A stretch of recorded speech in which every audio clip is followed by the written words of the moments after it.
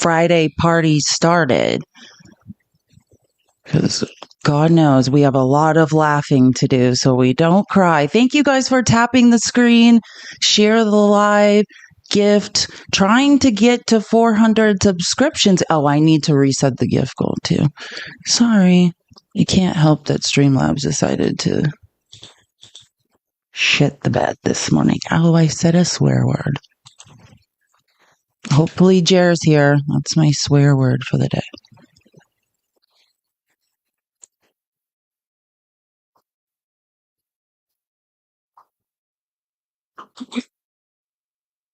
There we go. Okay, we're live. Yeah, so if anyone's confused, yeah, and it says notify me, and this has the wrong title. This is going to drive me nuts. The perfectionist in me is losing my live. Our live has the wrong title on YouTube and Twitch. If anyone's confused, it looks like it's Wednesday. It isn't. I know. It's just Streamlabs' new app is so strange. Hey, Leah. Okay, we are live. I see Leah on YouTube in the YouTube chat. We have made it. We're live on Twitch and YouTube. Give me one more second.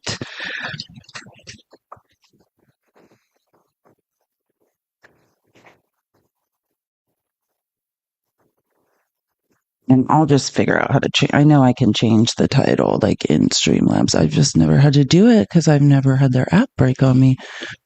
But I will figure it out.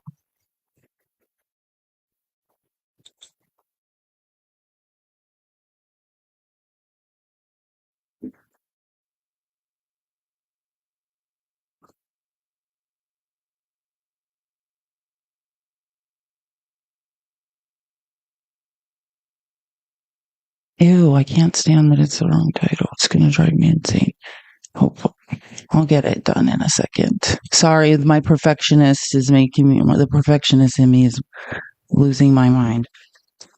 If you're joining through YouTube or Twitch, it looks like it's the same title, like the date of Wednesday's live and the episode number. It is, in fact, episode 62.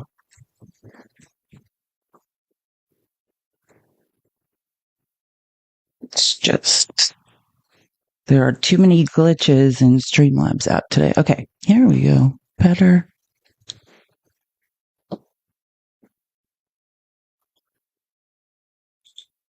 There we go. Okay.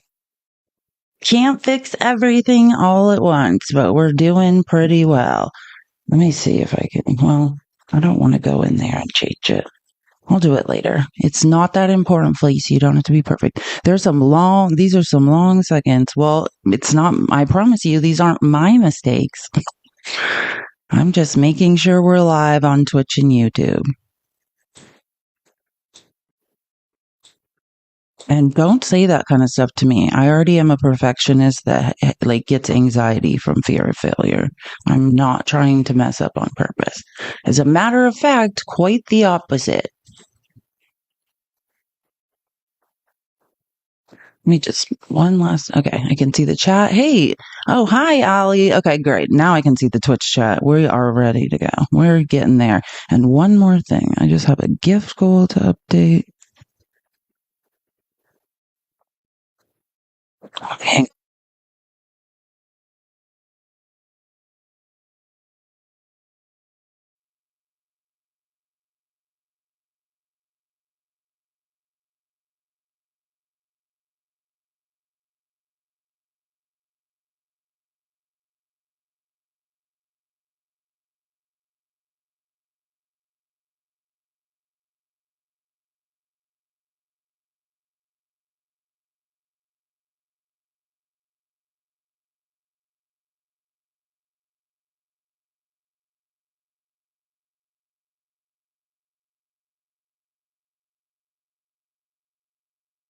Sorry, I need to change my batteries in my keyboard.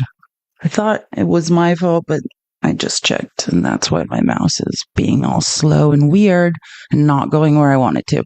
Let me change the gift goal. Keep tapping the screen. We're almost at 25K. So glad to see you guys. I feel so out of place, or I feel so lonely when I'm not around you guys. Okay. Let me just redoing the gift goal. And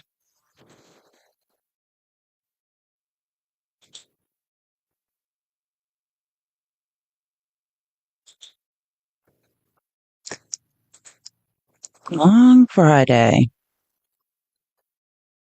I feel like I've already lived 32 lives. Okay. All right. Let's party. Thank you guys so much for your patience. Like I said, Streamlabs completely changed their app, and there's some very weird things going on in there. They have a few errors to fix, but we're good. We are live on Twitch. We're live on YouTube. Just the title is wrong in the lives, and I'll change them later. But other than that, everything is now good. It's been 84 years since we've last seen each other. That's what it feels like. Let's tap the screen. Everyone share the live with 10 people. I mean, it's fine that we start anyways, because we are having a slow start. And due to me starting the live kind of, at random times, I think it's people kind of trickle in. I want to get some more people in here because I have some very important things to talk about today. Too many that we probably won't get to all of them, but I think I'm going to start out with an update, a little update on, thank you so much for the gift, on Christian nationalism.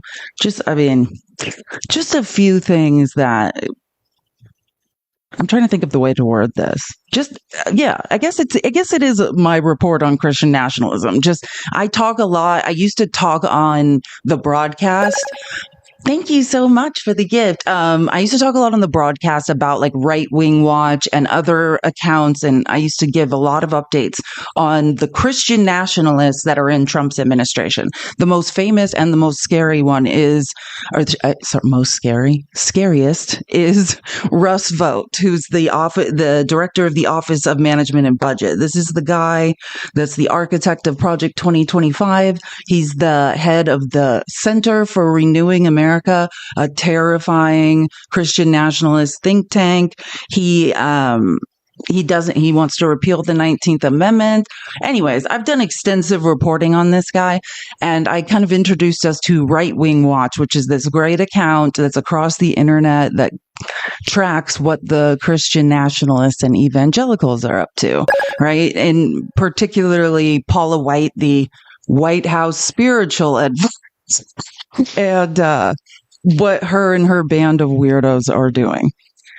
And I was going to show you some of this yesterday, but I put it all in today and then even found some more disturbing things. The first thing is, if anyone is in Tennessee, God help you. I mean, and this is not the first time something like this has happened. It's not the first time I've heard of this. But when it does happen, right, it's not like what happened with the Mormons. If you know the history of the Mormons, they started out in Illinois. Joseph Smith was doing a lot of disgusting things involving young girls, whatever. He was accused of all sorts of crimes. So he had to move his flock. Oh, Stephanie, sorry you're in Tennessee. We'll get to this. And first they went from Illinois to Missouri, where I don't know if you know this, but like the alleged Mormon Garden of Eden is in Missouri, because that was like a stopover on the way from them basically fleeing they say persecution. I would say Joseph Smith being prosecuted, which back then probably would have been like mob justice, if you know what I'm saying. Like they kind of ran him out. It was leave town, or like something bad was going to happen to him. So, what I'm saying is sometimes large groups of religious people relocate and take over an area. And we've talked a lot about the 7 pillars, or what, I mean, oh my God, why am I getting this wrong now? I know it's like the 7 pillars, but like, what is the overarching? It's like the 7 mountain philosophy, or 7 mountains. Is that what there's like the 7? Is it called the 7 mountain philosophy? I don't want to get it wrong, but basically the idea is there's like 7 pillars, 7 mountain mandate. Thank you. God, see, this is the best part about having such smart people that watch my live. I don't have to remember things. I could just ask that I'm corrected. And there's like these 7 pillars or categories that these crazed Christian nationalists say it's their philosophy and belief that they need to take over. Like that's why so many like Moms of Liberty was formed. They believe like it is their job as Christian nationalists to get involved and take over local and federal and national politics. They believe they need to take over the entertainment industry, which is why you see Trump taking over the Kennedy Center and trying to control what type of content gets out. They believe all sorts. There's 7 different categories. They believe that they all need to take over. Someone said my makeup looks pretty. Thank you. I'm also getting the high in Phoenix is 102 today, by the way. I'm a native born Arizonan, and I can tell you, even for Arizona, it's April 11th. It should not be 102. And if they say the high is 102, it probably will be much hotter. I'm telling you, it should not be this hot yet. We are the extreme. And here we go again with, and I'm not just for, I know MAGA, you're confused and they keep saying, well, if it's raining, so I thought the global warming means it just gets hot. No, in some cases it means rain. In some cases it means, it just means extreme weather. So in the case of Arizona, right now it's extremely hot, right? It was also snowing a week ago. But yeah, the high here is 102. It is so hot. If I look, the melanin is melanin. I was outside for like 20 minutes earlier today, and I could feel the sun like baking me. Oh, it's so hot here. And now, because of whatever's happening with climate crisis, it used to be really dry here, and now it's like humid or something. It's not good. I don't get ready for some climate refugees. No one's going to need to worry about people from the southern border. Just everyone in Arizona is going to be a climate refugee soon. Hey, if I'm sorry, I was talking about the temperature in Phoenix. If I got off subject and you don't like it, you don't have to stay here. So I apologize for changing the subject quickly, but sorry, that was for someone in the chat that's telling me what to talk about. If I want to start counting to 7,000 right now, I'll do that just because I feel like it. Anything I feel like talking about, whenever I feel like talking about it, is what I'm going to talk about. If I want to play clips and interrupt and talk about something else, I'll do that. And if you don't like when people do that, then you start your own live and you stay on the topics. You do 7 hours of research every single day and put lives together. That's my advice for you. You do what I'm doing yourself and just do it better. Sorry, I'm just a little tired of people. Like, if you knew how much work it takes me to put all this stuff together every single day. Yeah, I'm going to go ahead and just do whatever I want.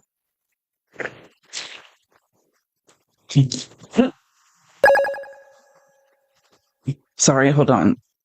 Now I can't breathe. Oh, I'm going to cough. Okay, sorry. I thought I was going to choke.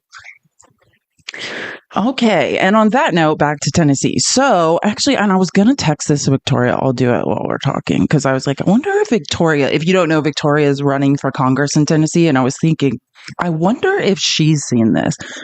So again, this is local reporting. Why are we not looking at the same? There we go. Hopefully this is not going to be like Wednesday when the presentation just kept closing over and over. I reinstalled TikTok Studio. That's part of the reason I was a little late. So hopefully this will go smooth today. Here, let me read. Oh, wait, I'm one ahead. Here we go. I want to just read this so we are clear. So it so reminds me, and this is not the first time it's happened, but hundreds of Christian nationalists tried to take over a Tennessee town. I don't know if trying is the right word, like they are going to. And install a Protestant dictator. This reminds me of like when all those libertarians moved to that town in New Hampshire, and then like bears ended up taking over because they refused to do anything. God told Andrew Eisker to build new town to stop schools from transitioning his autistic son. I'm sorry, and let me make sure everyone is with me when I say that.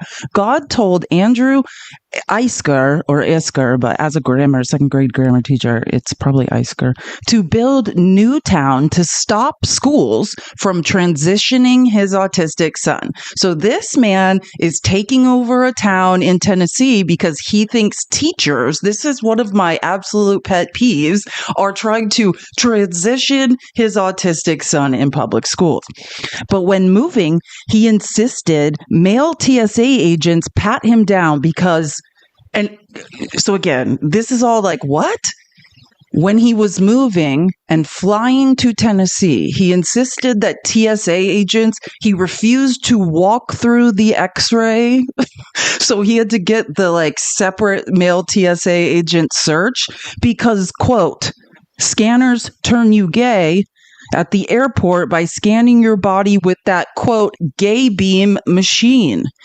Andrew Isker is recruiting, quote, like-minded Christians and patriots to join their community, and it's called what? Heritage Americans. All immigrants, even naturalized citizens of the U.S., will be kicked out. Are we on the same page here? I can't even. I was like reading this. I was like, this cannot be real life. So you can't be an immigrant. Like, are you kidding me? Even naturalized citizens will be kicked out. I mean, it doesn't specify that it's brown people. It's, quote, I'm quoting now. I'm not making this up. It's like a Stalin thing. We need Christian nationalism in one state. You can have either women's liberation or civilization, not both. Civilization, not both. This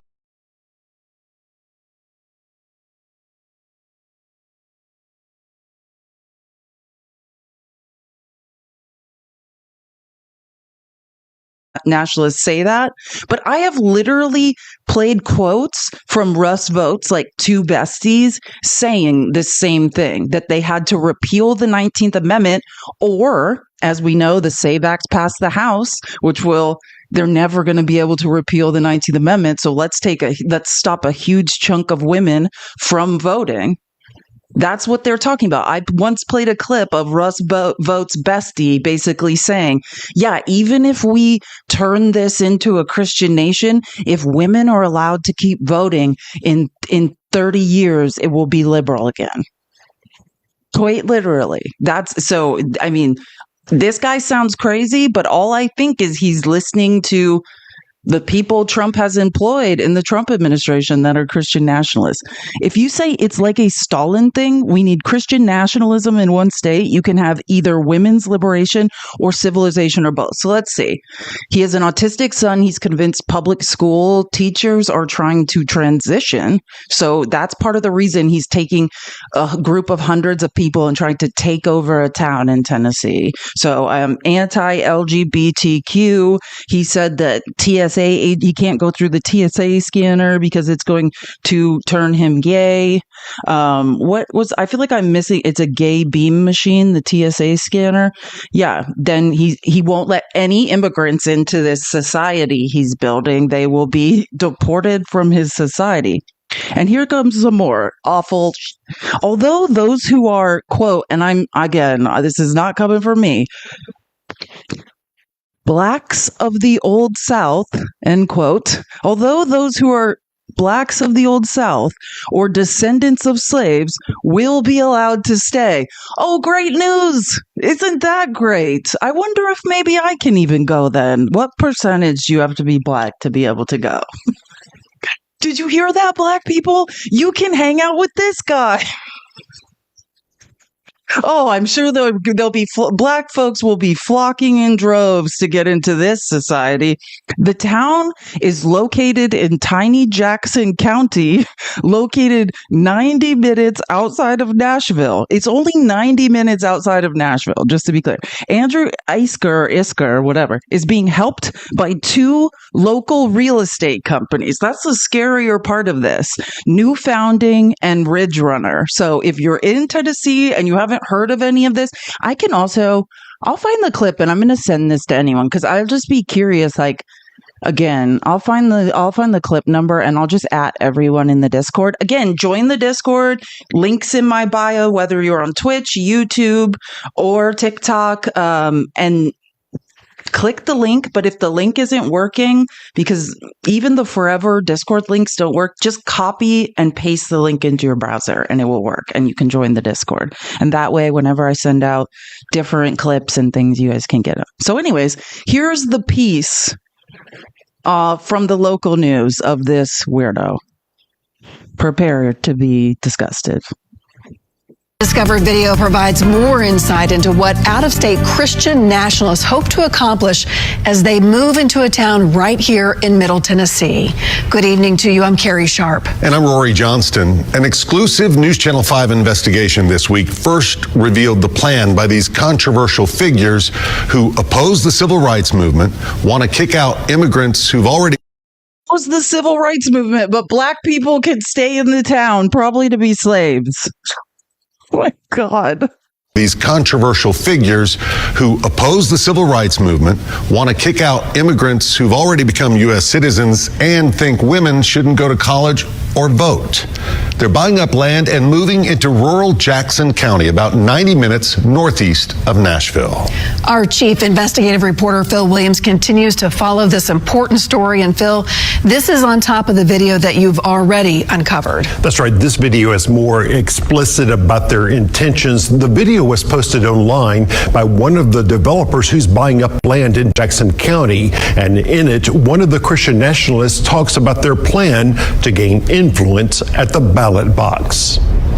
We're not just fleeing as refugees to somewhere else that might be better. We are going to somewhere where we can do the thing we wanted to do here, quite frankly. The video was posted on X by a company known as Ridge Runner. One of the developers linked to the purchase of 600 acres in the area. The developers hope to attract buyers from across the country to establish a foothold here in Jackson County and the county seat of Gainesboro. And they have purchased this small office building in the heart of town as their base of operations. I got connected to Ridge Runner and New Founding, to the guys there, and they're building a town there, and I wanted to be part of it. Andrew Isker is a right-wing pastor from Minnesota who is moving to Jackson County along with fellow Christian nationalist podcaster C.J. Engel.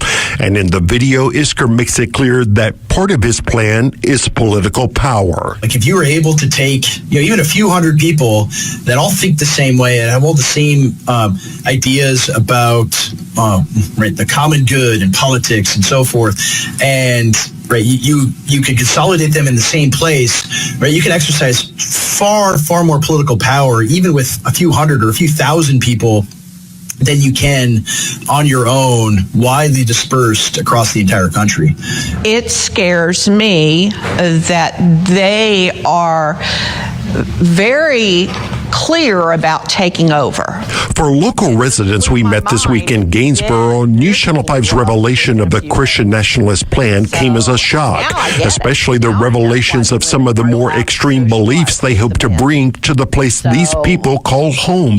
For one, it was reminiscent of the mysterious characters who came to town in a Stephen King horror story. I think they kind of came in under the radar. Discovered video provides more insight into what out-of-state Christian nationalists hope to accomplish. Just happened. Hold on. I wasn't touching anything. Hold on. Let me see. I don't know if the video just ended. I think a few hundred or a few thousand people.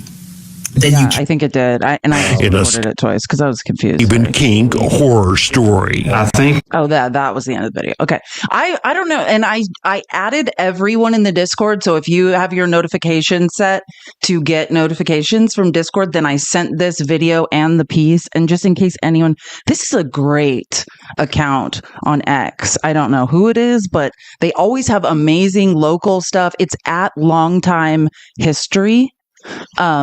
in case you want to find it. But again, I sent it to everyone in the Discord.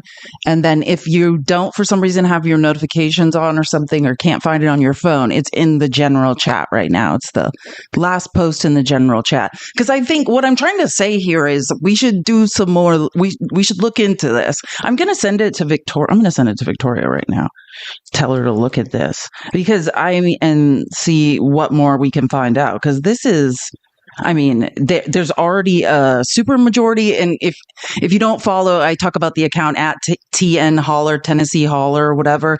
And there's already a super majority of wackos. Okay, I sent it to Victoria. I'm like texting her while talking about her online. Weird. But I'm going to tell her, have you seen this? She's running for Congress. Somebody should know. Yeah. I mean, this is the reality of what Christian nationalism is. And it sounds crazy. And to be honest, the only part of this that is not a tenet of Christian nationalism that I know of is the whole, I can't go through the TSA x-ray machine because I'll turn gay. That's the only one that I haven't heard. Everything else these people are saying that is disturbing, that is literally, I'm getting to the SAVE Act. That's kind of why I'm talking about this in the first place. Yeah, I have, the live just started, but yes, we'll get to the SAVE Act. We'll get to a lot of things today. But yeah, that's why I'm talking about this. This is just the regular tenets of Christian nationalism and the Seven Mountain Mandate, which is consolidate power, get as many people in one place as possible, take over local politics. And he's saying that, what were the name of those two places again? The two real estate companies, because someone said, how are they doing this? It says in the end of this that they're being helped by two local real estate companies. And one of those guys is saying, oh, when I heard what he was doing, I wanted to help. So we should also probably, they're called New Founding and Ridge Runner. So I definitely think it's worth, especially if you're in Tennessee, figuring out what the is going on. I mean, a lot of these situations when people go relocate somewhere, they don't end well. They end in like a, Jim Jones type situation. But this should be very concerning. There's already a super majority in the Tennessee state legislature. It's 90 minutes outside of Nashville. So you can see it says it right here. The town is located in tiny Jackson County, 90 minutes outside of Nashville. And again, the only information I have about this was when I saw this post. So that's why I'm saying. And I know a lot of people that watch this live are super intelligent, love to look into things. This might be something people want to look into. And these are Tennessee residents in a small town who are like, ew, what the, yeah, that's how I would be. And if you don't know, this type of thing has happened before. Thank you so much. Like, oh God, what's the guy's name? Warren Jeffs. This happened in South Dakota. I'll update the gift goal. Thank you guys so much. I love the crown. Warren Jeffs was the fundamentalist Mormon in charge of Colorado City. That's the ones that wear those long dresses on the border of Utah and Arizona in the middle of nowhere. And they own land in different places. One of the places they bought a S-load of land is in, I'm updating the wrong goal. Sorry. One of the places they bought a lot of land was in South Dakota, in a random place outside South Dakota. And that's what happened. They basically, because they moved thousands of people there and they had all this capital and they, child labor is one of the ways they would generate capital. Then they basically took over the local government and the residents were like, what the F is going on? So this sounds very similar to that. Again, only 90 minutes outside of Nashville. This should be David Koresh. Yes, David Koresh. I mean, yeah. And again, I'm not trying to be hyperbolic and say this will end in a David Koresh situation. That's not what I'm worried about. I'm more worried it doesn't. And these people just now have a Christian nationalist stronghold where they're saying, no LGBTQIA allowed. We don't believe in the civil rights movement. Women shouldn't be allowed to vote. I mean, that's what I'm more worried about is the consolidation of power. Like, I would be glad if this doesn't, if this breaks up and doesn't end well. Thank you so much, Miss Sunflower or M Sunflower, however you, thank you for subscribing. I think I missed, who else subscribed? I feel like someone else subscribed. Stephanie, thank you so much for subscribing. W Stephanie, you're amazing. And then Maxwell on YouTube, thanks for becoming a Rad Resistor member for 2 months. Love your work. Please keep it up. Love you too, Max. I love the name Maxwell. You're awesome. So again, I said that I was just going to start out with talking about Christian nationalism. So this is just the first thing I was looking at, and then it just made me want to go to Right Wing Watch and be like, this is an account. It's all across the internet. It's called Right Wing Watch. Here, I need to make this a little smaller. So that's the opposite of what I want to do. So I can make these bigger. See, at Right Wing Watch, if you can follow them on YouTube, on Blue Sky. Again, I have to keep an eye on the weirdos, so I'm on X. But great account that's tracking Christian nationalism. I've shown some other accounts, but if you ever are just looking, like once a week, I like to make sure to just look at this account and say like, oh, what are they up to? What kind of thing? So I just want to show you a few clips of what they're up to. Trump cultist pastor Larry Hutch, quote, can't believe how impatient Americans are about the devastating impact of Trump's tariffs. President Trump is this is his quote, President Trump is a gift from God. He's an answer to prayer, not only politically, but economically and spiritually. And the reason I'm showing you guys this, happy Friday, Lulu. The reason I'm showing you guys this is because this is the point. When you have this delusional belief system, you can justify anything. Like, that's what scares me about Christian nationalists. They're just like, nope, it's God's plan. Give it a day or two. Come on. We inherited 4 years of absolutely horrible economy. And President Trump has got in there already turning things around. Gas prices are going down. Eggs are going down. And, you know, I really believe that I can't believe how impatient Americans are, but I believe it's going to happen faster than we realize. And we're heading into a great time. President Trump is a gift from God. He is an answer to prayer, not only politically, but economically and spiritually. God help us. I say that on purpose. No, well, this is what they say, though. There's nothing Trump can do wrong because God put him there. So all of this is part of God's plan. I mean, there's no logic. We can't reason. We can't use logic with people who are just like, this is what God wants. This is what the spaghetti monster in the sky wants. And just to be clear, I don't know, because I do keep up with things. In case anyone's wondering, egg prices are up again. Right. Biden had placed a huge order of eggs from Turkey, and that's why egg prices went down when supply went up. But egg prices are up again. So, I mean, just to be clear, yeah, and gas prices, and delusionally, like, I will blame the price per barrel of oil on Trump, but his real crime is he's trying to bankrupt U.S. oil and gas. Like, he's trying to get Saudi Arabia to flood the market with their supply, which actually would lower gas prices, but would put the U.S. oil industry, it would be the opposite of drill, baby, drill. That's what I'm trying to say. But that's not happening. But I've talked about oil futures and how they've been hovering either right below or around $60, which you cap wells in the U.S. when they're around $60, not tap them. So he's betraying the U.S. oil industry. And in addition, just to be clear, I don't know just bless Larry's heart, but gas prices always get more expensive in the summer. I mean, whether we want to or not, it has to do with the heat and the way that, the recipe for gas, they use different levels of octane and stuff. Gas prices always go up in the summer. So yeah, no, Larry.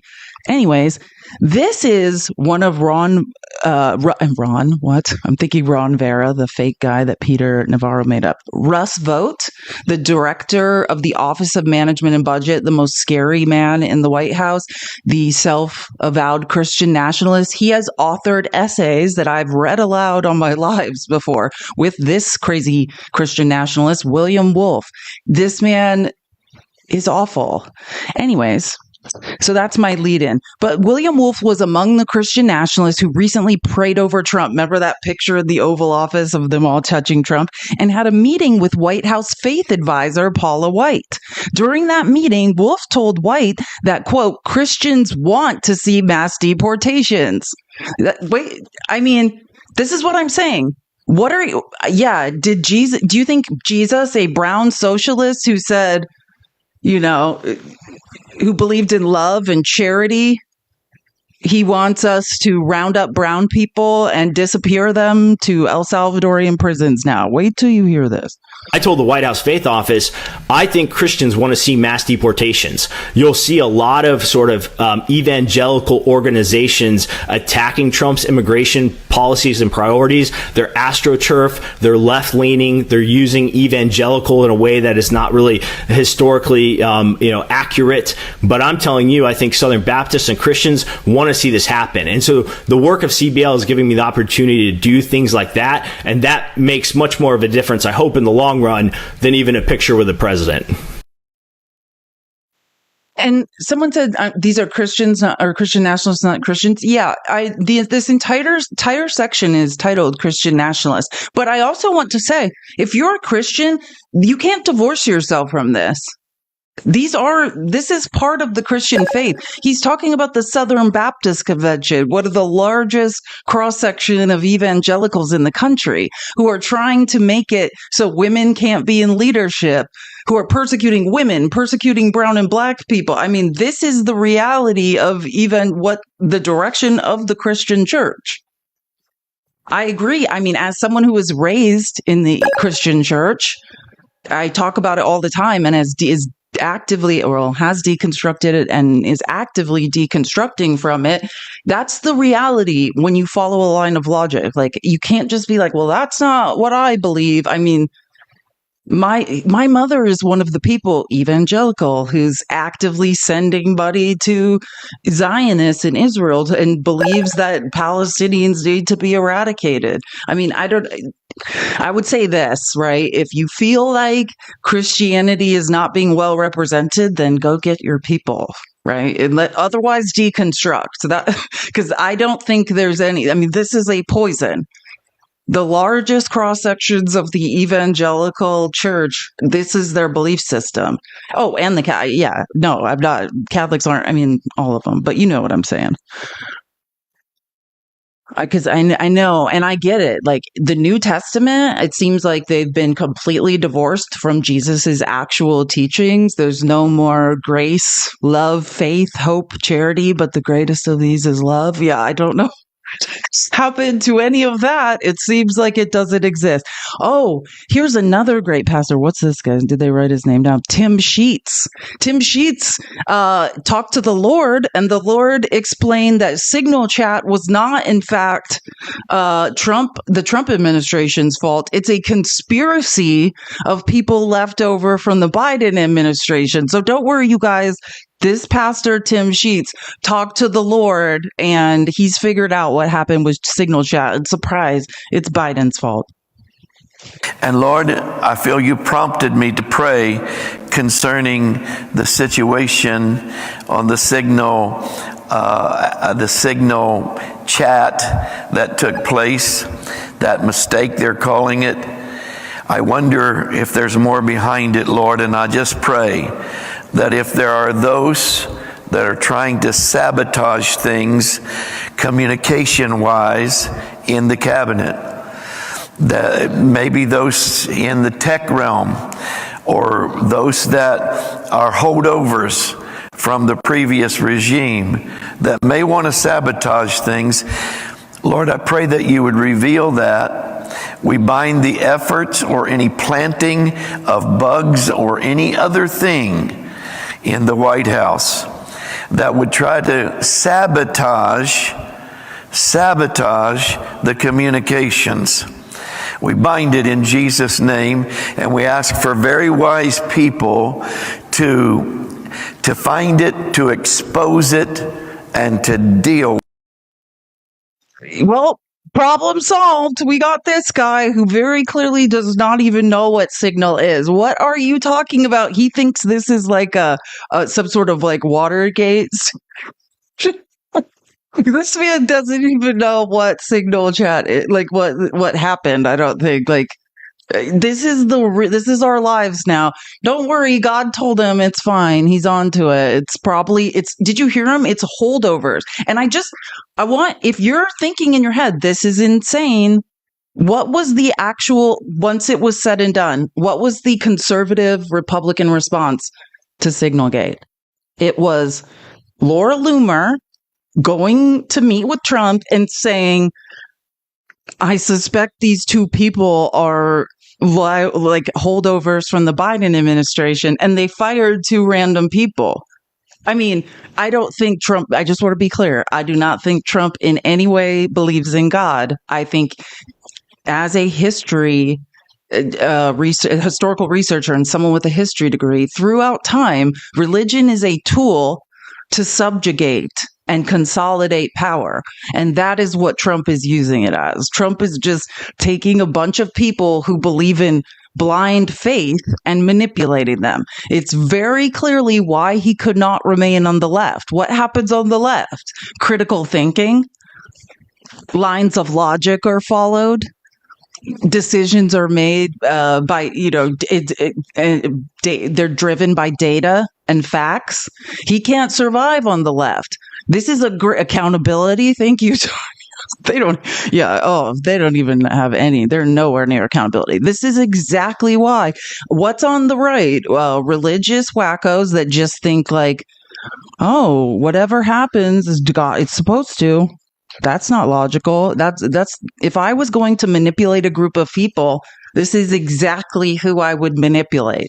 100%. Easier to fool a fool. Amen, Seabass. Oh, real quick.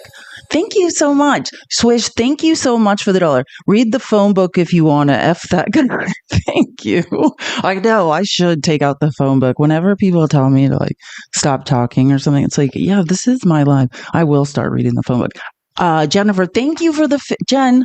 You're amazing. Thanks for the $15 for bringing all the receipts. Love you, Jen. You're the best. And Jeremy, thanks for the $5 of tuition. Thank you so much. This is a private school for the intelligent. I'm going to be running a charter school soon. We should do adult school and get test scores because we would win. Can you imagine? We would ruin the curve. I would put the people that hang out of this live and our brain power against anyone else. Hey, Mark, nice to see you. You're late to class. Hope you have a tardy slip. Anyways, yeah, I would literally put the intelligence of people in this live against any other group of people. Let's move on to the next wacko. Here we go. This is representative, and we need to, what scares me now is right-wing watches basically showing these are actual people in Congress, which, I mean, of course, we have Christian nationalists in Congress. We know that. But who are showing up on these far right pastors, Christian nationalist podcasts and shows and saying crazy things. I'm just looking up real quick where this guy's from. Oh, of course. His office is in Manhattan, Kansas. Is there school in Manhattan, Kansas? What school is in Manhattan, Kansas? Is there a school there? I feel like,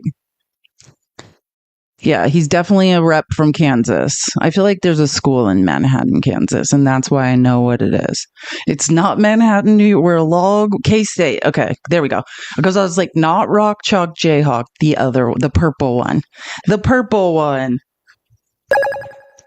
Okay, well, okay, so this is, thank you for the gum. I wish I could chew gum on this show. This is Representative Tracy Mann. Prepare yourself. Oh my God, wait, I forgot which one this is.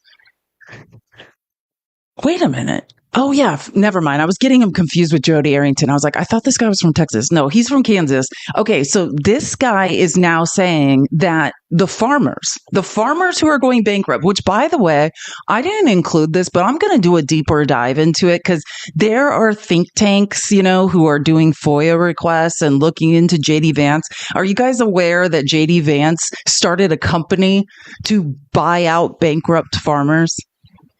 I just saw this. I just saw some of the research, and I don't know the details. I don't know if he owns the company or he's an investor in the company, but that's basically what he used to do. He's a venture capitalist. Yeah, JD Vance essentially is either investing in or owning part of a company. Oh, I'm going to look into it. I didn't have time to get into it, but yeah, JD Vance. Someone Google it and find out the name. Like, JD Vance is an investor or a part owner in a company, basically, that when Trump is bankrupting farmers, they scoop up the farms. This is, and the ways I've realized, I didn't do a live yesterday and I was doing a lot of reading. It is sickening to me how many people in Congress are profiting off Americans' demise. Oh, Christine knows. Okay. Thank you. Yeah. I'll look into, is it Acre Trader? Is that what it's called? Yeah. I couldn't remember Acre Trader. I'll find out. I'll look into it this weekend. Cause when I read a little, oh my God, it is Acre Trader. Is that what it is? JD Vance invested in is JD Vance. Oh my God. It's the first thing that comes up when you type Acre Trader. Is JD Vance invested in Acre Trader? Yes, JD Vance has invested in Acre Trader. He invested up to $65,000 in the company through his invested firm. Yes, Naria Capital. This is the same investment company that was doing that vertical farming thing and was hiring undocumented immigrants. Vance is no longer listed as a partner in Naria Capital, but he still appears to be an investor in the firm. He is. Okay, so keep that in mind. That JD Vance, our vice president, is directly profiting and snapping up farms as farmers go out of business. And here's Representative Tracy Mann from Manhattan, Kansas area saying, oh, farmers are excited to go out of business for Trump. You're a farmer. You come from a family of farmers. You represent a lot of farmers. You represent half the state of Kansas, a lot of farm country. How are they responding to this news of the tariffs? Yeah, by and large, our ag producers are patriots. And I've heard countless producers have reached out to me, contacted me saying, hey, if we need to bear the brunt, be the tip of the spear to get to a better place for the good of the country, willing to do that, which is amazing. They're patriots through and through. This is the same. Can you imagine the insult? Can you imagine how horrible this is? This is the same logic that Howard Lutnick was using when he basically said, hey, my mom, if her social security check doesn't come, she'll just call me and I'll send her money. Anyone that complains if they don't get their social security check is a fraud. That's basically what he's saying. Farmers, the real farmers who are patriots, they're happy to go bankrupt. And then JD Vance with that company, Acre Trader, will buy up their farm. The real patriots don't complain when they lose their family farm. This is praise the Lord. What could go wrong here? Oh, oh man. Did you guys know that Jesus loves climate crisis? I learned that today too. What's this? This is another representative. This is people in Congress showing up on Christian Nationals. Here, where is this weirdo from? Representative Mary Miller, Oak Park. She was born in Oak Park, Illinois. Did she represent Naperville? Naperville is a rich suburb. Oh no, she went to Naperville. That tracks. She comes from money. She represents the 15th district of Illinois. She went to Naperville High School. That's one of the richest places literally in Illinois. If you've ever been to Naperville, that's where the money be. For sure. That explains Mary Miller. So this is Representative Mary Miller from the 15th District. Thanks for subscribing, and I appreciate it so much. Again, I'm trying to get back to 400 subscribers. Well, back to the 600 I had, but trying to reach my subscriber goal today. So if you can subscribe or you can buy subscriptions for other people, it would be much appreciated. Or as usual, this is my Cash App and Venmo. All this research I do is based on your tips and donations. So thank you so much for supporting me. So again, this is Representative Mary Miller saying, quote, climate change is a sham. God controls the climate because he controls the sun, and the sun controls the weather primarily. Oh, you can't argue with these idiots. I'm sorry. See, and I don't know what else to say. Like, how do you argue with this? Thank you for subscribing, Christine. You can't argue with these people because they're just, bless them. I mean, this stupidity has reached new levels. You mentioned God's design, and one of the things that's really bothered me that I've been fighting is these Green New Deal policies that really go against God's design for nature and how he created this world that we live in. Can you talk? I know you've been very active and vocal on solar panels and some of these alternative energy initiatives. Can you talk a little bit about your position there and the work you're doing in DC in that front? Sure. I've been very outspoken about this. It's a sham. The whole climate change is a sham. First of all, God controls the climate because he controls the sun, and the sun controls the weather primarily. Have it from Representative Mary Miller. This is why the House just passed that god-awful bill. This is what is going on.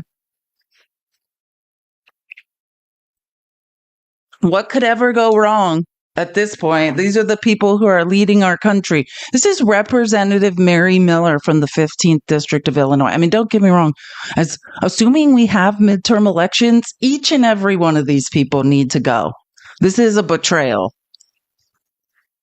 And we'll get to it because I have so much corruption to talk about. But one of the more disturbing things, Tennessee, it's a bad day for Tennessee. Not only are those wacko Christian nationalists forming some crazy society, in 90 minutes outside of Nashville, but also Justin Pearson, who I love, and I'll show you this clip later, but is talking about how just Elmo, they're kind of phasing Elmo out maybe, but he's not going anywhere. Or let's say he's collecting on what he did. He got Trump elected. He's getting billions of dollars in government contracts, and he's operating and polluting in Tennessee.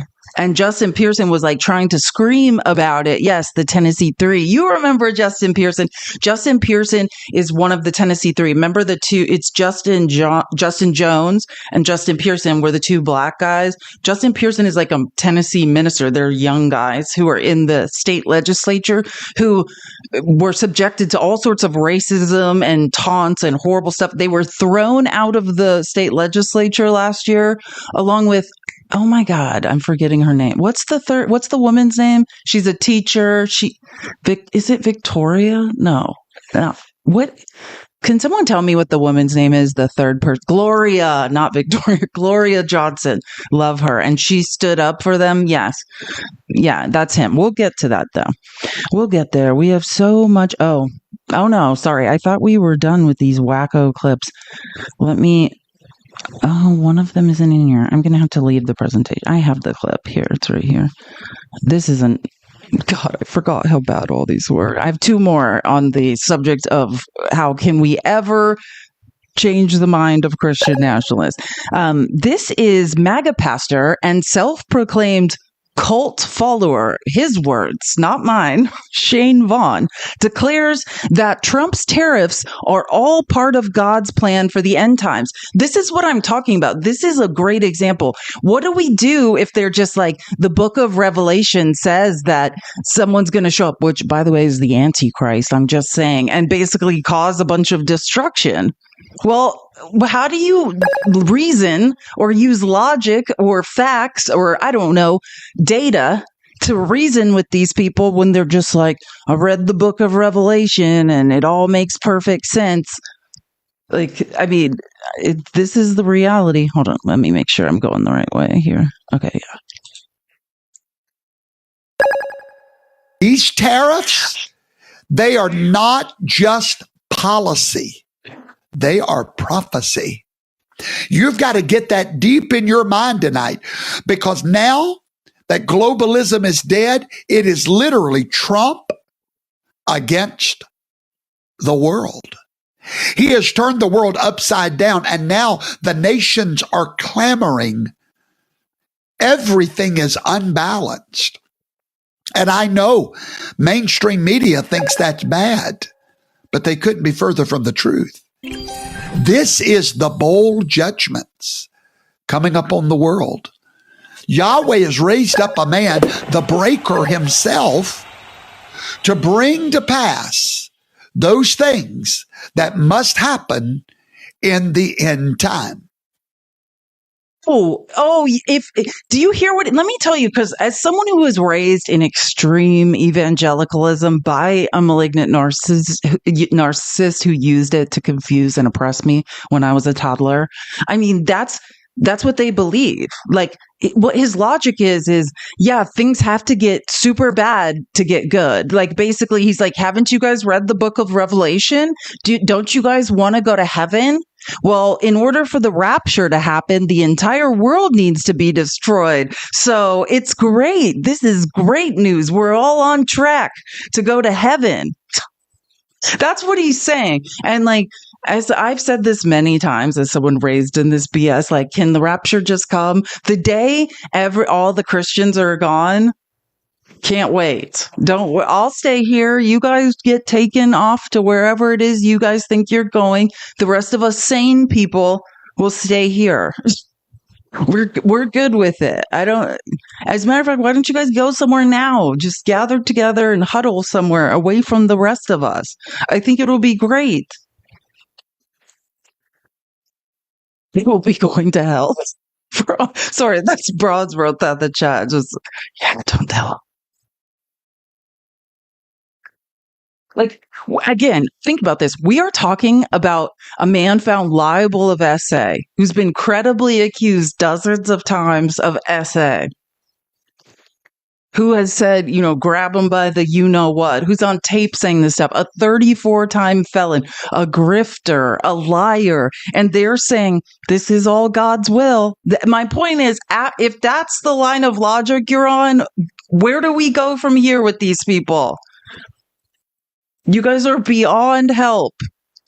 Like I say, we can't save them all. Some people you're going to have to be left behind. The cluelessness. Let me go back. And actually, not to curse myself by saying this, but TikTok Studio is working much better than it usually is. So hopefully that I probably have ruined it by just even saying that. But I am here for it. Let's keep it going. Oops. So, just one more. Oh, and I'm sorry to do this to you, but it's Glenn Beck. And it's even worse than just Glenn Beck, because like when Fax was debating, remember on Wednesday night, we were watching Facts Don't Matter debate, and that guy who was like this crazed imperialist, that was another example of when I'm like, these people are beyond help. What do we do? If you think being oppressed, if you think market manipulation and huge transfers of wealth are a good thing, then I don't know where we go with you, because you're an idiot. Kevin Roberts, who is the president of the Heritage Foundation, was talking to Glenn Beck on his podcast. Kevin Roberts and Glenn Beck have been longtime tariff haters. No conservatives like tariffs, and now all of a sudden they're into it. Surprise, surprise. To consolidate power, they've flipped positions. He's one of the first presidents, in fact, I think the first president since Reagan, that I actually trusts, loves America as much as me. Not in it for himself. Hold on. I know. You're probably like, I did not hear that correctly. This is Glenn Beck. Glenn, a constitutional republic is not a democracy, Beck. Because MAGA doesn't even know where they got that idea. This is the originator of when you hear MAGA idiotically say, we're a constitutional republic, not a democracy. And that came from this idiot who literally, and let me help you, MAGA, just right here, right now. Yes, you don't understand, but a constitutional republic is under the umbrella of types of democracy is. It's a type of, it's a democratic republic, but I can't, but that's where that lie that you have to hear every time you listen to debates on TikTok, it came from Glenn Beck. They're like, we're not a democracy, we're a republic, which is the same thing as saying, I want to cede power to rich people. I'm not smart enough to make my own decisions and vote effectively. I mean, I can't imagine, like, what else would you be saying that for? I'm enjoying being stolen from every day. I love that every statistical analysis that has been run shows that only transfers of wealth have gone up. There has been not one thing trickling down since Reagan. I love that. I love being robbed. I love being lied to. I'm a cuck. Give me more. That's what you're saying when you say, we're not a democracy, we're a republic. He's one of the first presidents, in fact, I think the first president since Reagan, that I actually trusts, loves America as much as me. Not in it for himself, in it for the country. And so I'm sitting here going, I'm not going to give him a pass forever. I mean, a year from now, if we are really struggling because of this, I'm not going to be saying the same thing. But I think we have to let the chef cook the meal. We came into the restaurant. We came because we knew he was the chef. Let him cook the meal. Donald Trump's great love for this country, a cabinet that I think is the best assembled in modern history. I think maybe since either Lincoln or first time I saw the cabinet all together, I said, look at the brains. I haven't seen this since the founding era. I think you're right. I mean, it's crazy. I think only Washington's and Lincoln's rivaled. The idiocy of this, and if I'm going to help you, MAGA, and I know you have no idea, you're probably sitting here quietly, because if you say one word in the chat, I will block you, and that is a fact, thinking, yeah, that made sense. I believe that you on some level believe that. Let me help you. No, every word of that was absolutely asinine. Period. The depression was caused by tariffs. You could look all this up. You can look up Smoot and Hawley.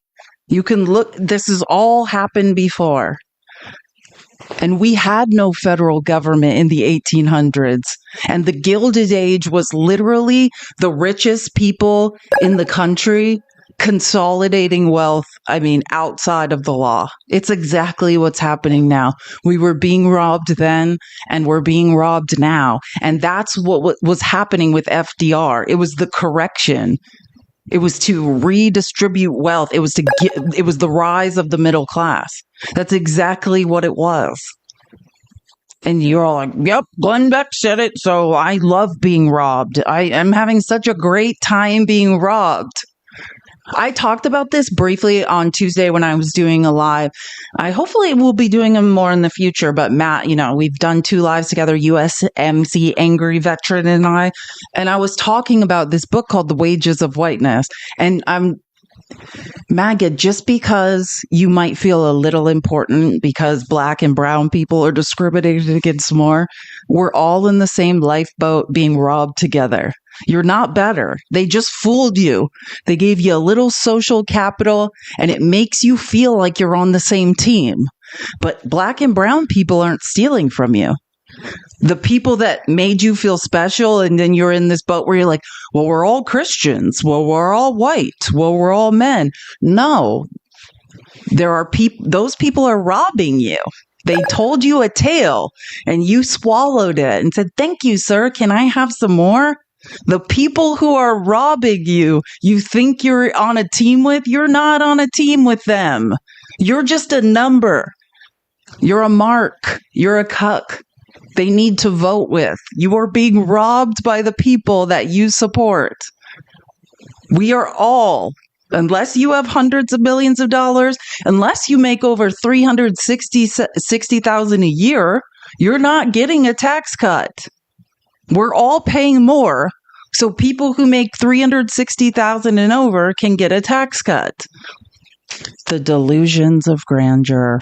What does Matt always call them? Temporarily embarrassed millionaires.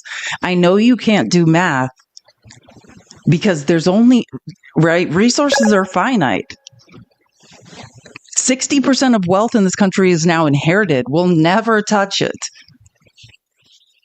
7 trillion, I mean, based off the market correction, let's say 7 trillion of wealth due to Donald Trump's market manipulation has been transferred to the top of the economy. We'll get to that, but I'm here to tell you, you're being robbed just because you say, well, they made me feel special. They said having white skin makes me better. You're still being robbed. And you're actually a fool because you got. At least the rest of us just know what team we're on. You're the idiots in the same life raft as us, like, wait, I'm special. No, you're being robbed. Just like us. You're no better. Anywho, and on that note, let me think, where should we go? I have so many things to talk about. Okay. I'm going to start at the bottom, or the beginning. That was my stuff that I just went on a rant when I saw those Christian nationalists are forming some sort of weird group in Tennessee. Oh, this is just, I mean, not that MAGA cares or understands data-driven science, but I mean, I do think this is an article, if you could read MAGA, you might want to look into. This is ProPublica, right? Not just measles, whooping cough cases are soaring as vaccines decline.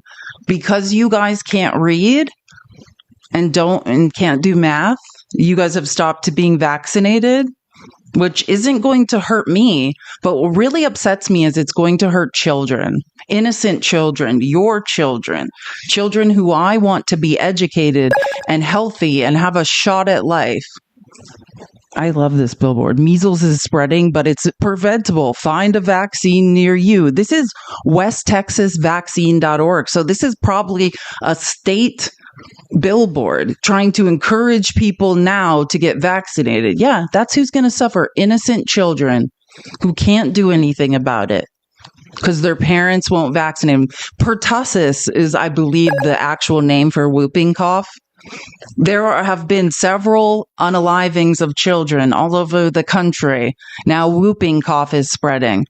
And I have to listen to RFK last night talking about how autism is an epidemic. No, autism, the occurrences of autism in humans, that's not what has gone up. Information, as science has progressed and our ability to diagnose people has become more refined and more readily available and cost effective, more people have been diagnosed. And and if anyone ever wonders why I don't cover like medical misinformation extensively, it's because it's a double-edged sword. For one, the lie I've tried, and if some people have been here when I've tried, the live just gets taken down, and also it's like I feel like I'm having puzzle piece. Give me 1 second. You cutesy baby zebra. Okay, got it. The live will not be shut down. But that's why I'm not ever going to play clips about medical misinformation, because on YouTube and on TikTok, it just doesn't go well. Diagnoses have went off. Yeah. Bring back polio. Yes, we could all be like FDR, like propped up on a stand, holding our spine up. It'll be so great. Like Mitch McConnell, who's an advocate like about vaccines? Do you know Mitch McConnell survived polio? That's why he's like such an advocate, is like, what the F is RFK doing? And voted against him because he's like, I survived polio. Meanwhile, we have MTG, insider trader herself, MTG, saying that RFK did not cause a measles outbreak in Samoa. Oh, yeah. No, don't get me started on autoimmune diseases. Yes, I have problems with my immune system as well, so I'm very sympathetic to people with autoimmune diseases. But let's get to the big, beautiful bill real quick. We have a lot of stuff to get to. It's Friday, and we're going to have a great time learning and laughing so we don't cry. Keep tapping the screen. Let's get to 150K. I will update it. I'm going to update the tap goal really quick. I'm going to put it at 175. So So it is now Friday. I'm sorry, I'm just reminding myself the timeline. So they were going to vote on this on Wednesday. And I'll say this because this is the reality of what was happening. They were going to vote on the big, beautiful bill, the budget that's going to steal from people so corporations and billionaires can have a huge tax cut and we can go more into debt. Again, MAGA, if you're silently sitting here listening and stewing, you can learn something now. If they were rooting out waste, fraud, if this was about lowering the deficit or paying down our debt, why are we going more into debt? They are not saving $1. In fact, they're spending trillions more. We are not saving any money. Everything that happened to the federal government isn't saving us money. As a matter of fact, it's causing our economy to contract, right? For instance, medical research. Just because you have a tiny brain and couldn't understand why we would look into the reproductive cycle of wombats doesn't mean it's not beneficial. For every dollar we invest of our tax dollars into medical research, we get $2.56 back that fuels our economy. Anyway, so this is the budget bill they finally then voted on yesterday. It was 216 to 214, and 3 people did not vote. And I thought you guys would you probably heard it. But so the House passed a budget resolution in a 216 to 214 vote on Thursday, laying the framework for oh my God, why did I just forget the word? What is it called? The word that starts with R? Reconciliation. Yeah, that's what they're going to do. And if you're curious why they have to pass this to move towards a reconciliation. If they're doing a reconciliation of the budget, then they can essentially avoid the Senate filibuster. So there's nothing any of us can do to stop them from driving us into 5.8 trillion of debt, basically, at this point. That would have been Chuck Schumer shutting down the government. That would have been the actual lever of power that we had. That's why people were so mad at Chuck Schumer for not taking a bigger stand. And like I said, the vote was delayed Wednesday. Oh, yeah. Now I remember what line of logic I was on. Just to be clear, and don't ever get your hopes up. It's almost why even though, yes, I wasn't feeling well yesterday when I didn't do the people's receipts, but it's not like I felt I always see people being like, oh, look, there's a bunch of Republicans who oppose. They're not going to vote with Trump. Yeah, they are. They always are. They always are. If I see Tim Burchett one more time or pretending he's not going to vote and cares about fiscal responsibility, it's performative. It's so they can then go back and say, oh, see, I put up a fight. They don't care. Not one Republican, except for maybe Thomas Massey, who's consistently not voted for it, care about fiscal responsibility. I wanted to this is, I think it's in here, the most important part. This is the performative group, the Freedom Caucus mainly. A group of roughly 20 budget hawks. No, if you were a budget hawk, you would denounce Trump. And ultra conservatives from the House, it says Freedom Caucus. Sorry, I haven't read this. I read it a long time ago. Remain staunchly against the Senate amended budget resolution until the Senate could guarantee that they would reduce spending levels by the amount the House had pitched in their proposal. Remember, one of the things I showed you on Wednesday was the actual sponsor of this bill, the head of the budget committee, oh my God, Jody Arrington, and Joe Neguse, the Democratic representative from Colorado, running over him and getting him to admit that you're a liar. You're pretending to oppose this. You're still going to vote for it. And he's like, well, we've made all these recommendations. And Joe Neguse essentially after 10 minutes got him to admit they're not binding. That the Senate bill is going to drive us into debt. And they don't have to do anything that the House recommended whatsoever. And I think it says, here, look at this at the bottom. This is the most important part. The House in February passed a budget plan that aimed to cut at least $1.5 trillion over 10 years. The Senate over the weekend amended that budget to cut $4 billion over the same time frame. Do you get it? Basically, the House was like, here's how we can save money, which I don't like the way it's spoiler alert, it's not cutting off Elmo's government contracts. It's not, let's look at the waste, fraud, and abuse in the military defense spending. It's none of that. It was punishing poor people.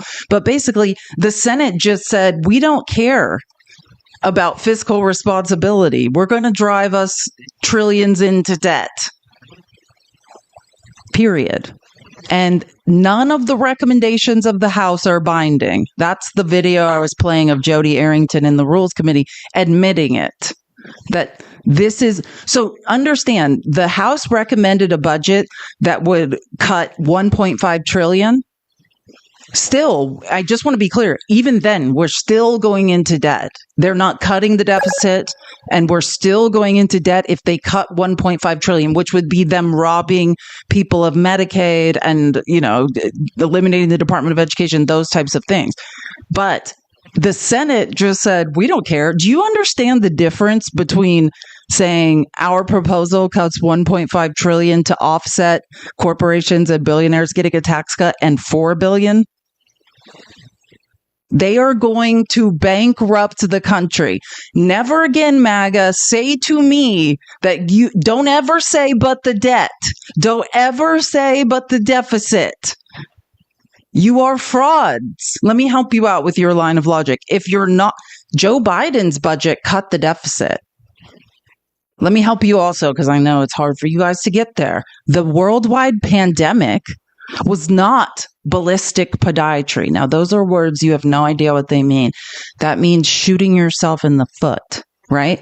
The pandemic was something that happened to us, no one could control, and then we had to respond, right? And we learned certain lessons from the Depression and from 2008, which is you have to flood the economy with money or, what happened in the Depression happens.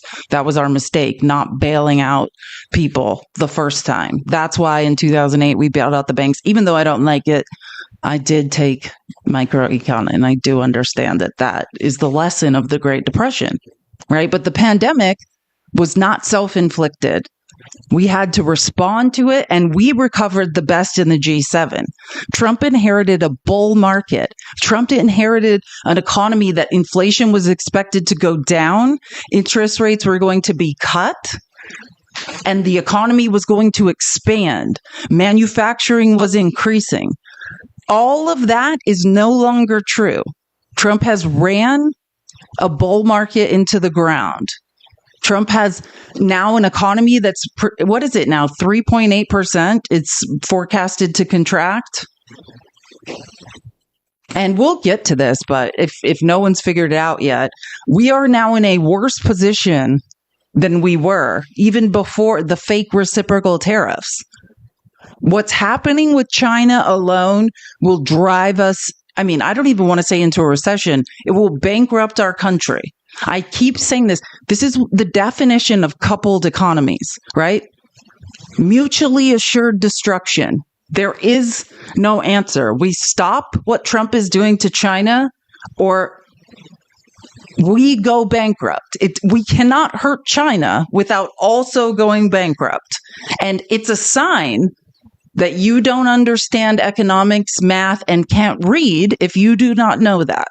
Don't show up on a live and take that position. It's idiotic. The budget allows Congress's GOP majorities to use the reconciliation process. That's what I was talking about, which permits conservatives to bypass the Democratic Senate filibuster. So at this point, there's essentially nothing we can do to stop them. There is. What we need to do is, and I'll say this, I'm probably averaging 5 calls a day to representatives in Arizona. You need to be harassing Congress people. If I'm a native born Phoenician, why do I say that? Because very few people were born in Arizona. Most people are transplants. People say, oh, there's people at this town hall that aren't from my district. I have lived in pretty much, probably 15 districts in districts. I have business interests. I've gone to schools. I've fueled economies. I've worked in 15 different districts. So I have interests in a lot of places, being born in Arizona, and I will defend those interests like my life depends upon it. So whatever state you're from, I think it's delusional to say just because I only live in this district, especially if you've lived in a state, and I don't come from a stable family. We moved every year, right? I was a child. We rented a place and moved every single year. I have lived all over the city of Phoenix. Don't tell me where I have interests or which Congress people I should be calling. Call them all. Call every congressperson in your state and let them know if, in fact, they aren't cowards and there are midterm elections, they are going away. And again, I just want to say this. And if you remember, the only two, Thomas Massie voted against the budget bill and Victoria Spartz. But Victoria Spartz is awful. I don't remember if you remember on this live when I showed you the town hall where her constituents were like screaming at her, and then they all walked out because they're like, you won't listen. And she was like adamantly defending Doge, defending the budget bill, defending all these things. So do not think this is just some performative. They had the votes anyways. And so she did this to be able to say, oh, I didn't vote for it. Because in my estimation, that town hall scared the living out of her. I mean, she's in the backwoods of Indiana and they ran her over. I don't even, and she was checking to make sure people were in her district. Those were angry Republicans who were like, what is wrong with you? So I wouldn't give much. Victoria Spartz is not a good person. She doesn't care about fiscal responsibility. She spent 2 hours at a town hall arguing against things that, lying. That's the nicest way to put it. Thomas Massie, again, is a representative from Kentucky. And I don't agree. He's a fake libertarian. I don't agree, but at least he is the only person that stands up to Trump. And I've said this a couple of times. I'll say this again. I do appreciate that since Trump has been in office, he's the only person that has correctly identified and said that this is not fiscal responsibility. The Republican Party is just driving us further into debt and telling lies. But he's not a person that cares about the average American. You know what I mean? He wants to cut Medicaid and cut Social Security. He just wants to offset the spending. He doesn't care how it's done, but at least he is true to his word. And I said this once, and I don't remember if you guys remember that he lost his wife. I don't want to say the wrong thing. I think to cancer or something a few years ago. Somehow, she died tragically. And he basically has said, I don't care, because they're like, we're going to primary you. Your life's over. We're going to ruin you. And he's like, the day my wife died, I died. You think you could scare me, threaten me? There's something you could take from me that I care about? When my wife died, that was the last thing that mattered to me. You will not ever threaten me. So in that way, I respect him, because he's just like, I lost anything I cared about the day my wife died. So don't threaten me. He's also in a very red district in Kentucky. And also, in a way, I do think he should probably be reelected just for standing for something. I don't agree with necessarily all the things he stands for, but he's consistently voted against spending. If you're a conservative, you should have voted no on every single vote that has happened in the House, period. That has to do with with the budget. All they're doing is driving us into debt. It's either him or some other conservatives. It's either him or some other. Yeah, exactly. And he's at least libertarian-ish. Who knows what will happen? But yeah, Trump's going to try to primary him. Even though, I feel like they've even left Thomas alone because they're like, oh, he can't mess with, I mean, normally Trump will terrorize people that go against him, and they've pretty much just been like, now you can tell when they count votes, they're just like, don't, Thomas is a no. Just not to say Trump still won't try to primary him. And then I don't know the reasons why, and I didn't have time to look into it, but these are the people who didn't vote. But I'm just showing you in case you happen, one of these people, I don't know if their political stance. I've heard of Donald Norcross in New Jersey, but I don't know if their political stands or it's just some people just couldn't vote, because people are sick, people have things going on. Yeah. Greg, you live in Thomas Massey's district, Gregory? Well, I don't know. I'll say this. Never has there ever been a better time to oppose a Republican, right? In these deep red districts. We have that problem in Arizona too. People wonder, I think we're tied with Florida or is it I think it's Texas for the most Freedom Caucus members in Arizona. And people are always like, where do these people come from? Weird, most of the population is in Maricopa County, which is what they call the greater Phoenix area. And then there's all these areas where they're in these strongholds you can't get them out of. But again, and in case anyone wants to look, it's actually a pretty short bill, but it's the House Congress Resolution 14, establishing the congressional budget for the United States government for fiscal year 2025. This is what they voted on, the big, beautiful bill. But the bill will be reconciliation. So they're just voting to pass or to approve the Senate's version, which saves no money. And I included this in the outline, but it's not much they're not writing in the specifics yet. So it's not like a confession of what they're doing at this time. So I wouldn't, there's not much, but here, this is what it says. The resolution also requires the maximum deficit increase permitted by the reconciliation instruction for the House Ways and Means Committee, $4.5 trillion. The number one reason that alleged people voted for Trump was because he was better on the economy than a black woman. And these people have said, you can only increase the deficit by $4.5 trillion. Literally, Goldman Sachs, JP Morgan came out and said Kamala Harris's budget will fuel and expand the economy. Trump's will contract it. But because she's a woman, and a black woman at that, couldn't get past it. Now we're bankrupting ourselves and stealing from the middle class. This is just a clip of Mike Johnson talking some absolute BS yesterday. The Democrats are out right now trying to make hay out of the fact that we're going to gut Medicaid and all these other things. It's simply not true. We're going to protect the essential programs for everybody who's eligible to receive those. And you'll see that reflected in the final bill. But I think it's very important for us to note that we'll be looking for $1.5 trillion in savings. And I can tell you that many of us are going to aim much higher and find those savings because we believe they are there. We want to make government more efficient, effective, and leaner for the American people.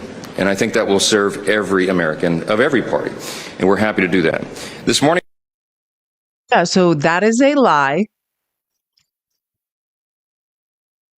And Republicans, MAGA, you could easily Google this stuff and know it's not true. Easily. But for some reason, you refuse to. You refuse to do your due diligence. I think it's the cognitive dissonance. And I'm aware of that. I'm aware that you guys you're stuck in a paper bag and can't find your way out. But I'm going to continue pointing it out because as we run this country into the ground, right?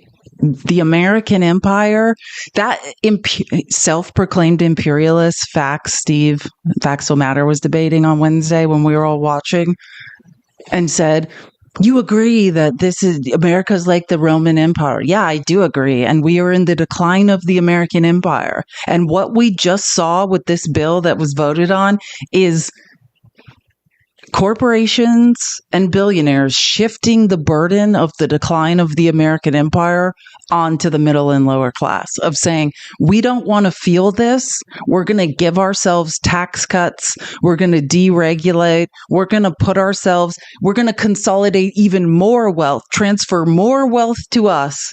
And the burden of the decline, the people that will feel late stage capitalism are the middle class and the lower class. And you guys are like, love it.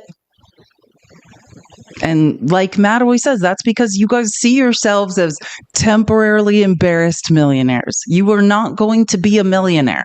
Do you believe that billionaires are working 100,000 times harder than you? Use your brain. I know you can do it. You can do it. Oh man, Chris Murphy has been saying some amazing things. This is Chris Murphy, like on the big beautiful bill, the budget that the House Republicans approved. Again, Chris Murphy is a senator from Connecticut that is sounding very presidential to me. Loving him. Can we all keep tapping the screen? We should be at 200K. Let's get to 200K as fast as possible. We can do it. Thank you guys so much. They are trying to do right now, this reverse Robin Hood, in which they steal from the poor and the middle class in order to enrich the very, very wealthy. Who's asking for that in this country, right? No one. No one is asking to throw millions of people off their health care, to close rural hospitals and drug treatment centers all across the country just so that a billionaire can get another $100,000 in a tax break. No one is asking for that in this country. They are trying.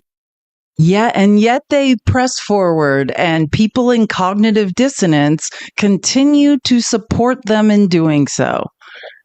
You guys are idiotic. I don't want you to think I'm being mean. I promise you I'm the nicest person on the app. I'm a teacher. I just don't know I don't know that I have other words to describe it at this point. I don't know what else to say. Ballistic podiatry. There is no benefit to you to support Donald Trump, short term or long term. And I'm specifically now talking finances, right? Like, and then I could go on to the Hispanic population, particularly male Hispanic population that voted for Trump. I mean, I think you're now realizing you might have made an oopsie.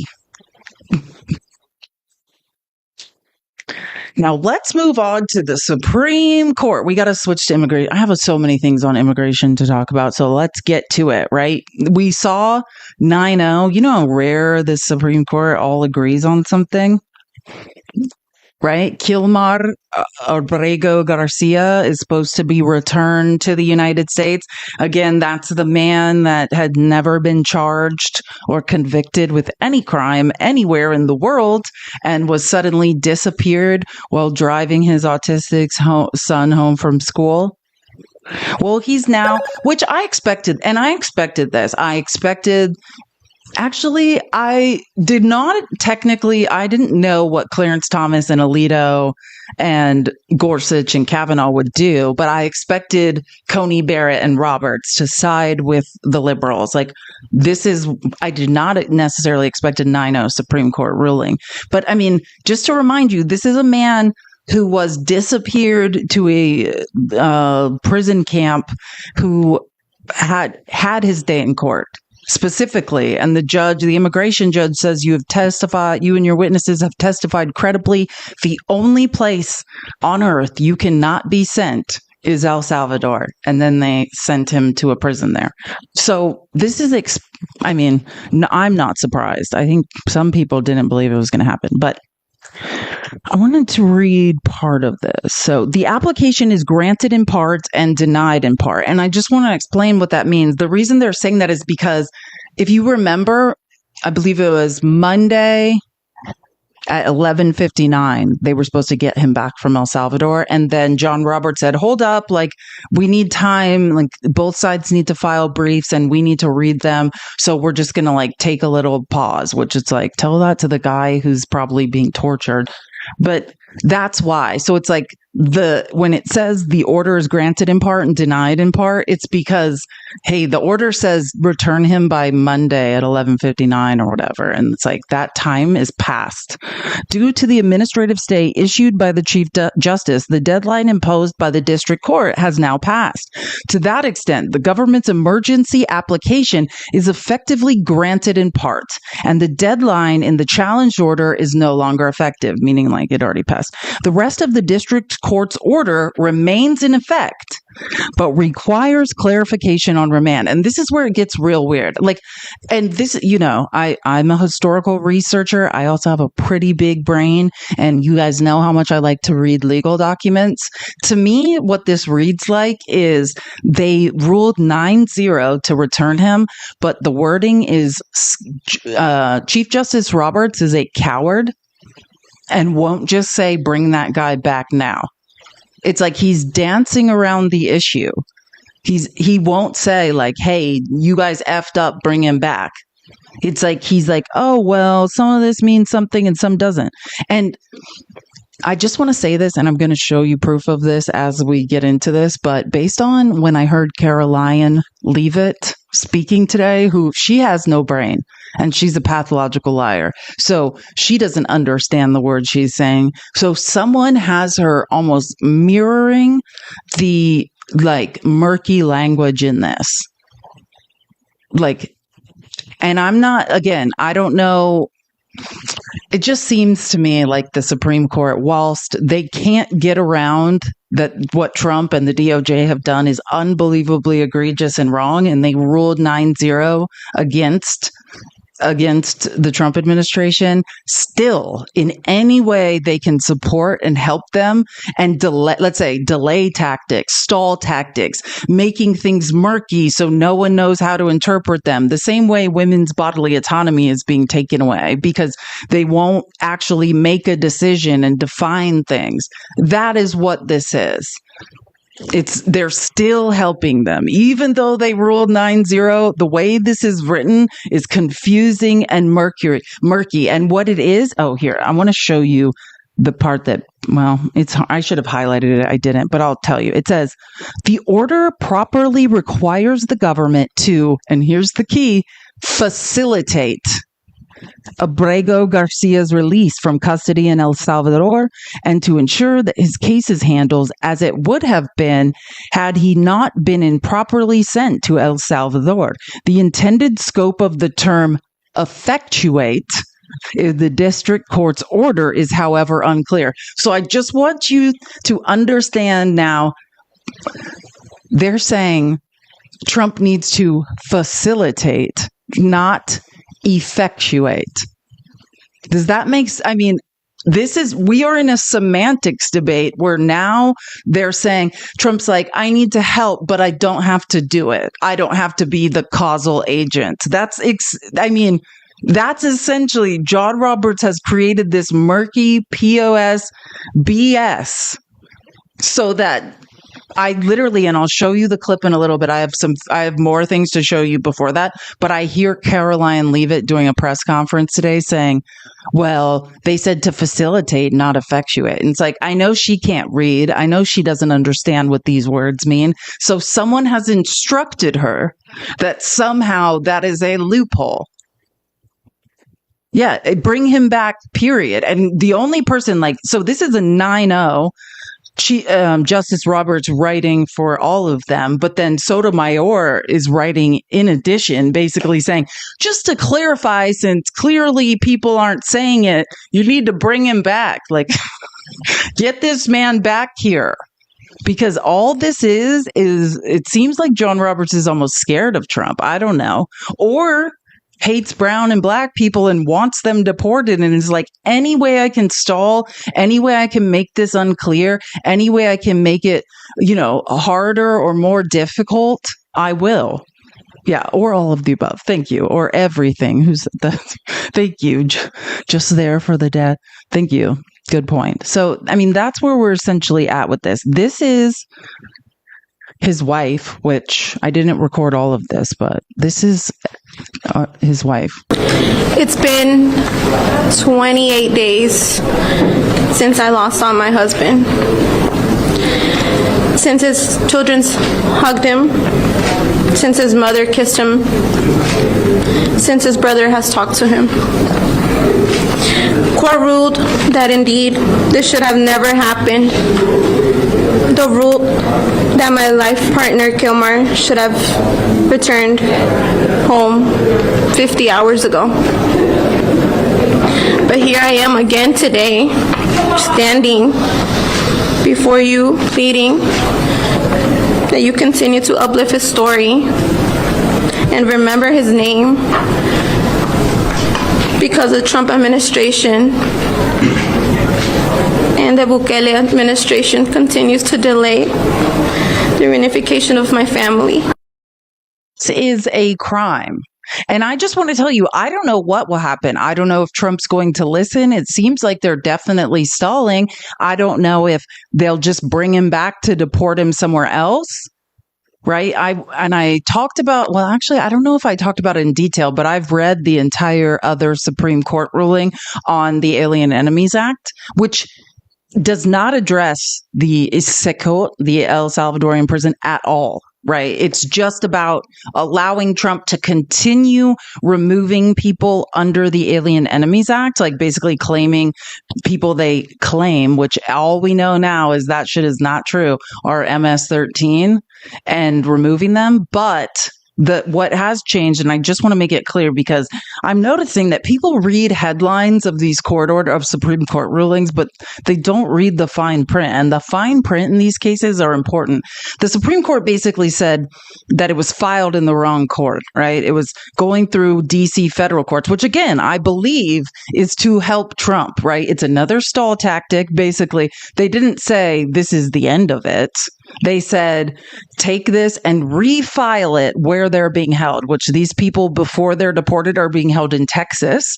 So they have to refile the case in federal court in Texas, which, oh my God, I might get it wrong, but don't judge me. But let me give you an idea of, one, this is a stall tactic. So basically, it took this long to get to the Supreme Court, start completely over. But also, what is the circuit over Texas? Is it the Fifth Circuit? The circuit, whatever the appeal circuit is that's over Texas federal courts, is basically a bunch of far-right extremist wackos auditioning to replace Clarence Thomas and Alito. So also, I think the reason they would say that is because to get back to the Supreme Court, they would have to get the Fifth Circuit to rule with them. And those are literal wackos auditioning to replace Alito and Clarence Thomas. So the chances of getting past the Supreme Court, the appeals court in the Fifth Circuit it's like Judge Ho. I can't remember their names right now. I used to know all the conservatives on the Fifth Circuit's names, but they are absolute wackos. So that it's a stall tactic. It's saying, yeah, this isn't going to make it past the appeal circuit, period, because they are just like, hey, if you choose me to be on the Supreme Court, I can promise to act as crazy as Clarence Thomas. But there is still hope. That's why I'm saying that. And again, it has nothing to do with whether or not it is legal to disappear people into a prison or to use taxpayer dollars to house people in a prison in another country. None of that is adjudicated in that ruling.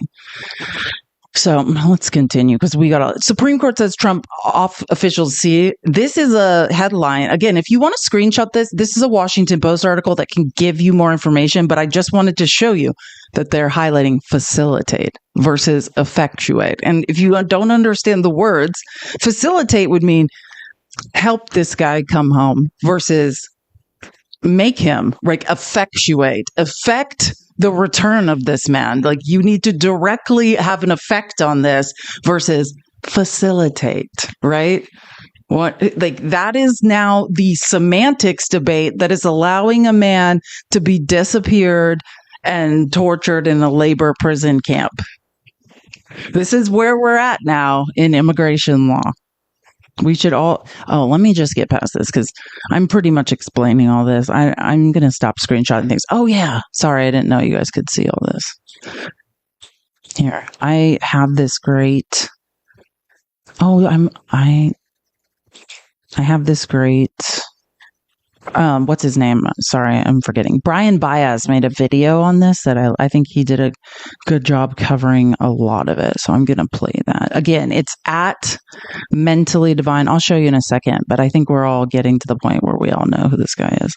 But I know every time I show one of his videos, everyone's like, who is it? So I'm going to show you. And then if you need me to again, at Mentally Divine, that's his name on TikTok too. So if you want to follow him, 10 of 10 recommend. But again, this is on the same subject we're on. Why can't I not? Oh, sorry. I muted. Hold on.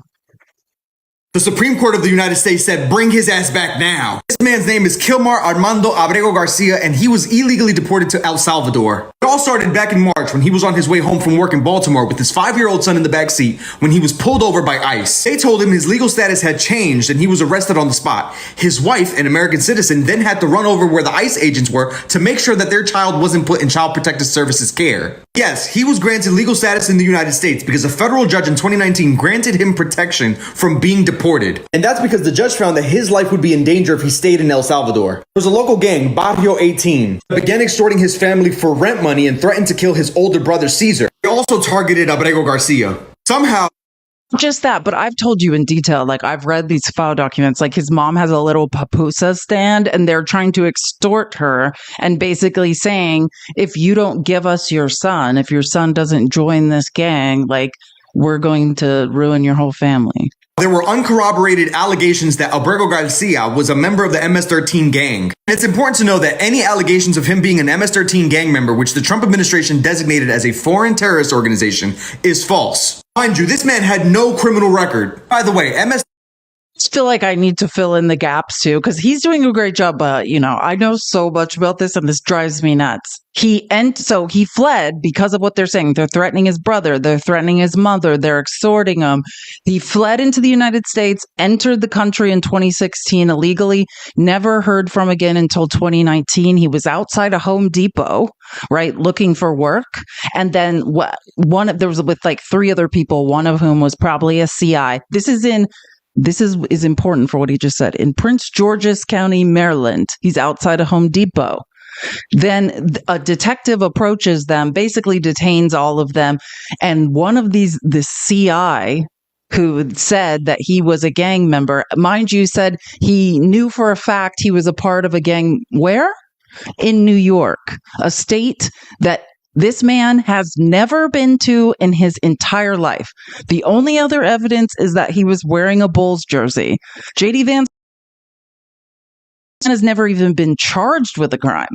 Based on a CI who even the police did not believe, saying that he'd been in a gang in a state he'd never ever entered in his life, they just denied him bond, right? It was in a bond hearing. They just said, you have to wait for your day in court, in custody. He waited a year in custody, got his day in court, and the judge said, you and your witnesses have testified credibly. You cannot be sent back to El Salvador. 13 stands for Mara Salvatrucha, which is an international criminal gang. The origins could be traced back to El Salvador in the 1970s when the country was on brink of a civil war between government forces and an insurgent group. The conflict was bloody as fuck, left 900,000 people displaced and thousands of people actually relocated to the United States, parts of southern Los Angeles to be specific. Most of these areas in Los Angeles were already inundated with powerful Mexican gangs who preyed on weaker cultural groups. So to not be victims, they came together and made Mara Salvatrucha. Mara stands for gang and Salvatrucha means street tough Salvadorians. And as time passed, the gang evolved, and during this time, Mara Salvatrucha became known as MS-13, reportedly because M was the 13th letter of the alphabet. Back to the story, how was he deported? Well, a few days later, Abrego Garcia was placed on a flight with other men alleged by the Trump administration to be members of a Venezuelan gang. Y'all remember the same flight that they made a commercial of. The same flight that they alleged that all the people were on the plane were members of the gang Tren de Aragua. Also that they can justify to the American public the inhumane treatment that these people faced. The same flight we later found out had no members of the gang of Tren de Aragua. They were all sent and 8 women who can't go to an all men's prison. Great job, Chrissy Noem. Keep up the bad work. To the El Salvador mega prison, which, by the way, is one of the most dangerous prisons in the Western Hemisphere, which the Salvadorian government is getting $6 million from the U.S. government, our taxpayer dollars, to fund it. So they deported him illegally, and the Supreme Court of the United States just fucking weighed in. This order probably requires the government to facilitate Abrego Garcia's release from custody in El Salvador and to ensure his case is handled as it would have been had he not been improperly sent to El Salvador. The United States government arrested Kilmar Armando Abrego Garcia in Maryland and flew him to a terrorist confinement center in El Salvador, where he has been contained for 26 days and counting. To this day, the government has cited no basis in law for Abrego Garcia's warrantless arrest, his removal to El Salvador, or his confinement in a Salvadorian prison, nor could it. Free Kilmar Armando Garcia immediately. Amen. Free this man. This is the reality of where we're at, though. Like, we are outside reality. Oh, and believe me, I'm doing this on purpose. So I just want you to listen to this clip that was playing yesterday on Fox News. And at first, when I heard it, I was like, does this have to do with Kilmar Abrego Garcia? Oh, no, it doesn't. Don't worry. But that's what I thought at first. I was like, what are they talking about here?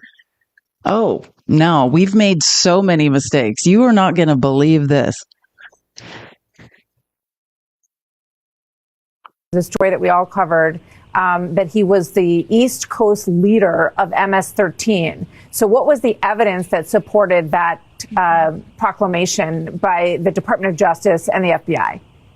Here at the White House, we applaud the Attorney General Pam Bondi, our FBI Director Kash Patel, for working hand in hand with local law enforcement on the ground in the Commonwealth of Virginia to detain and arrest this MS-13 ringleader. There was sufficient evidence to do so, and now the case is in the hands of the Department of Homeland Security, who will be...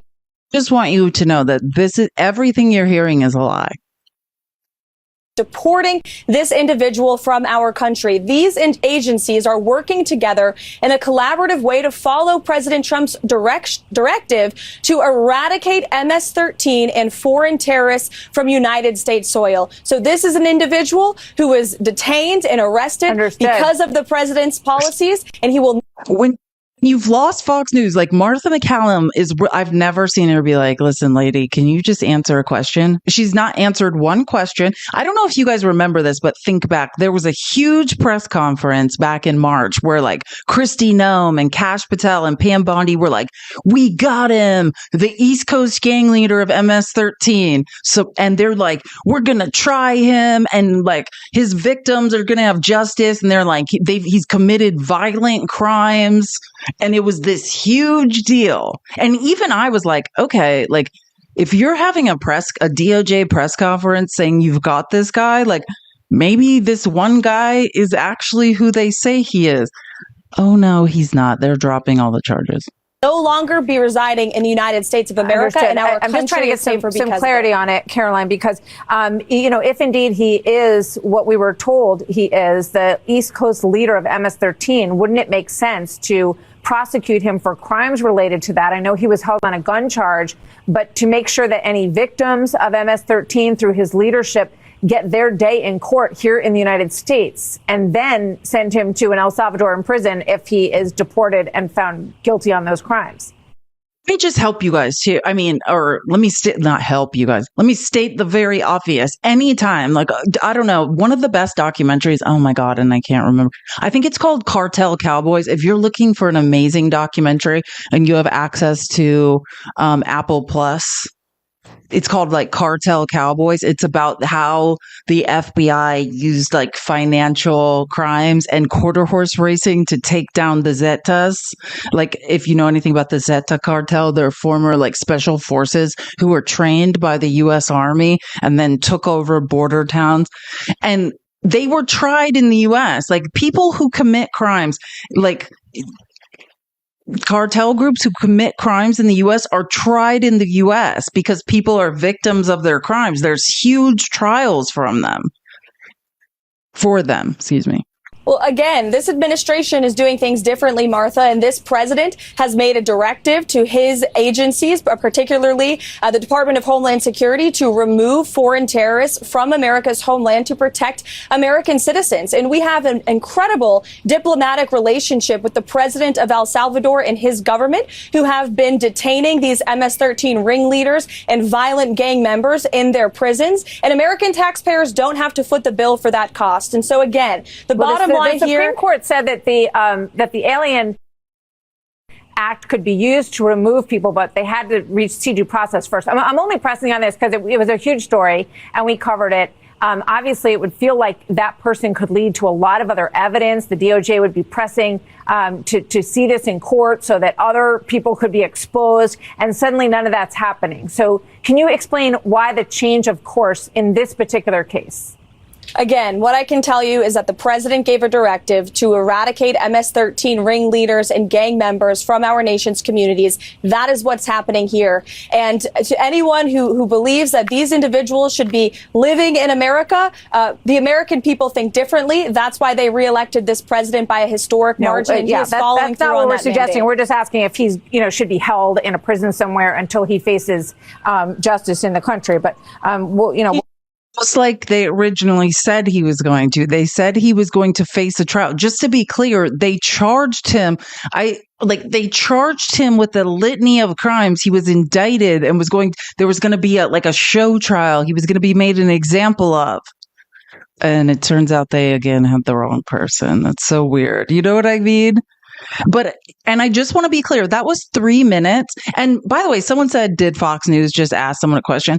Once Neil Cavuto left Fox, he was probably the last person that had any integrity on Fox, and he left about a year ago. But the two people that probably have the most integrity are Martha McCallum and Brett Baier and Steve Doocy sometimes.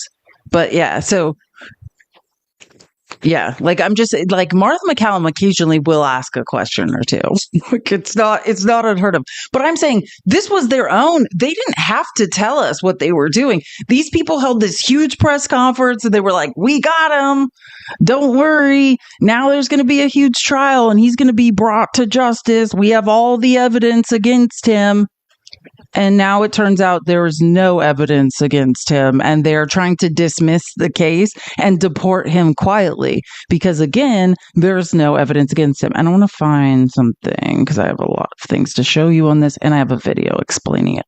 But, oh no, don't start closing presentation. We were doing so well, TikTok Studio.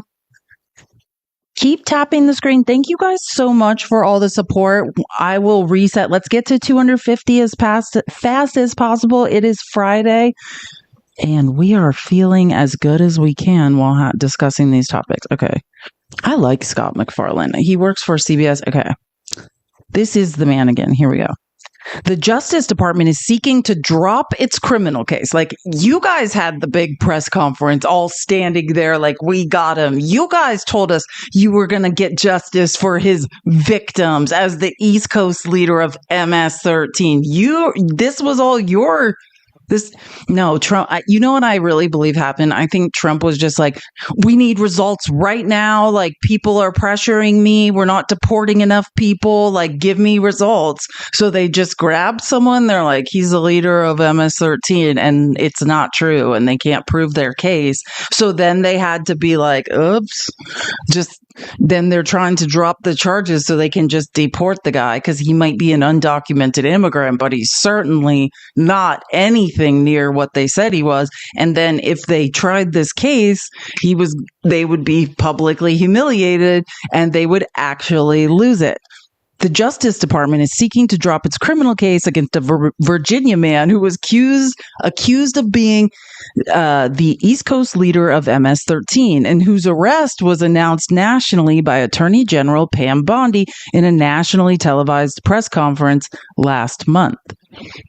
Bondi had referred to, I couldn't remember his name, Henry, as we say in French, Henry Viatoros Santos as one of the top members and head of the East Coast of the violent MS-13 gang during a March 27th press conference in Manassas, Virginia. Bondi had also described Viatoros Santos as being responsible, she did, for very violent crimes. Anything you can associate with MS-13, he was the leader over it. All of the violent crimes. That's a quote. In a court filing on Wednesday in Alexandria, Virginia, the U.S. Attorney for the Eastern District of Virginia asked a judge to dismiss without prejudice the criminal complaint presently pending against the defendant. Thank you so much for the gifts. When asked for why the case was being dropped, a spokesperson for Bondi responded with a clip of Bondi saying on March 27th that Viatoros Santos won't be in this country much longer. Yeah, that's what it is. This is a joke. MAGA, this is an embarrassment for you. Two sources familiar with the matter told CBS News the department would likely just seek to deport Viatoros Santos. A Justice Department spokesperson would not confirm that, but any decision to deport Viatoros Santos without first securing a criminal conviction on the crimes alleged by Bondi would break historical precedent, according to two former Justice Department officials who spoke with CBS News. Scott Frederickson, a federal prosecutor, told CBS News, historically and consistently, if someone truly is a leader of a violent gang, we would always prosecute them first and convict them first and make sure they can't get back into the country. So are we all getting it? We did it again. They just arrested someone and said that he was someone that he wasn't. They realized they don't have any actual evidence. And now they're just like, never mind. We're just going to deport this guy. So don't ever say to me, and let me help you with logic, MAGA, because I know you're incapable of getting there. Every person, this was the main guy. This was the largest press conference that the Trump DOJ has held and said, we got the East Coast leader of MS-13. Turns out they have zero evidence against him. Zero. They have zero evidence against Kilmar Abrego Garcia. They have zero evidence against any of these people. They're just deporting brown people. So don't ever tell me, oh, it's criminals. We already know. I played a 13-minute piece by 60 Minutes on Sunday. 75% of the people on that plane have zero criminal record. 75% are being deported under the Wartime Alien Enemies Act with zero criminal record. Miss me with the BS. If you keep repeating lies, this is why I can't debate anymore. I just don't have time for it. This is all lies, quite literally. And let me show, I have more. Oh, wait, here we go. Charging documents filed against Viatoros Santos last month made only a fleeting reference. So again, they were like, we've got him, giant press conference, cost us tax dollars. The charging documents only made a fleeting reference to his alleged, here we go again, affiliation to MS-13. The charging document said, quote, FBI agents and task force officers also observed indicia of MS-13 association in the garage bedroom. Oh my God, of Viatoros Santos's home. I feel like I don't even remember reading this part. He was charged with one count of unlawful possession of a firearm and was ordered detained by a magistrate judge pending future hearings. At the March 27th news conference, Glenn Youngkin referred to Viatoros Santos as one of the top operatives of MS-13. These people are liars. Yeah, and if you're a 2A proponent, exactly, someone said 2A, anyone, you should be defending this man. But also, these people are liars. They had one of the largest press conferences I've ever seen. Like, when they got, what's his name, El Chapo. That was the type of press conference they had. It was all a lie. And let me help you. Just like with the Biden crime family, when they were trying to impeach Biden, if they had any evidence, if Trump had any evidence to put anyone in jail, Biden, Adam Schiff, Adam Kinzinger, Liz Cheney, Nancy Pelosi, all of the people he hates for pointing out that he, in fact, is a criminal, we would see it and there would be a court trial. If there was any evidence against this guy, that he was the East Coast head of MS-13, we would see the evidence. Use your brain. Oh, wait. That's beyond you. I'm sorry. Just kidding. You can't do that. Fox News had advance notice of arrest, if you remember, right? The Fox News cameras were ready. They just rounded up a random immigrant and accused him of being the head of MS-13 for a Fox, so that people would feel on Fox News like Trump was doing something. That is what happened. And Kristi Noem had a ridiculous outfit on. Fox News had advance notice of arrest and the case before it was announced by Attorney General Bondi at news conference in 8 a.m. hour on March 27th. At the news conference, they didn't name Villa Todos Santos, citing operational security.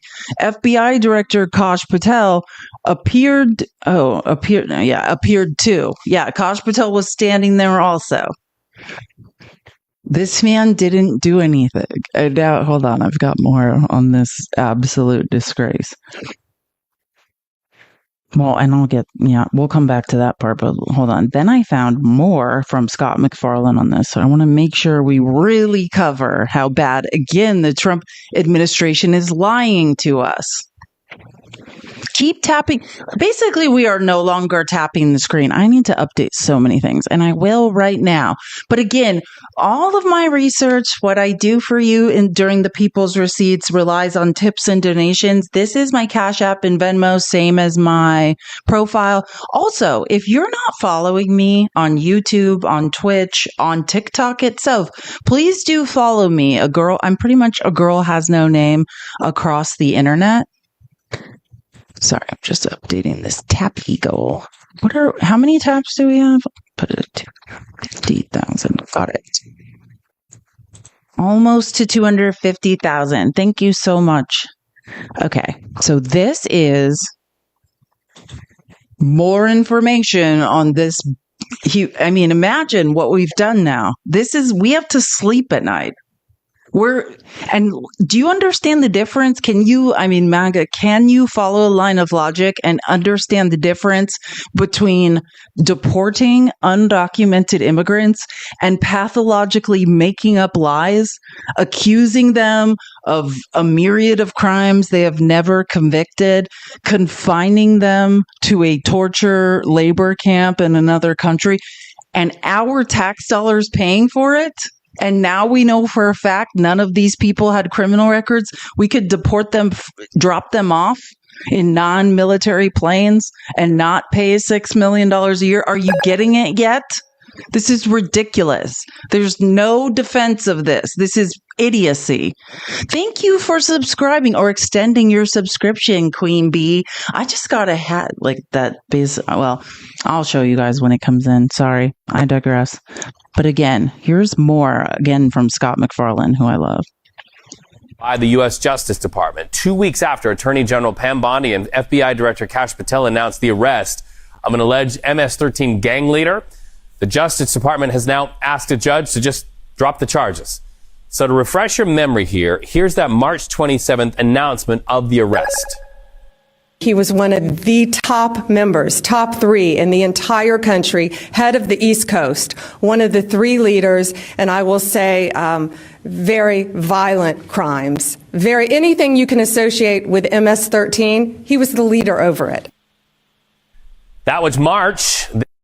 Provided not one shred of evidence of any of that. Even in the charging documents, he's not accused of any of it. This was just when Trump was desperate to look like he was doing something with his immigration policy. This is now. Now the alleged gang leader's defense attorney is asking the judge to keep the case and not dismiss it. So to make sense of all of this, let's get over to CBS News Department of Justice correspondent Scott McFarland. Scott, can you explain this reversal? Hey, Reed, quite a case emerging here in Virginia. The Attorney General last night in a statement to CBS News also said that this man, Henry Villatoro Santos, is a terrorist. They are dropping this criminal case, or trying to expedite his deportation, to get him out of the country. Former Department of Justice officials who spoke with CBS News say this is a break with past practice and perhaps good practices. If you don't file a criminal charge against a suspected alleged MS-13 leader who is accused of violent attacks far and wide, you deprive the victims of those attacks of justice, of having their day in court. You also don't have to go to a judge under the pain of perjury and actually make the case that was made at that news conference, that he is in fact an MS-13 leader, that he is the East Coast leader of this violent transnational gang. And in the perhaps most unexpected twist in this case, the Department of Justice is trying to drop the case against Mr. Villatoro Santos, and the defense attorneys are trying to keep the criminal case alive. How's that? Why would they want to do that?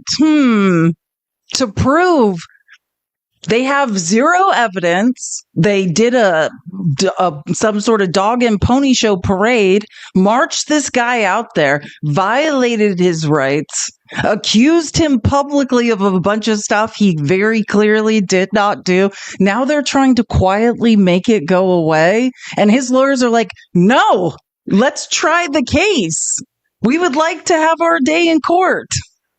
Yeah, that's what gang members who lead the East Coast MS-13 group usually do. They're excited to be tried.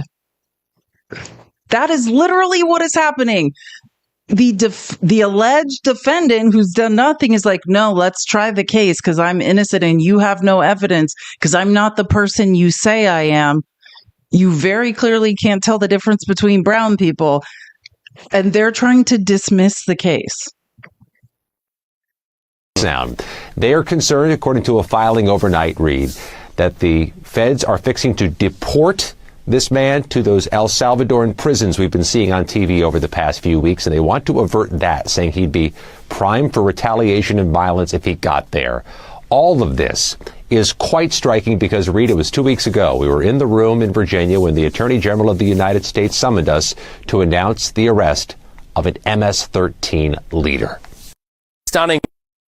Also, Trump could seem like he was important and he was doing something. Also, Trump's supporters in cognitive dissonance, and I mean by cognitive dissonance, couldn't find their way out of a paper bag, could be like, yeah, those brown people are taking something from me. Trump told me they were, and now I feel like I'm getting my lick back. You guys are idiots. Truly. There are no other words. And I'm saying this as like, I'm the nicest person. I don't know how to describe it at this point other than to just say that word. Or like, let me help you. Just say, hey, I'm a bigot. I actually like that people are being falsely accused of crimes. I'm not smart enough to understand that every person, and I'm going to say this slowly, Maggot, let it wash over you like a gentle wave. Every person on U.S. soil, I don't care if you are undocumented, documented, you're on a travel visa to visit Disneyland. Every single person whose feet are on U.S. soil have the right to due process. Now, you would know that if you could read the Constitution, but you can't. And anytime someone's feet on U.S. soil are denied due process, we are literally denying our own right to due process. We are chipping away at it. You are literally punishing and hurting your own rights. But for some reason, you believe as long as they're brown, it won't affect me. Yeah, just history, logic, reason, math, all of those things dispute that fact, but you can't seem to get there. Maybe one day. Maybe one day when they're rounding you up.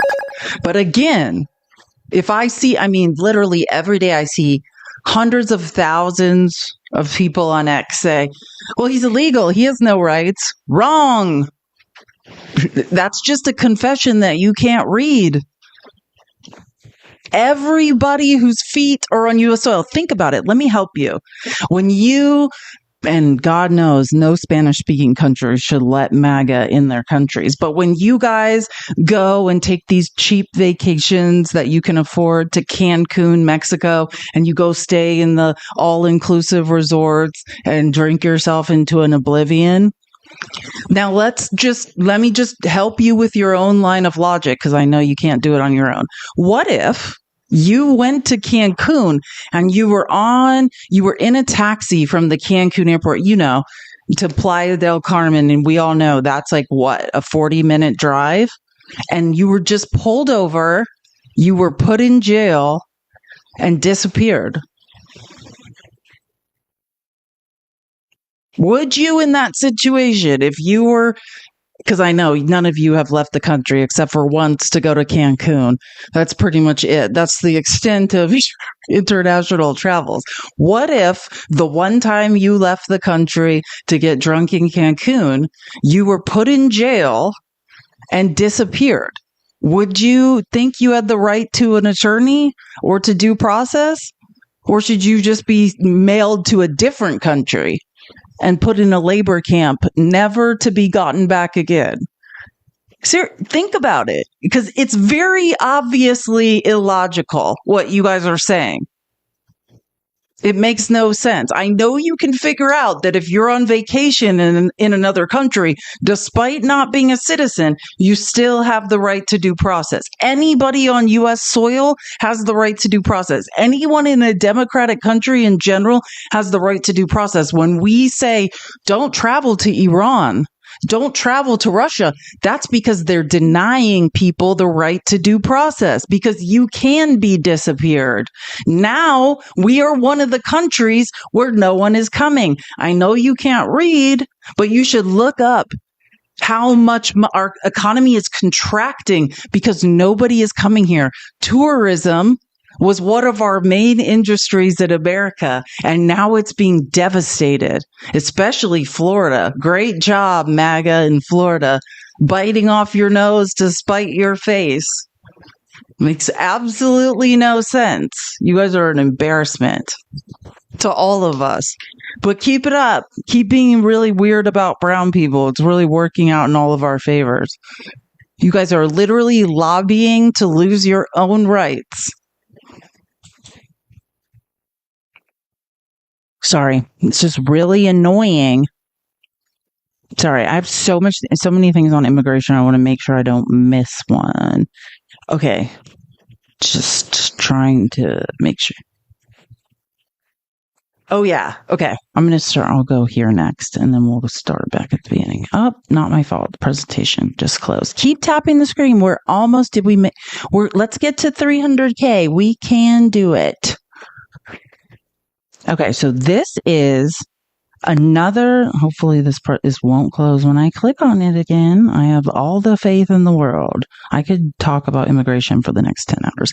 Okay, so this is another video Brian Baez made this morning, which I was wondering if someone was going to talk about this. So, like I just said, you guys are all, hey, I'm racist and brown people don't have due process, even though that is very factually incorrect, and I don't think you would appreciate being in a Spanish-speaking country and being denied due process, but your brains don't work real good. Now, all of a sudden, imagine this, Trump doesn't want to, now get this, it's not all brown, we're still going to deport brown people because, you guys are bigots, but just not the ones who pick crops or work in hotels. Apparently, because Trump needs to staff Mar-a-Lago, and Florida's economy is literally being decimated. Don't get me wrong, it's not just Florida, but undocumented laborers, as I said, if we mass deported them, or not even just mass deported them, but scared them enough that they wouldn't show up to work, our economy would contract, it would crash. And now that is literally happening in real time. But all of a sudden, Trump's like, oh, just not the hotel workers and the people that pick crops.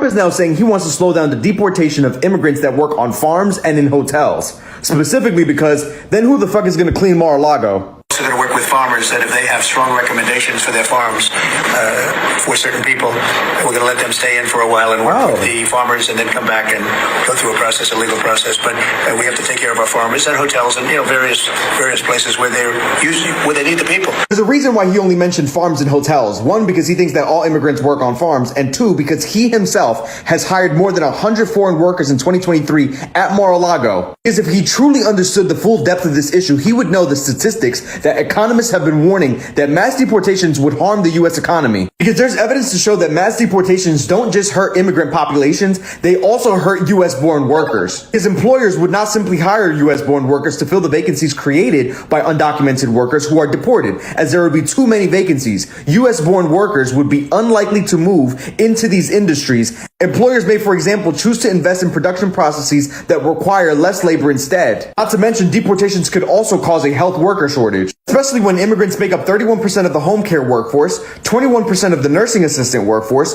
21% of the residential care aide workforce, and 30% of the nursing home, housekeeping, and maintenance workforce. I'm not going to pretend with you. The other reason is simple. Donald Trump is for and by the billionaire class only. Because U.S. farm workers, especially immigrant populations that don't assert their rights because they don't think that they even have any, struggle with some of the lowest wages in the country and suffer an above average rate of workplace injuries. And that's when you realize that the most pro-black, pro-indigenous, pro-Latino, pro-American, and pro-human thing that we could do in this country is to dismantle the system of capitalism. Because capitalism in the United States was created off the exploitation of indigenous and black slavery, continued all the way to today through the exploitation of labor through prisons. And if you think that's just promoting victimhood mentality because we've evolved as an entire species because, oh my God, MLK had a dream and Oprah Winfrey's a billionaire and Barack Obama became the president of the United States, tell me who the fuck was at the front lines fighting the California wildfires.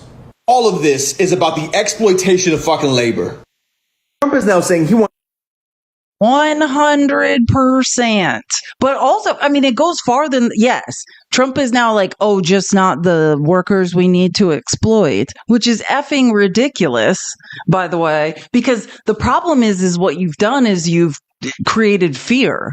You'd be crazy to show up to work because you just don't know anymore. But furthermore, and I went in detail, the Institute of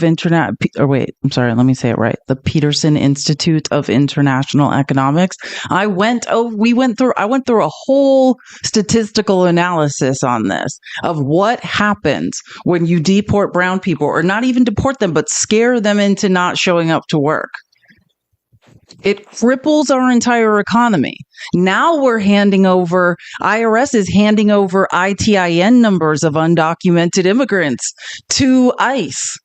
Now let me help you, MAGA, because I know your brains don't work. $98 billion was paid into Social Security, into our retirements in 2023. Money that they'll never get back. Undocumented immigrants are just working and paying taxes for our Medicare and Social Security. They're just paying those taxes, helping us all retire. $98 billion in a year. Now they're not going to even pay taxes. Now they're not going to show up to work. You guys are literally geniuses. Geniuses.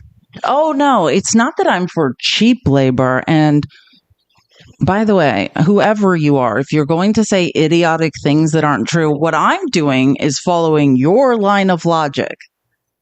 I'm talking about biting off your nose to spite your face. But absolutely, I can't talk about, well, I'm for universal basic income, but that's way too, I've never even talked about it on this live because that's like, people in America aren't even ready to have that conversation, but the maths, I could make a statistical argument for why we all should be given income every month, especially as technology progresses. The future is universal basic income, but we can't even get to healthcare. We are the literal dark ages of the developed world. We should all, anyways, one of these days, I'll do the math of universal basic income.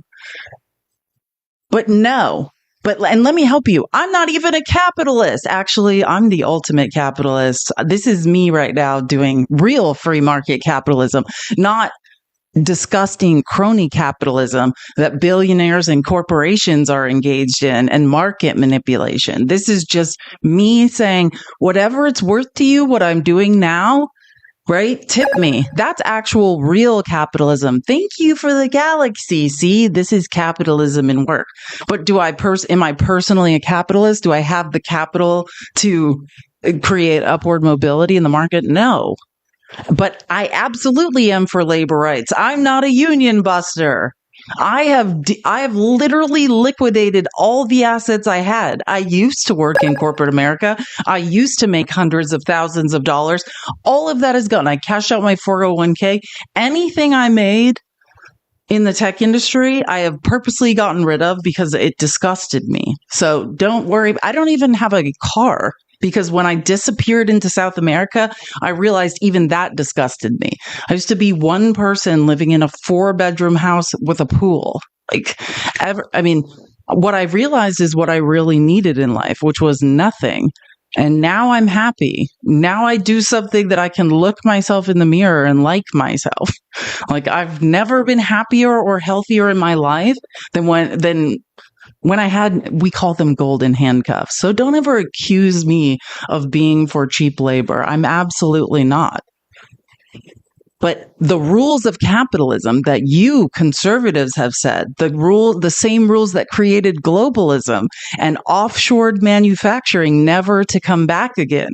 Capitalism requires cheap labor. I am the opposite of a capitalist. Capitalism needs to be well regulated, period. Or we see huge transfers of wealth to the top of the economy, which is not sustainable. That is why we are in the decline / late stage capitalism of the American empire. It's math. No, I'm just saying that to some idiot who dared to speak to me. Like, please, you can't do basic math.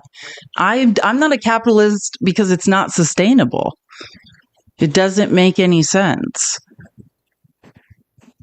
Anyways, okay, so I always talk about Democracy Now! It's a great independent news source. You can find them on YouTube, all over the internet. 10 of 10 recommend. This is one of the immigration attorneys who's representing these kids whose student visas are being revoked.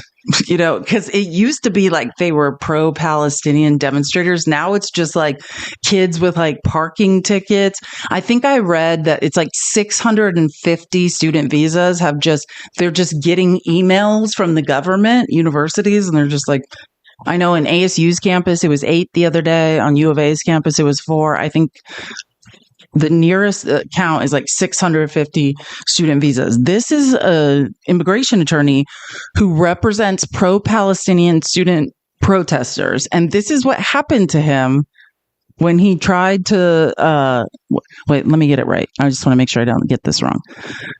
He's a lawyer who represents pro-Palestinian student protesters. He was separated from his wife and children and asked to surrender his cell phone by Border Patrol agents on his way back from a family vacation.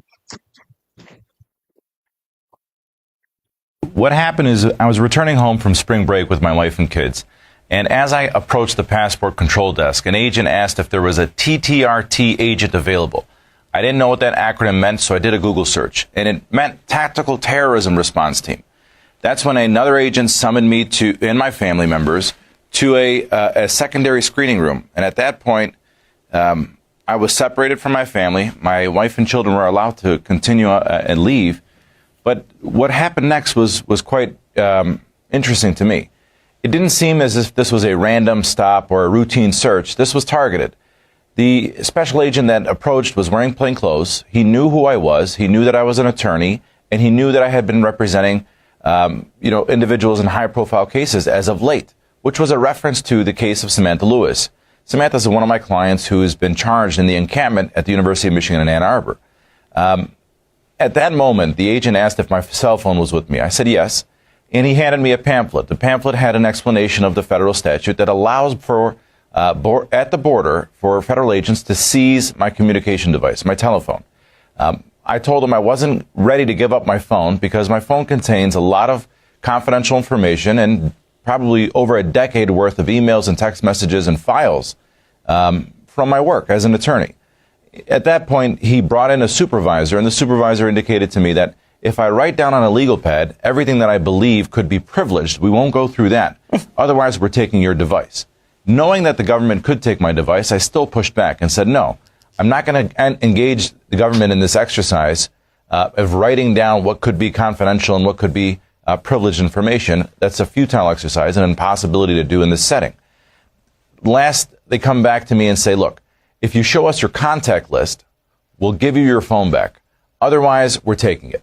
And so at that point, I acquiesced. I said, okay, I didn't want my device to be taken by the government because in other cases, I've known that the government could take your phone for days, weeks, or even years in some extreme cases. So I didn't want to be in that position where I didn't have my device. And once it was outside of my control and custody, who knows what the government could do with all the information that was contained in regards to my client's information. They came back with a list of questions about individuals on my contact list. That's when I said this has gone too far. I cannot divulge whether individuals on my contact list are going to be clients, friends, or otherwise. So I told them whoever's in my phone is going to be a client, a friend, or a family member, and that's all I'm going to engage in. And the reason why I feel that this was a targeted approach is because they knew my history. They knew my travel history. They knew that I had been traveled overseas several times in the past years. They had a whole profile about me. And that showed to me that this wasn't something that was random. This wasn't a routine search. This was targeted. And the fact that they brought up my cases, including the high-profile case that I'm involved in right now, showed and was, to me, an intimidation attempt. It was an attempt to dissuade. And when I look at what the current administration is doing, they're attacking attorneys. They're attacking immigration lawyers in federal court for what they claim to be as frivolous filings for asylum seekers.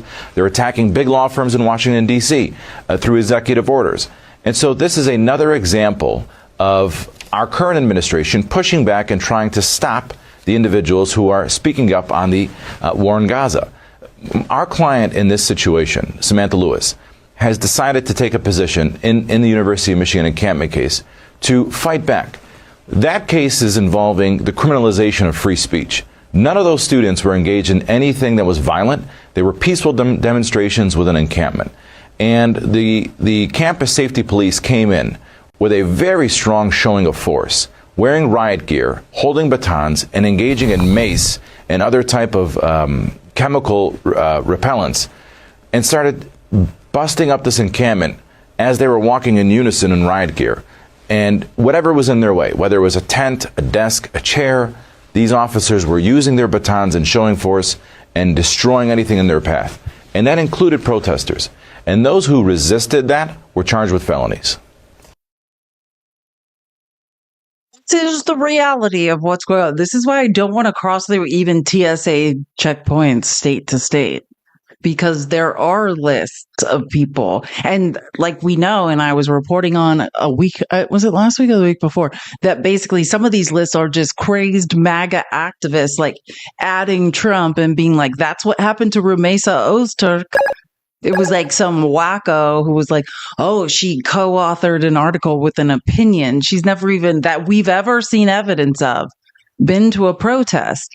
We're now saying people on college campuses cannot have opinions. This is fascism, period. That is the reality. And let me help you again, MAGA, because I know you can't get there on your own. It's next to impossible. If you feel like, if you can say that, hey, I feel like my First Amendment rights were violated, then you would logically defend these people's First Amendment rights. It can't just be like, hey, anyone who doesn't agree with my opinion, their First Amendment rights should be violated, because to follow the line of logic, yours are too. Or is it making any sense? No, it's not. You guys can't do it. Any speech silenced by the government is wrong, right? I used to work in the tech industry. I actually am a huge free speech advocate, probably far and away more than other people. Like, because I do believe if we silence any speech, we silence all speech. So, MAGA, if you sit here and support any of this, any bit of it, the stopping of protests, whatever, you are, again, it's ballistic podiatry, shooting yourself in the foot, biting off your nose to spite your face. These are people who have opinions, who are peacefully resisting the federal government. Before you all became giant hypocrites, remember, states' rights, brother. Do you guys remember that? What happened to states' rights, brother? You guys used to want to dismantle the federal government. That's how I know you're hypocrites. The federal government is limiting speech, and you guys support it. Could not find your way out of a paper bag to save your lives. You contradict yourselves at every turn. You cannot be a First Amendment advocate and support this. Period. You're saying people should go to university and not have opinions? That is where you learn to critically think. Oh, wait, you guys will never make it there. Here, I want to show you this Bernie Sanders video because I think it's important. And I agree. I don't know what day we're on now, but a week. It's got to be over a week. I want to say my guess is we're between now around 9-10 days. I mean, so 9-10 days since he was on the House floor. So we got to be nearing 40 days since any supplies, food, water, medical supplies, has been let into Gaza. We are literally aiding in a G-side.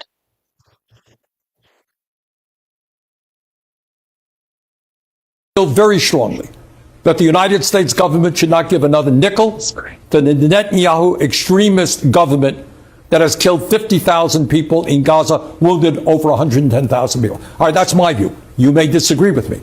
But you got AIPAC telling any Democrat who stands up to Netanyahu, guess what, we're going to primary you. We're going to spend millions of dollars to defeat you.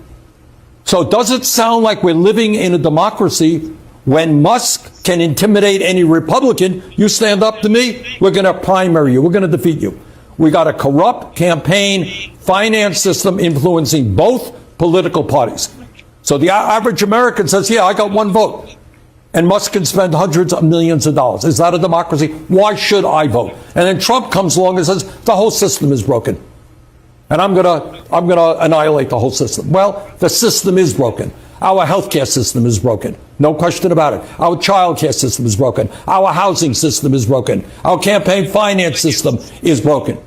Both political parties are dominated by big money interests. So people have a right to be angry. But our answer is to improve the situation, to create a vibrant democracy, to get big money out of the political process is an enormously important. Yeah, that's the reality, right? If MAGA follow the line of logic, if you believe in free speech, then you can't support AIPAC injecting lobbyist money into Congress to limit speech, right? You can't get them. You shouldn't want them to pass. Even Marjorie Taylor Greene voted against the bill to change the definition of anti-Semitism because what it was chilling free speech. If we cannot criticize the government, if we cannot have opinions, and you're saying, I support lobbying groups injecting millions of dollars and to influence opinions, to silence opinions, exactly what Trump does on your side. Hey, either get in line with me or I'll primary you. That's what AIPAC does to Democrats. Get in line and be quiet or we will spend more money than you've ever seen to primary you. That is the chilling of free speech. We should get money out of politics, period. That's the one of the only things we all agree on, or I thought we agreed on. But now you've become hypocrites. I mean, you've been for a long time. But if you're a supporter of the First Amendment, it can't be only the things you want to say. It has to be everyone is able to say what they want to say, period.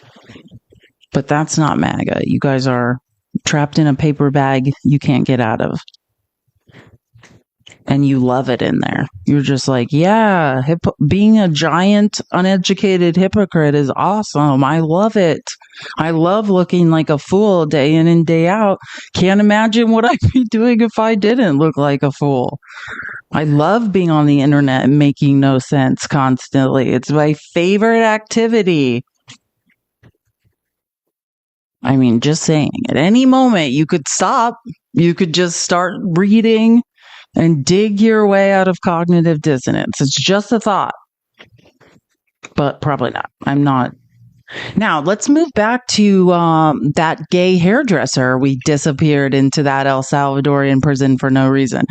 Just really quick, the Milwaukee Journal-Sentinel, they did a great investigative journalism piece because this is information I had never seen. Oh my gosh. Hold on one second. I forgot. I just saw something. Thank you so much, Joby. I just saw you sent me $50. Thank you. Thanks for being the nicest person on this app and fighting through the acid reflux today. No problem. Trump's killing me. Have a great weekend, Joby. Joby, thank you so much for all of your support. I appreciate you more than you know. And you have a great weekend. You're the best. Okay. So the Milwaukee Journal-Sentinel, I never think of that publication as like doing great investigative journalism, but they gave me some new information I'd never seen before. So I love it.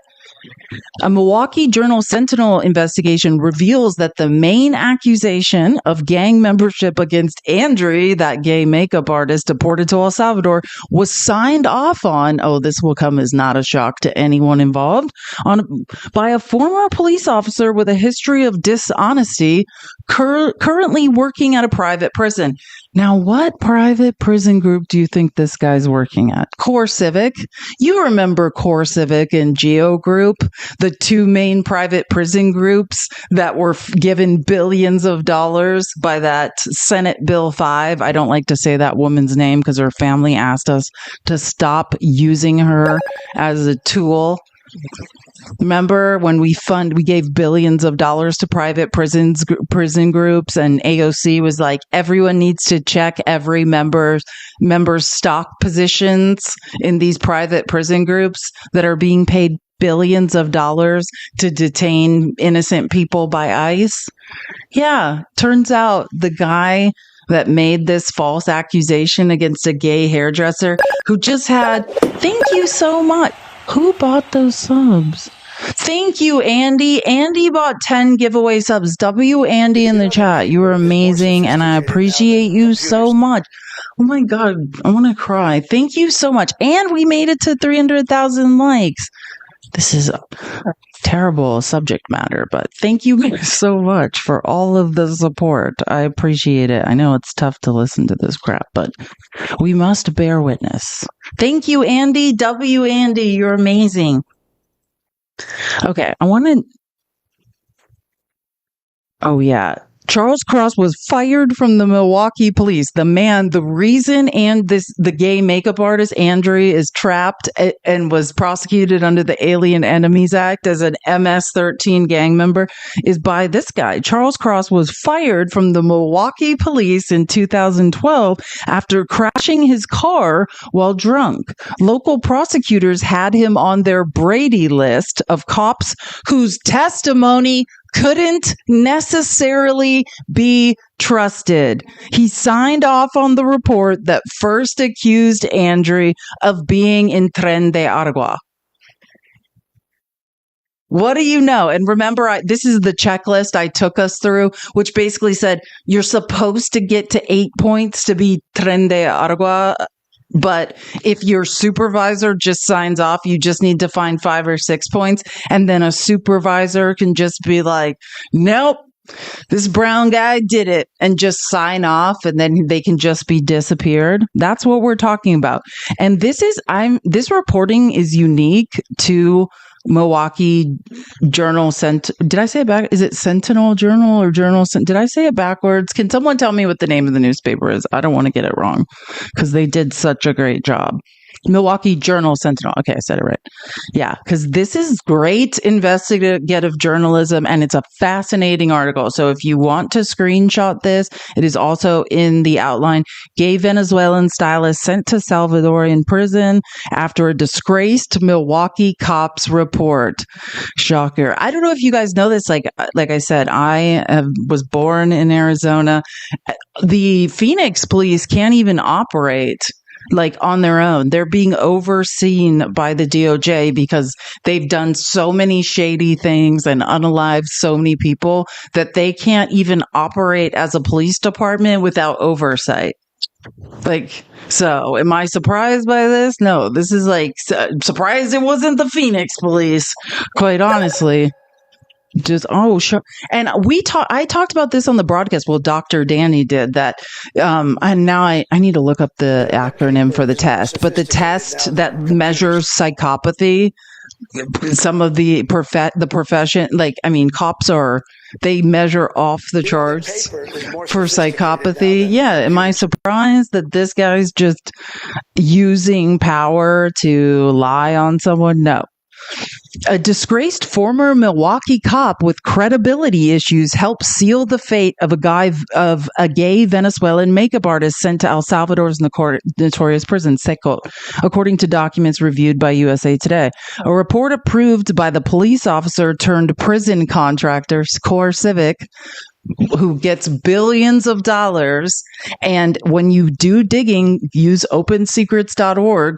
They are Core Civic and Geo Group lobby and give tons of money to specifically conservatives. There's a few Democrats who get money from Core Civic and Geo Group, but it is by and large conservative Republicans in Congress who take thousands of dollars in lobbying money from Core Civic and Geo Group.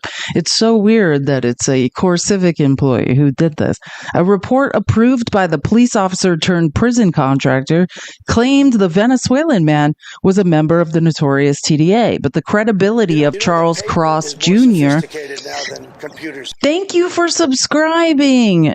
Did I miss another person buying subscriptions? I don't want to miss. Did someone buy subscriptions and I missed it? I know there was 10 that were bought. I just don't want to. I want to make sure I didn't miss. Is more sophisticated now. Oh my gosh, we got to 400 subscriptions. Thank you, Andy. Well, Andy, I know you did. We got to 400 subscriptions. Whoever just helped me do this, Ms. Wonder, thank you. Yeah, Andy sent 10, Ms. Wonder. I'm just making sure I didn't miss because Aunt Tifa, Jennifer, if I missed anyone. Oh, Andy sent 5. Oh, you sent 5 more. Andy, thank you. I just saw that. I'm in TikTok studio. It's not like being on my phone. I promise. It's really hard. I'm not incapable. You don't make me. Thank you so much, Andy. Andy. You're amazing. I get to update my goal. I always, every day, I'm like, we're going to make it to 400 subs. We've never actually made it. I don't know what to do with myself. I'm going to change it to 420, for obvious reasons. Thank you, Andy. Look at me. I'm almost tearing up. Thank you so, so much. Thank you, Springtime Sun, for subscribing for a month. You're amazing. Thank you so much. Subwave. Okay, so again, Cross was fired from his position as a Milwaukee police sergeant in 2012 after... Wait, hold on. What? I don't even remember this. Driving his car into a family's home, like through the... This is the guy. This man is trapped in an El Salvadorian torture labor camp by a man who couldn't be a police officer anymore. Listen to this. The credibility of Charles Cross Jr., who signed the report, was so bad, prosecutors flagged him on a list of police who had been accused of lying, breaking the law, or acting in a way that erodes their credibility to testify in Milwaukee County. It's called the Brady List. Cross was fired from his position as a Milwaukee police sergeant in 2012 after driving his car into a family's home while intoxicated. He appealed the decision and resigned in the process, according to the police department. Why is this real life? What? Like, what? He drove a car and then ended up inside a person's house. just to be clear, not on the outside of the house, but the car was inside the house. At the time, it gets worse. Cross was also being investigated for claiming overtime he allegedly hadn't earned. Don't worry, there's no more overtime in the United States.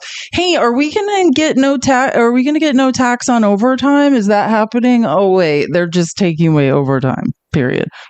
Remember that? USA Today has requested his disciplinary and employment records. Earlier misdeeds had already landed him on the Milwaukee County Brady List, a compilation of law enforcement officers deemed by county prosecutors to have credibility issues. Oh, yeah. Let's claim someone's an alien enemy. Let's claim they're a wartime alien enemy. A gay hairdresser who had a crown that said mom and a crown that said dad. And this guy that drove his car to someone's, I'm laughing so I don't cry. This is America now. Yeah, mediocre white men telling lies. And then if you have a tan, watch out. But they weren't enough to keep him from making life-altering decisions about gang affiliations and migrants at an immigration detention center in California. Cross, an employee of CoreCivic has lobbied and given millions and billions of dollars. There's a few Democrats in Congress, but we went through it on Open Secrets on this show. And it is by and large hundreds of thousands to the tune of millions of dollars to Trump and to conservatives in Congress, which runs many of the immigration. And when that Senate Bill 5, which I don't like to say Laken Riley's name, but the Laken Riley Act gave billions of dollars to CoreCivic to establish and fund these detention centers where crazy people are lying and saying people are gang members and disappearing them.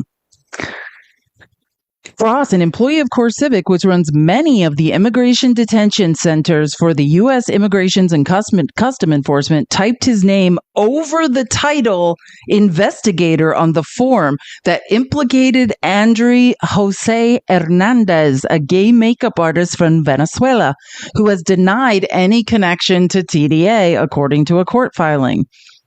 Today, Cross 62 is one of the private prison contractors helping to identify Venezuelan migrants as members of the criminal outfit Tren de Aragua, a designation that's landing them in El Salvadorian prison without due process.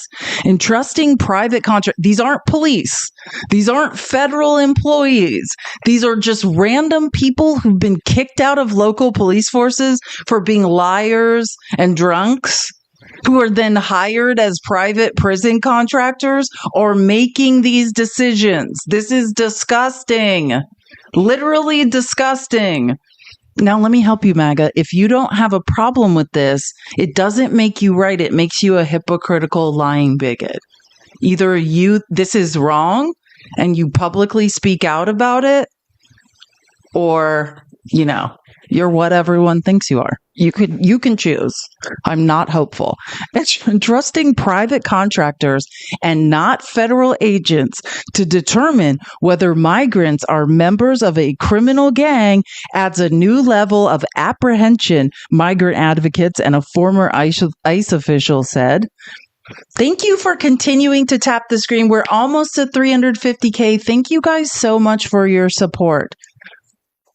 Putting that responsibility in the hands of government contractors raises serious concerns. And think about it. Picture Caroline Leavitt being like, he's a convicted gang member. We know it. No, we don't know it. Some guy who drove a car into someone's house and is on a list for people who cannot be trusted to testify in court because he's a known liar made this up. Period. Thank you, Juju Bug, for the giveaway sub. You're amazing. W Juju. You know that paper is more sophisticated now. D, you got a sub. Awesome. We're all going to be subs soon. But, that's the reality. This is someone who was thrown out of the Milwaukee police force before being a known liar. John Sandweg, former ICE acting director under the Obama administration, said, given that the government is using the alleged gang link as the sole reason, and I took you through the checklist. That's it. It has nothing. There's no evidence. It's 8 points on a fake checklist, and all it is someone like Charles Cross Jr., known liar and drunk, making up lies. They just have to say. They think. They feel. That's all MAGA's ever doing, is saying their feelings. When Vax was debating that guy who's like a self-proclaimed imperialist, he never stated a fact the entire time. That man, he just said like thousands of his feelings.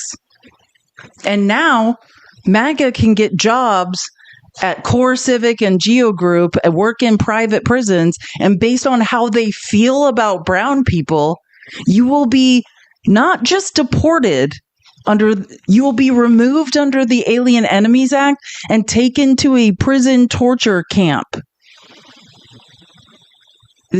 MAGA, if you don't have a problem with this, it doesn't mean you're right. It means you're a hypocritical bigot. It's unclear whether Hernandez was also evaluated by federal agents. If Cross and another Core Civic employee, Arturo Torres, were Hernandez's sole screeners, or if other corroborating evidence was used to allege his ties to the criminal group. Again, there is no evidence that has been presented. The only evidence that's been presented in court has been Andry's lawyers proving none of this is true. Asked about the Hernandez case, the Department of Homeland Security wouldn't offer further details. Oh, shocking, because they have no evidence on the case or the process in general, but reiterated that the department uses more than just tattoos to determine gang allegiance. They also wouldn't comment on the role private contractors play in the process. Yeah, we know what's on the checklist. Yeah, there are things. Remember, I've gone through this checklist on this live 3 times. If someone like Charles Cross, who is a known liar, who's not allowed to testify in Wisconsin courts because he can't stop lying, and drove his car drunk into a random person's house in Milwaukee, if he feels that this person's roommate is a gang member, if he feels like this person texted a gang member, those are other things. If he feels like his tattoos make him a gang member, if he feels like he had a Chicago Bulls jersey on, that makes him a gang member. Yeah, there are other things. I just listed them for you. That's it. That's what they are. And I love how they're so specific. Oh, there are other things. Yeah, other things that are not based in fact. You don't have to have the evidence. You just feel like. DHS intelligence assessments go well beyond just gang affiliate tattoos and social media. Yeah, they're the things I listed. We are confident in our intelligence. Yeah, if that was true, Kilmar Abrego Garcia wouldn't have been removed. The guy who was the leader of MS-13 on the East Coast, you wouldn't be dropping the charges. Please.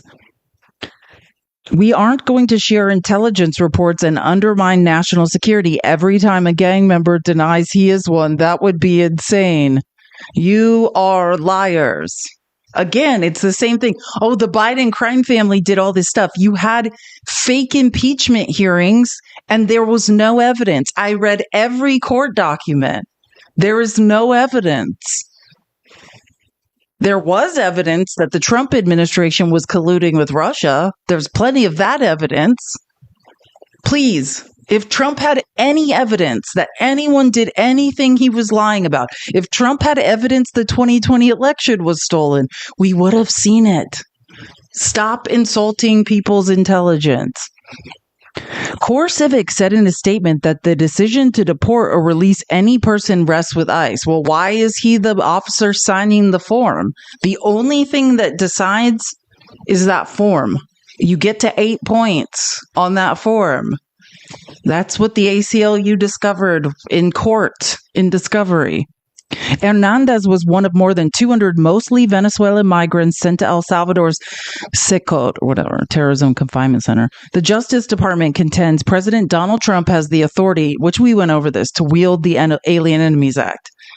But they said that they need due process. They need to have a chance. Just to be clear, that Supreme Court decision, everyone's like, Trump can continue mailing people to it has nothing to do with SICOT, but it just says they can use the Alien Enemies Act to remove people, but they have to be given due process.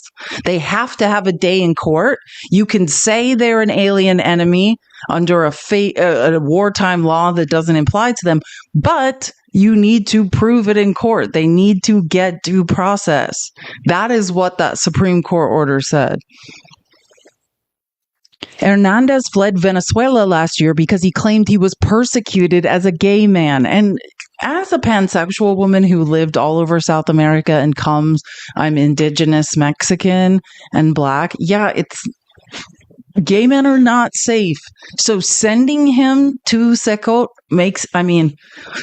who knows if he's even okay? One of the protected groups allowed to claim asylum under U.S. law. He literally fled because he wasn't safe. Now you put him in a place he's even less safe.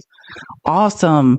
Photos posted to his Instagram site show him applying makeup. I've showed you all those photos.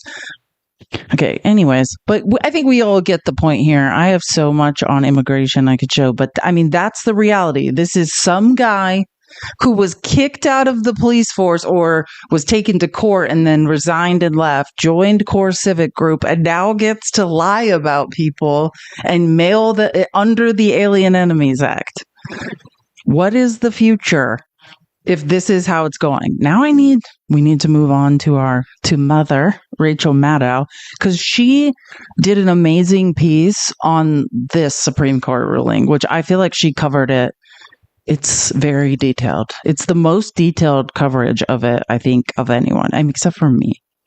But I mean, she only has an hour. I've been talking for 3 weeks, but you know what I'm saying. Nobody has covered this Supreme Court ruling about. I'm trying to think. Yeah, this is going to be real detailed. Hopefully, you guys haven't seen this. It's awesome. I know, Reba. I know. I'm not saying that because it's like I always expect the worst. I was raised by a malignant narcissist. I'm always thinking the worst. That way I'm never disappointed. Ruthie, thank you for the $25. You are amazing. And I love your last name, by the way. Love it. Okay, listen to Rachel Maddow. So again, she's talking about, let me read what it says because I think this is just an untenable position these lawyers are being put in. You have to be truthful to a judge. You have to be truthful to the court as a lawyer, but being truthful in this administration is seen as a betrayal of Donald Trump. So what are the lawyers supposed to do? So this is going to cover that Supreme Court ruling about Kilmar Abrego Garcia, but also like just how effed up this situation is. Like people that work for Trump, DOJ lawyers, are being sent to court and like to lie. And so you have two choices. Like you're beholden to the ethics of the bar. So if you lie to a judge you will lose your career, or you tell the truth and then you're fired by Trump because these are lies, as we've just seen. This hour, really happy to have you here. We do have Obama administration Attorney General Eric Holder here tonight. I have been trying to get him to do an interview here on the show for a gazillion years, but he is here tonight. And boy, what a night for it. I'm really, really, really looking. Sorry, I didn't mean to record this much of it. This doesn't involve Eric Holder, even though I met him, by the way, during working for Kamala's campaign. That's coming up in just a moment. This was Springfield, Massachusetts today. Protesters were outside of the federal building on Main Street in Springfield, chanting, "We say fight back," holding signs that read, "Hands off our Social Security." The group, made up of concerned citizens and advocacy organizations, believe Social Security that supports 73 million Americans is in danger. The changes that this government is trying to impose have a great deal of pain for a lot of people. Their concerns are centered around the DOGE cuts to Social Security and the modernization of online systems, as well as the threat of a cutoff of telephone services that was scheduled to take effect April 14, but has since been pushed back. The good news is that pushback has happened a little bit and worked a little bit. We all have to do more. No time to stop. The Social Security Administration plans to cut over 7,000 employees and close regional offices, which people worry could create an even bigger problem. Seniors and disabled residents tell 22 News this could break the system and interrupt benefit payments. This is really dire. This is just going to throw a lot of old people and people with disabilities on the street. This is unconscionable. I can't imagine. What are they thinking? That was Springfield, Massachusetts just today. This was Washington, D.C. today, as the Republicans did today manage to pass their budget plan through the House. They tried last night, couldn't do it, pulled it at the last minute, but then they got it through today. It will trade huge tax cuts benefiting the richest people in the country for huge Medicaid cuts, taking health care benefits away from more than 70 million regular Americans. People turned out today in Washington to protest that. This was Bloomington, Indiana today, where students and Bloomington community members turned up and protested after the Trump administration started stripping visas from kids at that school, kids studying at Indiana University, forcing them to abandon their studies and flee the country under threat of being arrested and imprisoned. We saw the same at UC San Diego, protests there today in response to Trump revoking student visas from students at UCSD as well. We saw the same in Minnesota, people coming out and protesting against students at the University of Minnesota at Mankato, where at least one student has already been seized, been grabbed by Trump's agents, and more University of Minnesota students are now under the same threat. Say it once, say it twice. Say it once, say it twice. We will not put up with ICE. We will not put up with ICE. After two separate incidents on MSU Mankato's campus over the past couple weeks, Mavericks for Change, alongside other student groups, demonstrated on campus Wednesday. The first incident saw a still unidentified student detained by ICE, and another saw 5 international students have their visas revoked unexpectedly. University of Minnesota at Mankato. This was Connecticut yesterday. New Haven, Connecticut. It's It used to be called Mankato State. My mom got her master's there. Yeah, it used to be called Mankato State, but now it's Minnesota State Mankato. There's a small airport there called Tweed Airport, and protests sprung up at the airport. Now, that's because there's an airline that operates out of New Haven Airport, a small carrier called Avelo Airlines, A-V-E-L-O. You see it there painted on the side of the plane. Avelo Airlines has signed a contract with the Trump administration, with ICE, to fly people out of the country on Trump's deportation flights.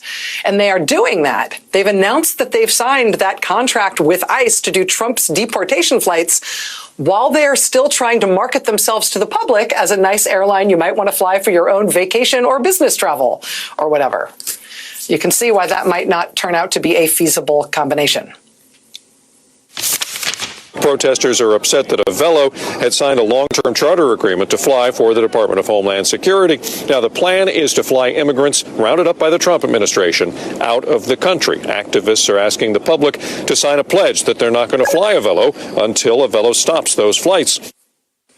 Today, also in New York City, we saw a big protest at City Hall over disgraced Mayor Eric Adams' decision to put Trump's immigration agents at New York's Rikers Island. Immigrants are New York. You see the signs there. Eric Adams wants due process for himself and his friends, but torture at Rikers for regular New Yorkers. On that point of due process, we've had a flurry of news today. And I got to tell you, each piece of this news in a normal administration would earn like a week or a month's worth of sort of jaw-dropping headlines and scandal. But when you're in the middle of an attempted authoritarian revolution, for us, these things just come one after the other, and today has been a little bit nuts. Let's start at the United States Supreme Court. Even though there has been a ruling here, I would consider this still a developing story, and I'll explain why. Tonight, the Supreme Court has intervened in the case of a Maryland father who the Trump administration admits it accidentally, sent him to a foreign prison in El Salvador, even though they had no right to do it. In court, the Trump administration has admitted he was not supposed to be sent to that foreign prison, while they have also maintained in court that, oh, well, that's too bad. He's now effectively stuck in that prison, maybe forever, because the U.S. has no power to get him back, even though they sent him there mistakenly. Now, a federal judge in Maryland ordered several days ago that could not stand, for obvious reasons, that Trump had to go and get him. The Trump administration had to go and get him and bring him back. The judge, you might remember, gave the Trump administration a deadline of Monday night this past Monday night at midnight. was when they had to have that guy back in the United States. After that judge's order, the Trump administration succeeded in getting the Supreme Court to hit pause on that order until they themselves could weigh in. Well, in this ruling tonight, the Supreme Court has weighed in, and they have ordered that this man from Maryland, Kilmar Abrego Garcia, they have ordered that he has to be returned to the United States, maybe? I say maybe, and I say this is still a developing story. I'm just going to show you and tell you exactly what the Supreme Court said. And you tell me if you can figure it out. This is an unsigned order that was issued on behalf of a unanimous Supreme Court. And it first says that Monday night deadline, that deadline that the Maryland judge had set for earlier this week, saying that guy had to be brought back by 11:59 p.m. on Monday night. The Supreme Court first says that obviously that deadline is no longer binding because that deadline has passed. So that part of the judge's order cannot be seen as still being in effect. Okay, I get that. But then they say, aside from that deadline, quote, the rest of the district court's order remains in effect. Well, the rest of the judge's order was to bring the guy back, right? I mean, at this point in the ruling, it seems like the Supreme Court is saying Kilmar Abrego Garcia needs to be brought back to this country from El Salvador, right? I mean, that was the judge's order. By 11:59 p.m. on Monday, bring the guy back. They're saying, we're not going to do the 11:59 p.m. on Monday part. But yeah, the rest of the order still stands. It sounds like the Supreme Court is ordering that they need to bring the guy back. But then, even in this very, very short order, the Supreme Court makes a very squishy case of it. I mean, look for yourself. This is the exact language. I mean, the rest of the district court's order remains in effect, but requires clarification on remand. When they say remand, they mean when we sent it back to that lower court. The ruling says the lower court judge's order properly requires the Trump administration to, quote, facilitate Mr. Abrego Garcia's release from custody in El Salvador and to ensure that his case is handled as it would have been had he not been improperly sent to El Salvador. But the intended scope of the term effectuate in the district court's order is unclear, and it may exceed the district court's authority. Huh? The district court should clarify its directive with due regard for the deference owed to the executive branch in the conduct of foreign affairs. For its part, the government should be prepared to share what it can concerning the steps it has taken and the prospect of further steps. The administration should be prepared to share what they can? What is this, group therapy? Do you feel you can share? I love Rachel, but I mean, so do you get my point now? Like, I didn't read the whole thing, but this whole thing is a stall tactic. It's delusional. It's like, hey, we literally snatched someone that had their day in court. A federal immigration judge said, which immigration judges work for the executive branch. Like, it's different. There's a different burden of proof of immigration court than regular criminal court, just to be clear. It doesn't go the way of the immigrant often, and said the only place you cannot take this man is El Salvador. And now, instead of just being like, get this man back, it's wrong.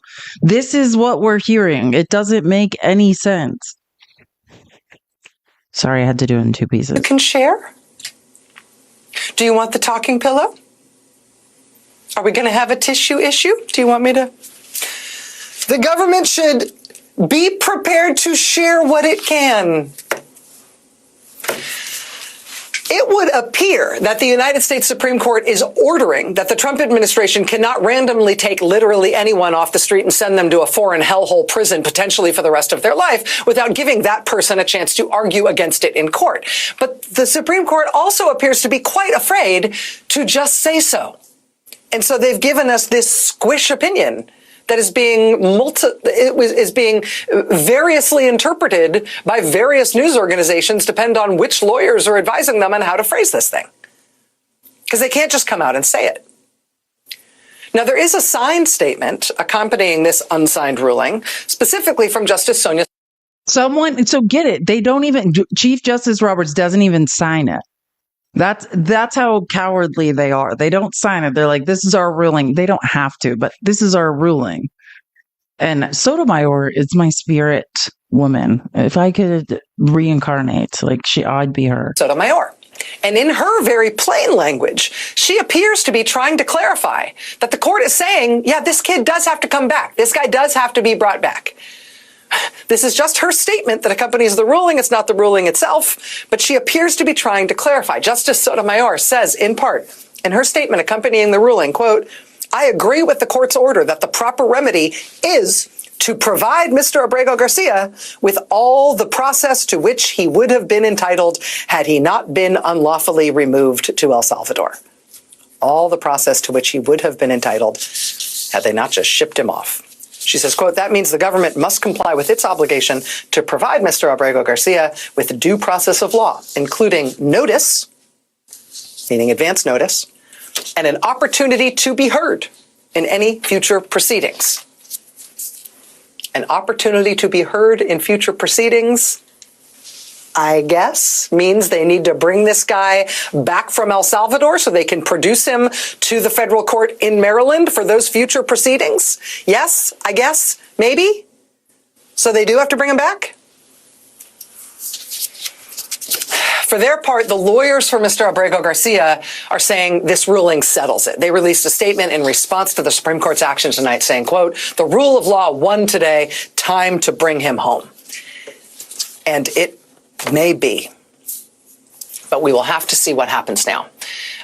With the original judge in Maryland to whom this case is being remanded, we'll have to see if Trump still tries to keep this guy locked up indefinitely, again, potentially permanently in another country, even though Trump has had to admit that the administration never even meant to send him to that other country, nor were they even able to contend that they had any legal justification for doing it. I mean, this is like Kafka mixed with Bozo the Clown. I mean, when this case was in court in Maryland this past Friday, the lawyer for the Trump administration who was trying to defend what the administration was doing basically had to turn himself inside out in the courtroom and try to make himself disappear in order to try to make this make sense. Here's where it gets real crazy.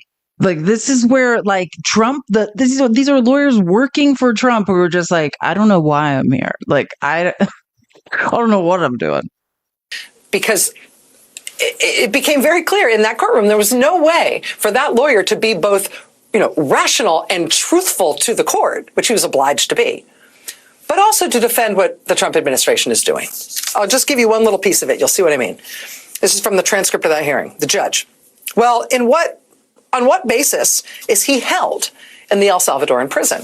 What basis is he held? Why is he there, of all places? Trump administration lawyer. This is where I'm going to respond in a frustrating way, Your Honor. I don't know. The judge. You don't know? Trump administration lawyer. I don't know. That information has not been given to me. I don't know. The judge. Okay, well then, again, for everyone here, that means there's no evidence that there's a basis to hold him in that country. So we got that straight. But let me ask you this, she says. So there's not some other legal authority to hold him? Trump administration lawyer, I don't know. The judge. Can we talk about then, just very practically, why can't the United States get Mr. Abrego Garcia back? Trump administration lawyer. Your Honor, I will say, for the court's awareness, that when this case landed on my desk, the first thing I did was ask my clients that very question. I have not received to date an answer that I find satisfactory. The judge. Okay, well, I do appreciate your candor.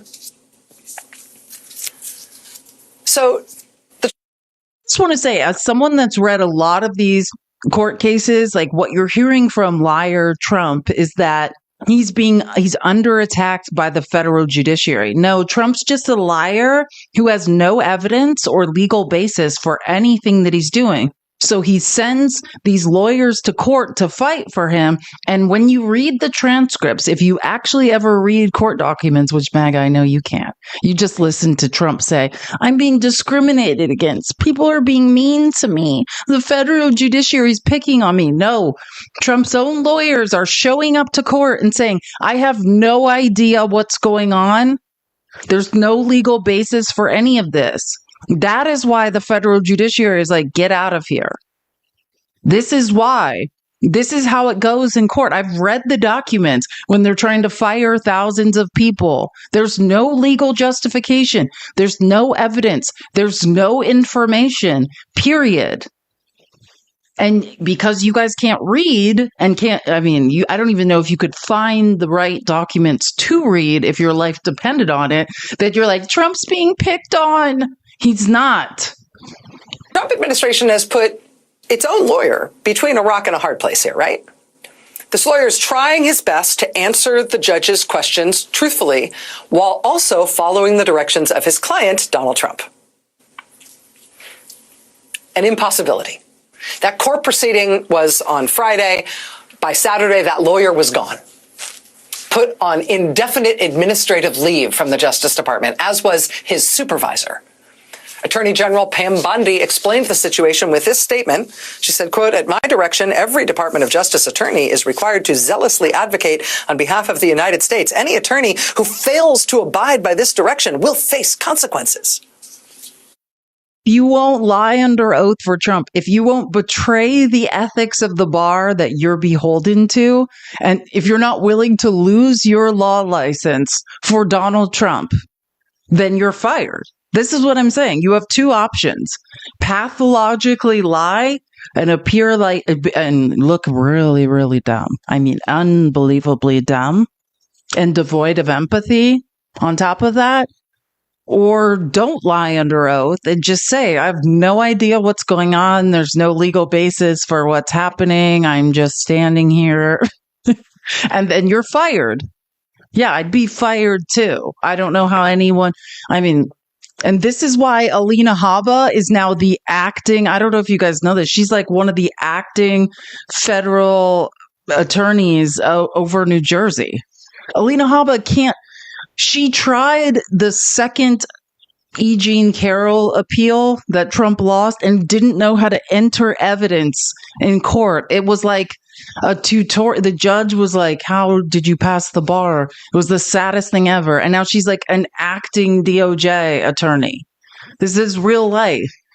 These are not real lawyers. Anybody who's actually a lawyer and is beholden to the ethics of the bar and believes that while under oath you should be telling the truth will be fired. And that is this case. That's the Maryland case of this Maryland father who they accidentally sent to El Salvador. That's this one case that has now gone up to the Supreme Court tonight and been put on puree by a unanimous but apparently terrified Supreme Court, which is desperately trying to spin something out of this that doesn't sound like it's saying no to Donald Trump. But this pattern, this kind of thing in court has been happening again and again and again, and it's starting to have a really interesting consequence. For weeks now, we have seen this pattern emerging. You've got lawyers representing the Trump administration who are being forced effectively to present arguments that either aren't truthful or don't make sense in court. And when they try to pull that off in open court, they face questioning from judges. And the judges immediately suss out that what the lawyers are trying to defend is indefensible or obviously untrue. And so again and again and again, you're seeing Trump administration lawyers basically being thumbtacked to the back wall of the courtroom by one judge after another. And it has produced these incredible headlines. Headline, is that really how you think this all works? Outraged judge repeatedly mocks DOJ lawyers, tears into them for being unprepared. Headline, judge in Alien Enemies Act case chides DOJ lawyer over to answer key questions. Headline, judge snaps at Trump administration lawyers for gaslighting. And again, this is just an untenable situation these lawyers are being put in, right? You have to be truthful to a judge. You have to be truthful to the court as a lawyer who's standing there in front of the judge. But being truthful in this administration is seen as a betrayal of Donald Trump. So what are these lawyers supposed to do, right? You literally cannot lie to a judge and stay a lawyer. But telling the truth to a judge in so many of these cases, not only is it not going to win you the case, Paper is more sophisticated now than computers. It helps prove the point that the administration is losing all of these cases because they keep doing things that are really blatantly illegal, right? And if you lose the case in court, or you lose that day's proceeding in court because you told the judge the truth, well, that's cause for firing in Donald Trump's Justice Department. So what are you supposed to do? I mean, honestly, the answer is obvious, right? Ethically, you can see, whether or not you're a lawyer, right? You can see what you would do and what you should do if you were a lawyer in this case. You just do the right thing, right? You zealously represent your client, yes, but you always tell the truth. If you do that as a Trump administration lawyer, you will get fired for it. And so now we're seeing people get fired for it, and their supervisors get fired too. And all the Justice Department lawyers who are seeing that pattern emerge are sitting there thinking, do I want to lie to a judge and therefore be exiled from the legal profession? Or do I want to not lie to a judge and get fired from the Trump administration? Those are my choices. What else can I do? And so they're all quitting. We are now seeing this untenable situation reach its natural mathematical conclusion in a pretty dramatic way. The Washington Post is now reporting that at least half of the frontline lawyers in the Solicitor General's office are either preparing to leave or have announced their departures already. What's the Solicitor General's office? That's the office that specifically argues cases for the administration in front of the Supreme Court. A majority of their lawyers have now quit or are quitting. Quote, many of the lawyers leaving the office are uncomfortable or turned off by directives from Justice Department leaders.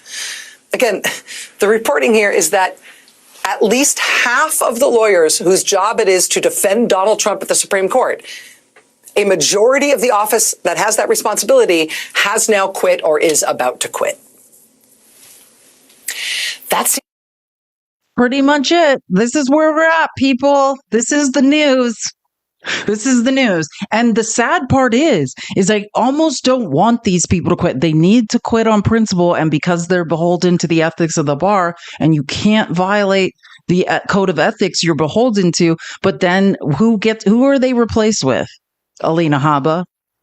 Absolute jackass liars. That's who. You know what I mean? People that could not enter evidence, an exhibit into the court case that she tried for Donald Trump.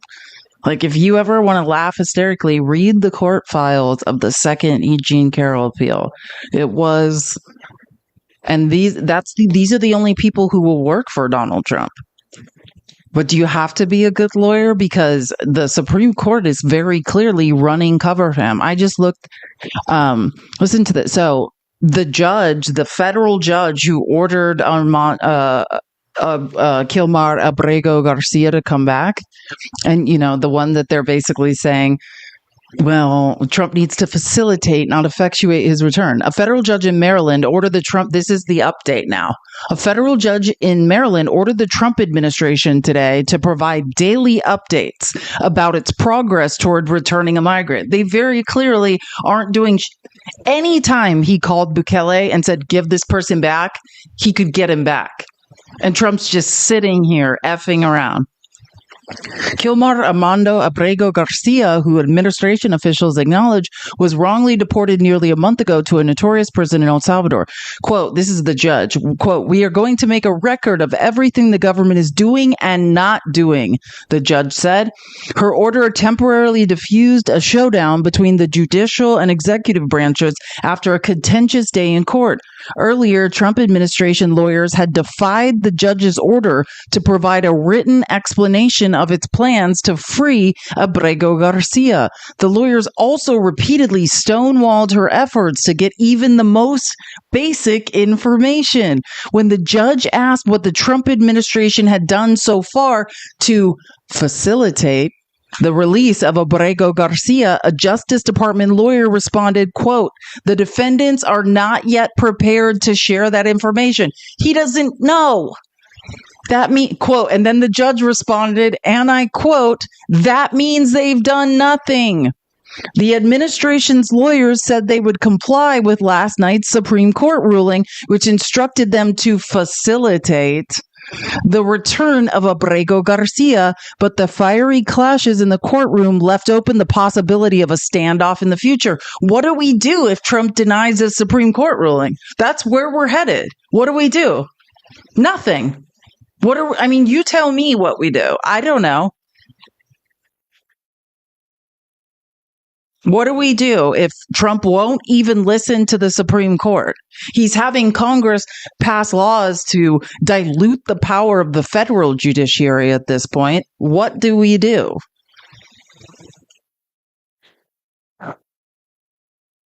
I don't even know where to begin with this shit at this point. It's terrifying that this is where we're at. And I want to show you that clip I was talking about. This is Caroline Leavitt, who literally, since that day in the White House press room, she said, I vowed to always tell the truth. She is not told. I don't know that she said one true thing since that day. Since the day she lied through her teeth and said she wasn't going to lie, I do not think she said one true thing. I want to find this because I want you to hear it. And you tell me this is the loophole they're trying to use to not do shit. Real quick, the president of El Salvador is coming to the White House on Monday. Does President Trump want him to bring Kilmar Abrego Garcia with him?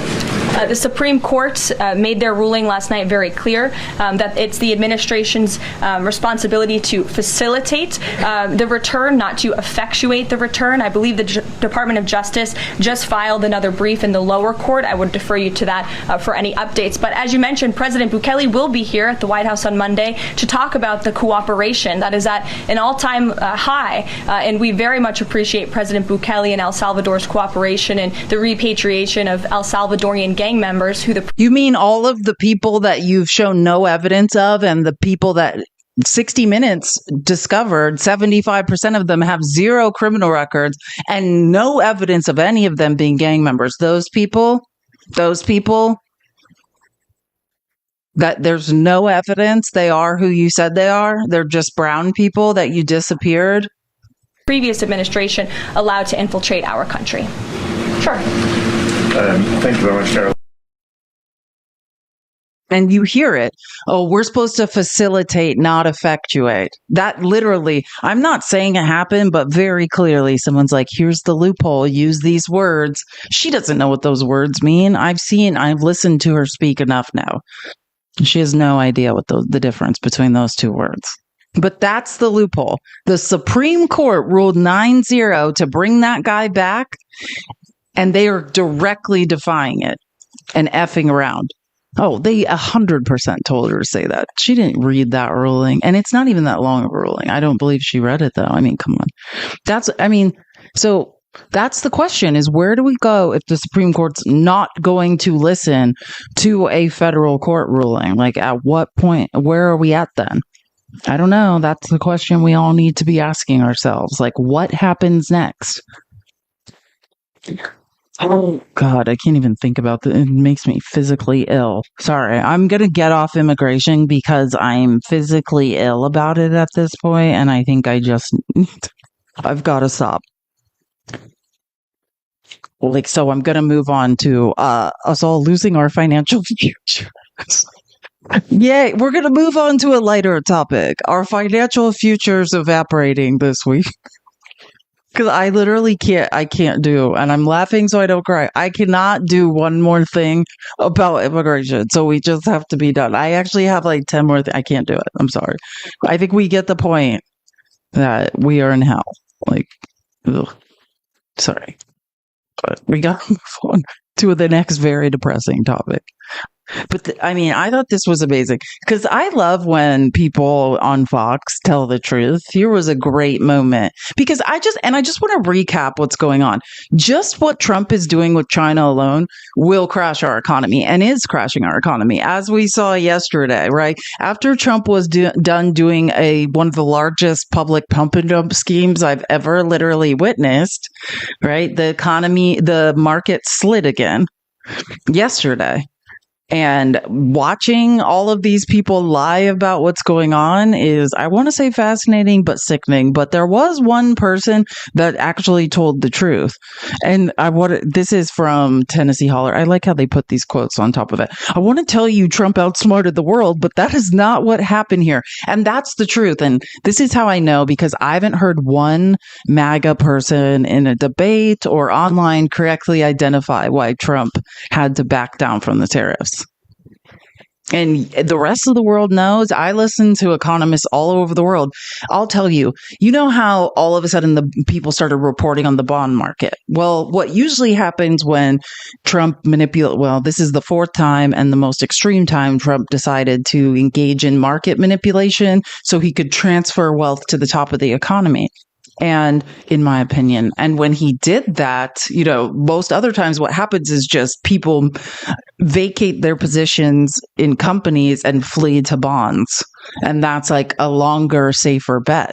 But what happened this last time is Japan, who is the largest holder of U.S. bonds, just started dumping them off. Like, our economy was the safest part was literally crashing in the middle of the night. And that's why Trump changed his position, because Japan, who's the largest holder of US bonds, started dumping them off. Yeah, I want to tell you right now that Donald Trump outsmarted the world. Trust me, I'm an American. I support my president. But that's not really what happened here, from what I understand. And I know I'll get pushback, but here's what it is. And from what I understand, and I'm getting this from people that are talking to the White House, what happened in the bond market overnight, the spike in yields on the 30-year and the 10-year bond, which showed that people were dumping our bonds. And who are those people dumping our bonds? Japan, the biggest holder of bonds, was selling bonds. That's what I'm getting from some very big money managers. China, maybe to some extent, but it was largely Japan and others. If you have a mass sale of bonds, that means people are losing confidence in the U.S. economy, on the ability to do deals with us. And from what I understand, this is what forced the hand of this 90-day reprieve. Now, is it a good thing? Are people coming to the table? Yeah. But if you read between the lines, not even what Scott Bessent said, we have no deals, right? There's nobody that is really there saying this is what we're going to do. Thank you. There are very clearly no deals. Like, oh, you guys talked to someone, you got a deal. Again, same thing with all the evidence they have but won't show. Same thing with the Biden crime, linking Joe Biden and trying to impeach him. If Trump had anything, same thing with the 2020 election. If Donald Trump could prove a GD thing about his constant pathological lying, we would have seen it by now. Yeah, 2 weeks, you guys. It's all the evidence is coming in 2 weeks. We're all going to see it soon. 2 weeks. It's a joke. Yeah, any day now, we're going to see the evidence of all of Donald Trump's lies. Oh, yeah, I forgot I have this Mr. Global video. Hold on, I need to find it because it's a good one, too. We need a little bit of too much depressing stuff. I mean, not that this is not depressing. I'm not saying it's not depressing, but it's a little better. Wait, where is my Mr. Global video? Oh, here it is. Can we get to 400K? Let's keep tapping the screen. Sorry, I know I was playing a long video, got a little out of it. We got a little off track, but let's get it back. Let's all share the live with 10 people. Tap the screen. I appreciate it. So again, this is... Oh, I know. This is Mr. Oh, yeah. I was just trying to remember because I have two Mr. Global videos, which one I was about to show. He's right. This is just Fox News. They're pathological liars. That's what they are now. I mean, always were, but you know what I'm saying. There's an item in the New York Post that we all have in front of us. It's an exclusive story, and it talks about how with these 104% tariffs that went into effect, we think that China is going to have to pay for it, but it tells a story of a special needs toy importer. And when the tariffs went into effect at midnight, his tariff, he's been paying a tariff because he gets stuff from China, $26,000 a year. His tariff bill went from $26,000 at midnight to $346,000. And that's money he's going to have to come out of his pocket. It sounds like he's going to have to go ahead and close down part of his business. We thought China had to pay the tariff. Fox News, one of the largest media companies in the world with researchers and, all kinds of brilliant people, thought China had to pay the tariff. No, they didn't. No, they didn't. They didn't think that. That's what they told you, because they are in the business of spreading misinformation, so you will believe things that are not true to push an agenda. They lied, and now they're just saying, oh, well, we thought. No. Every idiot with two thumbs and who pays the tariffs. You thinking otherwise is not a thing. And since Fox News thought that China pays the tariffs, then millions of people across the United States think the same thing. Because you lied. And now you're trying to say, oh, I thought. No, you didn't think anything. You're a part of the misinformation machine in the United States. Yeah. True Global's getting angrier. I mean, you know what I mean? He used to be so much more of an independent. I love it. But the bigger thing is the fact that you have to lie, don't you? You have to lie because now you're under the thumb of Donald Trump. And what that means is you are not allowed to come out and say anything other than what he wants you to say. You cannot say anything contradictory to what he believes, or he will come out and trash you, and you will lose viewers by the millions. We know because we've seen it happen before. God forbid you ever tell the truth. It'll cost you your viewer base. It'll cost you your media company. Because Donald Trump can't handle the truth. And he can't handle you saying anything other than what he wants you to say. And what that means is you are no longer a media company. You're no longer Fox News. That company does not exist anymore. You are now a propaganda machine for Donald Trump. That's what you are. You're his bitch. What to ask? Mr. Global's married. He's married. I'm pretty sure. Someone in the comments was saying, is he married? And I'm fairly certain he's married, has a family. But I do love him getting so much anger. He used to be like very independent, very like middle of the road. Now, I mean, you can't be middle of the road as the Overton window moves, I think is what we're seeing. It's like, I'm pretty sure he's married. I'm fairly certain. Mr. Global's great though. Like, not that being married isn't great. So I don't know why I said that. I'm just saying he's great, but I'm pretty sure he's married. So people in the chat were asking. Yeah, he's married. Leanne Dukes, thank you so late for class, Toll. Thanks, Leanne, for the $10. You're awesome. Appreciate you. But I do love watching. It's not that people, I just want to be clear. It's not that people are moving left, really, when I think about it. It's just like the Overton window is shifting so far right. Like that is what is happening. We're just accepting more and more. And I remember, I wanted to say this. I was thinking about this yesterday when I wasn't doing a live, and I wanted to say this. The reason, right, these reciprocal tariffs that weren't real, all of that, when I think about why would I do that if I was a malignant narcissist liar, it was so that we would feel lucky with 10% blanket tariffs, right? And just attacking China. And I want to be clear, our economy is going to crash with 10% blanket tariffs. The middle and lower classes, we're going to lose all of our money, all of our savings. We're already living paycheck to paycheck. Huge transfers of wealth will move to the top of the economy just with the 10% blanket tariffs.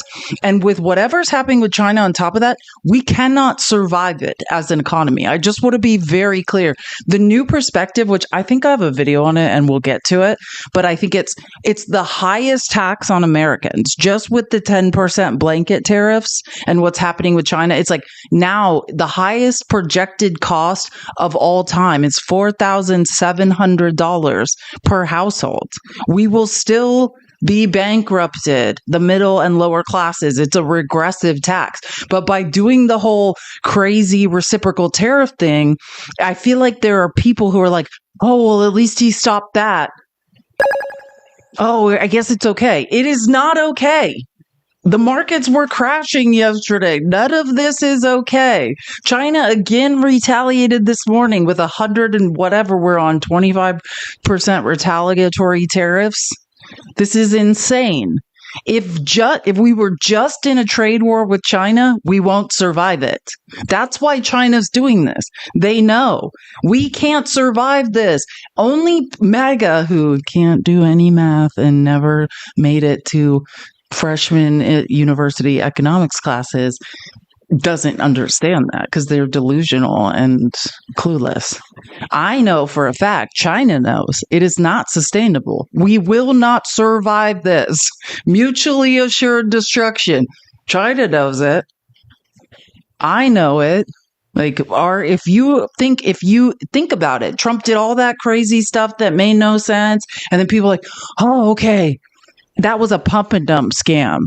That was market manipulation. One. Trump made billions of dollars. I was looking at what happened with, oh my God, now I remember where we need to go.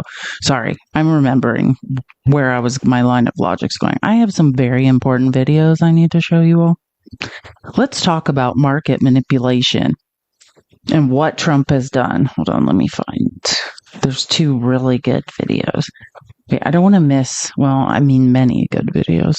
Here, let's start with this one because the projections are worse. This is before China's retaliatory tariffs were slapped on this morning. So she's talking about the Yale Budget Lab saying that it's going to cost $4,400 per household. But since the retaliatory tariffs were slapped on, it's now at $4,700. Just to clarify, but she makes great points. What is happening? Sorry, that's my recording, I was doing this while running. This is going to drive me nuts. Sorry. I know I have. Trying to market this as the fact that he paused the tariffs, and he absolutely did not. He canceled the reciprocal tariffs, but we are still, as Dana said, tariffing the entire globe 10%, even the people that we have good relationships with, like Australia. And there was questioning of Jameson Greer, our trade representative, earlier this week about why we're possibly doing that, and he had absolutely no answer for it. The Yale Budget Lab just came out with new figures based on yesterday's tariff numbers that says that this will cost each American household $4,400. This is the highest tariff rate since 1909. Who came up with that? The Yale Budget Lab. Oh, not the Yale Budget Lab. Oh, I'm sorry that I didn't pull. And again, that's the end of what she's saying. Let me tell you how unintelligent it is and this is MAGA. Like, Fox News has become as unintelligent as the average unintelligent MAGA person on the internet. Let me help you. It doesn't matter if news comes from Newsmax, the Right Side Broadcasting Network, News Nation, CNN, Fox News, MSNBC, NBC, CBS, Democracy Now!, Midas Touch. It doesn't matter where the information comes from if it's factual, right? Do you understand how that works? The least intelligent thing you could do is say, I do not believe anything that comes from this source. It depends on what the information is, right? Media is a secondary news source. Now, I, as a historical researcher, know when I get information, I don't accept it as true necessarily, but then I confirm or I either confirm it or disprove it by looking for primary sources of information. To say, especially while being on Fox News, pathological liars extraordinaire, to literally say, oh, it came from somewhere. That's what the dumbest of all MAGA say on the internet when they think they're debating. Oh, it came from CNN. It can't be real. No, that's not how information works. That's not how research works. This is a secondary source. Then you look for a primary source to either confirm or deny the information if you were not an idiot. But again, and I'm the nice person, I just don't know how to describe anymore what's going on with MAGA. It's idiocy at this point. We've got Fox News doing the same thing. Like, the Yale Budget Lab did math, did a statistical analysis. Math is math. It's factual. You can't disprove math. I don't care if News Nation, if Newsmax had done that math and I looked at the math and I was like, this is factual, which I did. I looked at the Yale Budget Lab math. The math is mathing. So if Newsmax had done the same math, that they would believe it. Like, make it make sense. It's math. But they can't help themselves. They're not thinking so good. It's okay. Oh, should I do this now? Well, we have a long way to go, but let's do an FAFO because I do. And I checked. I looked this guy's profile up on TikTok because people in the comments were like, well, I didn't hear him say he voted for Trump. It's just written on the screen. How do we know you didn't add that after the fact? No, I looked at the guy's. It's his post. I went to his TikTok page. No, he's serious. These people are serious. This is a Trump supporter whose small business is being devastated by tariffs. And he has a small business. He's only moving like a few containers a year from China to here. That's nothing. I moved a container once from the United States to South America, and I didn't even have a business at the time. So he has a very small business. And he wrote, I voted for Trump on the screen. He doesn't say it out loud. But again, I went to his TikTok profile to verify it was not added after the fact. This is a Trump supporter. And by the way, you can't even see it on this video. But if you go to the video on his page, it's literally like hashtag President Trump, not hashtag at.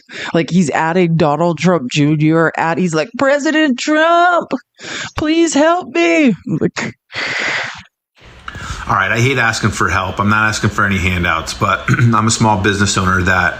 He's asking for handouts. All right, I hate asking for help. I'm not asking for any handouts, but I'm a small business owner that is directly being affected by the 104% tariff that has been put on China.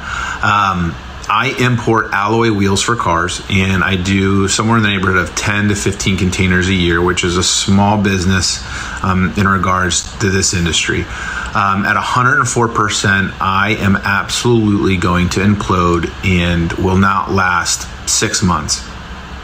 So with that said, I'm asking, is there anybody out there that has connections with manufacturing facilities, specifically alloy wheels, either in the United States or outside in these lesser tariffed countries like Mexico, Indonesia, Thailand, India? I need to find another source. I've emailed a lot of these companies and cannot get a response.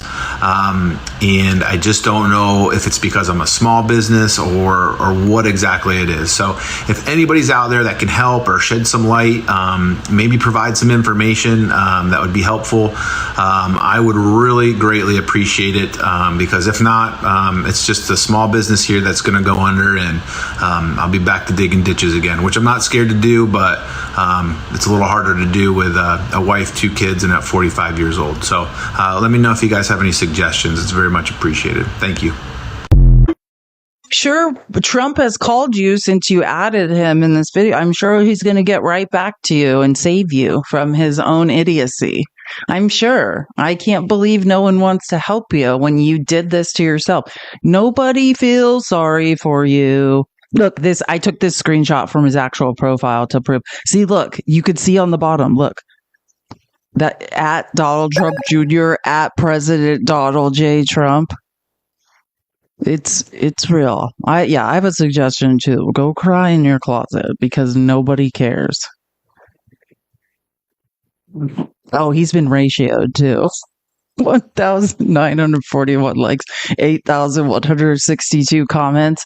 I should have probably screenshotted some of the comments. My guess is it's not going well for this gentleman. Lots of comments, not a lot of likes. I'm sorry, sir. I don't think people feel sorry. I don't where's what you voted for Trump? Now you're putting me out of business. Oh my God, I can't do it. I can't do it. And I'm sorry, what these people are really saying was like, hey, I thought we were just going to ruin the lives of black and brown people. Like, I'm super confused why this is affecting me. And I've tried to talk about this, the wages of whiteness. Mediocre white men were like, wait a minute. My whole life, I was under the impression I was special. No, you're just another idiot in the life raft being robbed alongside the rest of us brown people. You, in fact, are not special. You just were tricked into thinking that. Now you're learning this is the find out. You are not special. You are not above brown and black people. You're just another person being robbed by billionaires and corporations. Surprise, weirdo. And yes, these tariffs will bankrupt small businesses. I can't tell you when I used to make the mistake of debating on TikTok, how many MAGA small business owners would be like, Trump's going to deregulate so my business does better. Yeah, that's what's going on. You guys are must be really lonely in that paper bag you're all stuck in. You guys will get there one day, one way. Walter, thank you for subscribing. You're awesome. Appreciate you so much. I'm sorry. That was a genuine laugh too. It's just like, is the deregulation helping you guys? You guys are embarrassing. Literally embarrassing. Oh, here's another good one. Who was this? Here, let's listen. President Trump's advisors, at least some of them, say this pause in the tariffs was always part of the White House strategy. Do you believe that? Well, I mean, look, of course they are, right? But Donald Trump himself, he said, look, people were feeling squirrely. They got to look at the bond market. No, of course not. He looked at one of the biggest market routes, equity market routes in history, and he looked at the fact that the bond market was losing confidence in the United States government, and he said, got to reverse course. So look, his flunkies need to always say what they always say, which is that this is a master negotiator who does everything right. But Americans need to take a quick look at their 401ks to see what this master negotiator has done to their well-being. Yeah. Maybe that guy's video we just all had to watch should take a look at and think and really think, is this deregulation helping small businesses, or is the deregulation actually putting small businesses out of business? It's one or the other. It'll come to you at any minute, but that's a problem. When mediocre white men were told, you're smarter, you're better, you're always going to do better just by nature. Things will always come easier to you. You're in the same life raft as anyone else. You are not special. You've been being robbed this entire time and somehow never noticed. Which actually makes it's worse than the rest of us. Oh, I love this. Look at this. Ron Filipkowski was like, they are obviously slow learners. This is the Independent today. Fund managers quietly fear Trump doesn't have a tariff plan and that he might be insane. Yes, they are slow learners. Oh, what would ever give you that idea that Trump might be insane? That's another thing that Caroline was lying about in that press conference today. She's like, oh, Trump has a physical. He's in amazing health. Like, can somebody stop it? Oh, yeah. Hakeem Jeffries was talking about market manipulation, which I can't get enough of this because it's very clearly what's going on. To the bottom. We need to get to the bottom of the possible stock manipulation. Oh, yeah. And just to be clear, we probably can't hold a lot of people accountable for shorting, a lot of billionaires and rich people who shorted the market. We can't hold them accountable, but you know who we will know because it's publicly available information. Congress. Margarine Taylor Greene, you've already been caught.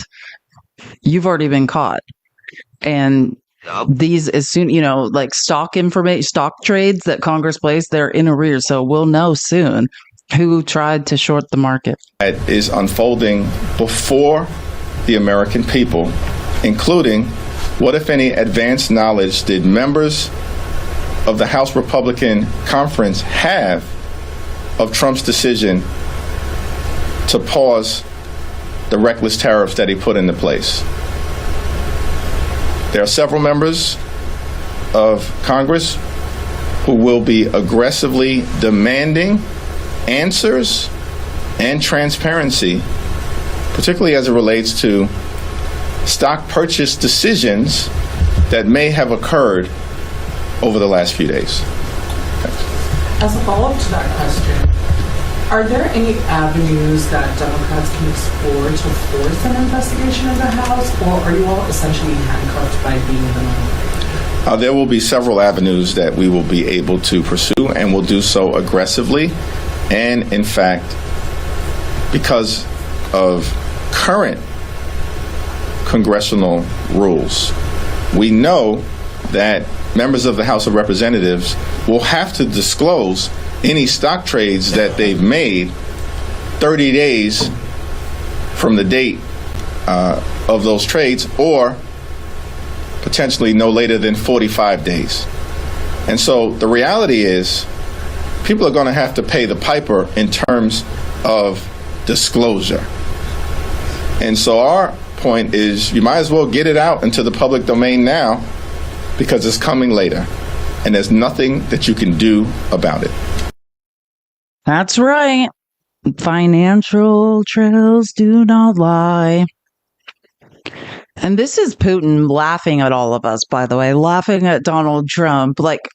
And again, MAGA, this is for you, because I played so many clips now of Russian state media mocking MAGA, saying they're all idiots, mocking Donald Trump, saying that they use him for whatever they want.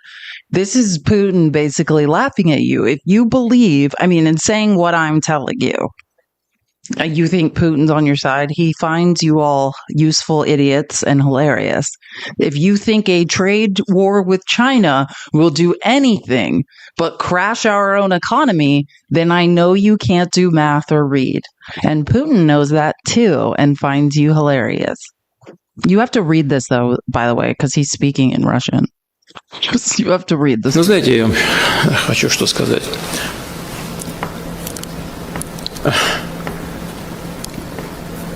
Соединенные Штаты опоздали лет на 15.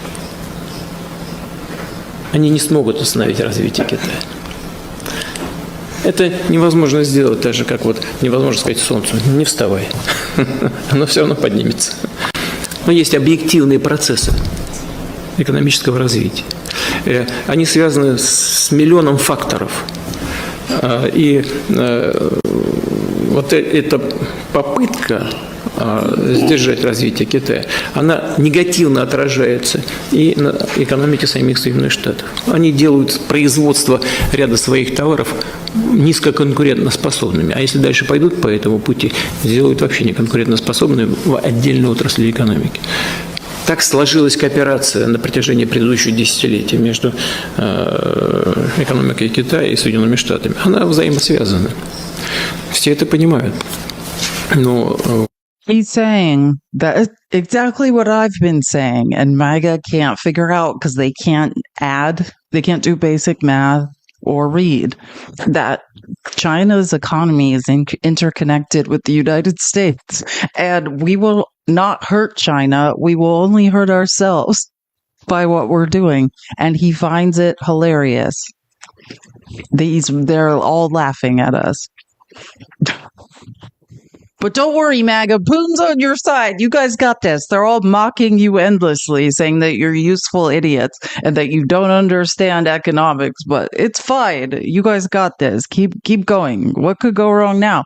Oh, and here's Donald Trump confessing to market. He's actually talking to the Charles Schwab and other very rich billionaires who made millions of dollars when Trump decided to manipulate the markets. This is real life, people. They're laughing in the White House about how much money they made.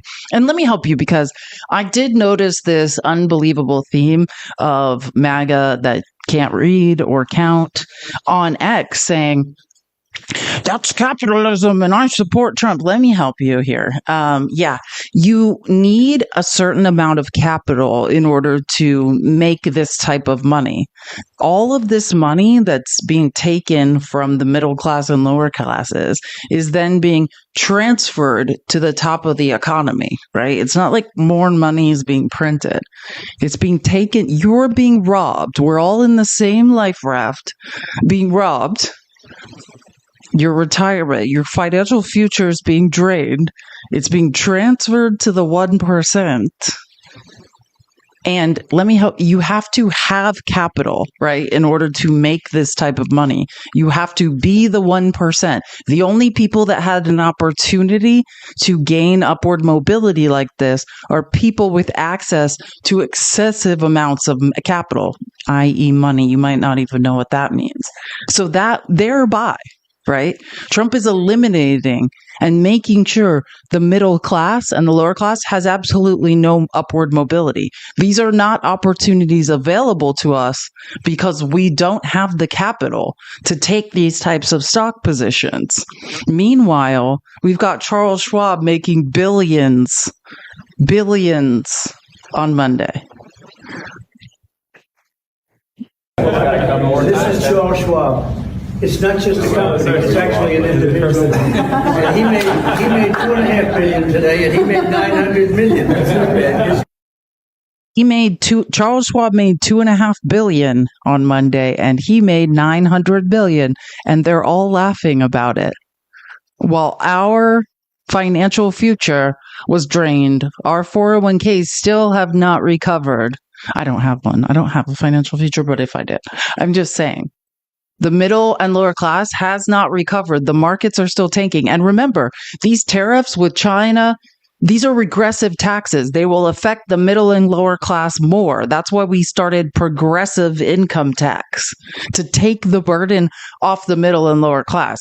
The huge transfers of wealth keep happening.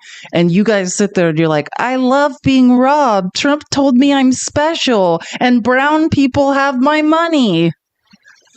Wake up. It's embarrassing at this point. Oh, here's Bernie talking about market manipulation. I think Bernie gets it. Can we all share the live with 10 people? And can we tap the screen? Let's get to 500K as fast as possible. I feel like we're kind of bleeding engagement. This is Bernie talking about if Trump was in fact manipulating the stock market, which, I mean, I don't know.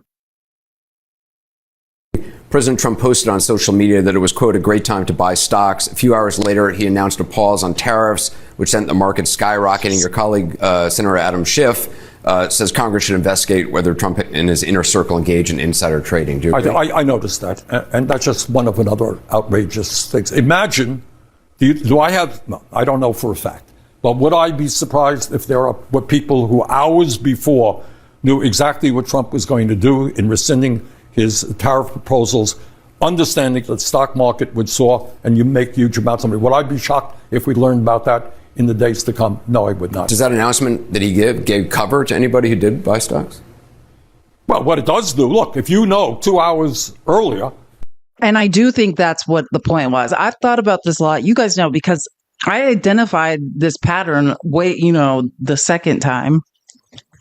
And now we're on the fourth. But I do think it's not that he posted to let people know. I think him and his bill, this is my opinion. I agree with what Anderson Cooper is implying, that that's the cover. Him putting that on Truth Social is actually the cover in defense of all of the billionaires who cashed out, right? Because that's what we need to know is when did they take these positions? And then he's going to say, oh, well, I told everyone to buy.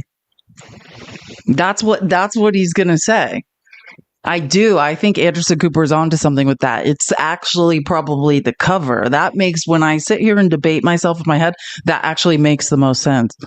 That the stock market's going to go, what are you going to do? You're going to buy a hell of a lot of stock. You can invest in the stock market. But it's not only that. I mean, you got a president of the United States who is now working to give government cover to crypto, and whose family is involved in crypto.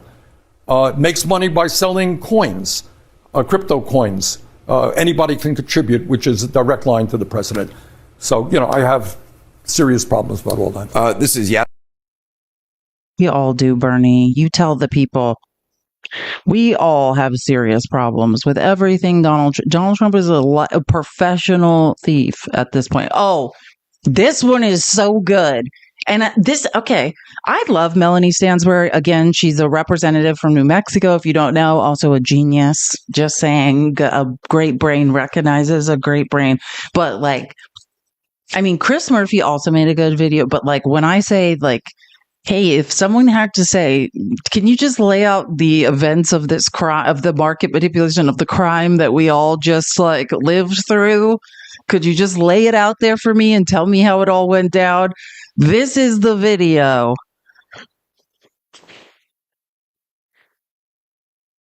Well, did he or didn't he? Did Donald Trump engage in insider trading and market manipulation? Or was he really dedicated to his tariff regime? We don't know, which is exactly why we are investigating. So we are being led in an investigation by Stephen Horsford, the congressman from Nevada, and a number of members of leadership in the Ways and Means Committee, because we need to get to the bottom of what exactly happened. So let's break it down. Last Friday, Donald Trump, as you all know, announced that there was going to be reciprocal tariffs on more than 160 territories and countries around the world. This even included places where there aren't people. And we couldn't find a single economist out there who could explain what Donald Trump was up to. Meanwhile, he left Washington, D.C., went down to Florida to his private resort, where he played golf all weekend. On the taxpayer dollar, by the way. Now, when he came back to Washington a few days later on Monday and Tuesday, he doubled down. He said he's going to stay the course. He believes in his tariff regime. And then Wednesday, midday, in a complete about-face, Donald Trump announces that he's going to lift these reciprocal tariffs and put a 90-day pause on them. But here's the thing. 4 hours before he made that announcement at 9:37, he posted to his Truth Media that it's a great time to buy. And he signed off with DJT, which of course is his initials, but it also happens to be his stock ticker. And by the end of the day, after he announced the pause, the market had recovered about 9.5%. But his own company's stock closed at 22.67%, so more than double the rest of the stock market. And because he owns about 53% stake in that company, that means that Donald Trump himself made almost $500 million that day. In fact, he made $415 million on his own media company. And in video that surfaced later on, we actually see him speaking to Charles Schwab, the Charles Schwab of the investment banking world, saying that he made $2 billion on that day. So something is really sketchy. Someone, I don't know, a bunch of people with a lot of money bought Trump's stock and made him. Let me help you. If the market recovers at 9%, because I know MAGA, hopefully at least some of you are listening so you can understand when you're being robbed. If the market recovers 9% and then there's one stock, I don't know, the president of the United States, who is in control of this entire sham, that outperforms it by more than double. Do you understand? There's how the average market recovers. Trump's stock outperforms it by double. He makes $500 million in one day. Do you understand that when we look at, let's say, this is something we all agree on, MAGA, oh my God, why can't I remember? What's it called? I can't remember the first word of the something Wales report that's congressional stock trade. What's the first word of it? Whatever. But that's what we track. Unusual. Thank you, Seabass. The unusual Wales report, how we know, and MAGA, you guys are doing it too all the time. When we look at the unusual Wales report, that's what we're looking at. The average market, how things are performing, and then we'll see one stock that outperforms the market by 20%, 50%, 200%. And then we know, oh, that is uneffing usual. That is somebody who had insider trading information. So the market recovers by 9% and Donald Trump's stock, it goes 22%. Do you understand? That would be an unusual thing to happen in the stock market. And if he was just a congressperson, let's say, I don't know, Nancy Pelosi, you would then crucify him. But because you're in cognitive dissonance and you are into being robbed and publicly flogged and made a fool of by this man, for some reason, none of you say anything. I don't even think any of you know. To be honest, I don't think you can count or know where to find that information. But yeah, Trump made $500 million while everyone's 401ks are still down. And then the market slid again 2 more times. Your financial future is still gone. And Trump is just making fools of you all. Here. Now, we also know that at least one member of Congress was trading during those days and bought low and made a lot of money during those days. And we know that a lot of Donald Trump's friends made money those days. So the question is, was the fix-in from the beginning? Or did he just make lemonade out of the fact that nobody supported his tariffs? But either way, something really sketchy happened between 9:37 when he posted to his social and when his buddies made a whole lot of money. Now, that is called insider trading, and it is highly, highly illegal. And the normal entity that would investigate insider trading is the Security Exchange Commission, the SEC. But here's the other weird thing that happened on Wednesday. Donald Trump's SEC nominee was confirmed by the Senate Wednesday night. And just a few days previously, Elon Musk and Doge had entered the SEC. And one of the high-profile attorneys who had been investigating Elon Musk resigned because they were being bullied and harassed. And, Elon Musk was actually himself being investigated by the SEC for illegal market behavior. So something doesn't smell right here. And that is why we are investigating it. We are going to get to the bottom of it. And you all better believe that we are putting Donald Trump on notice.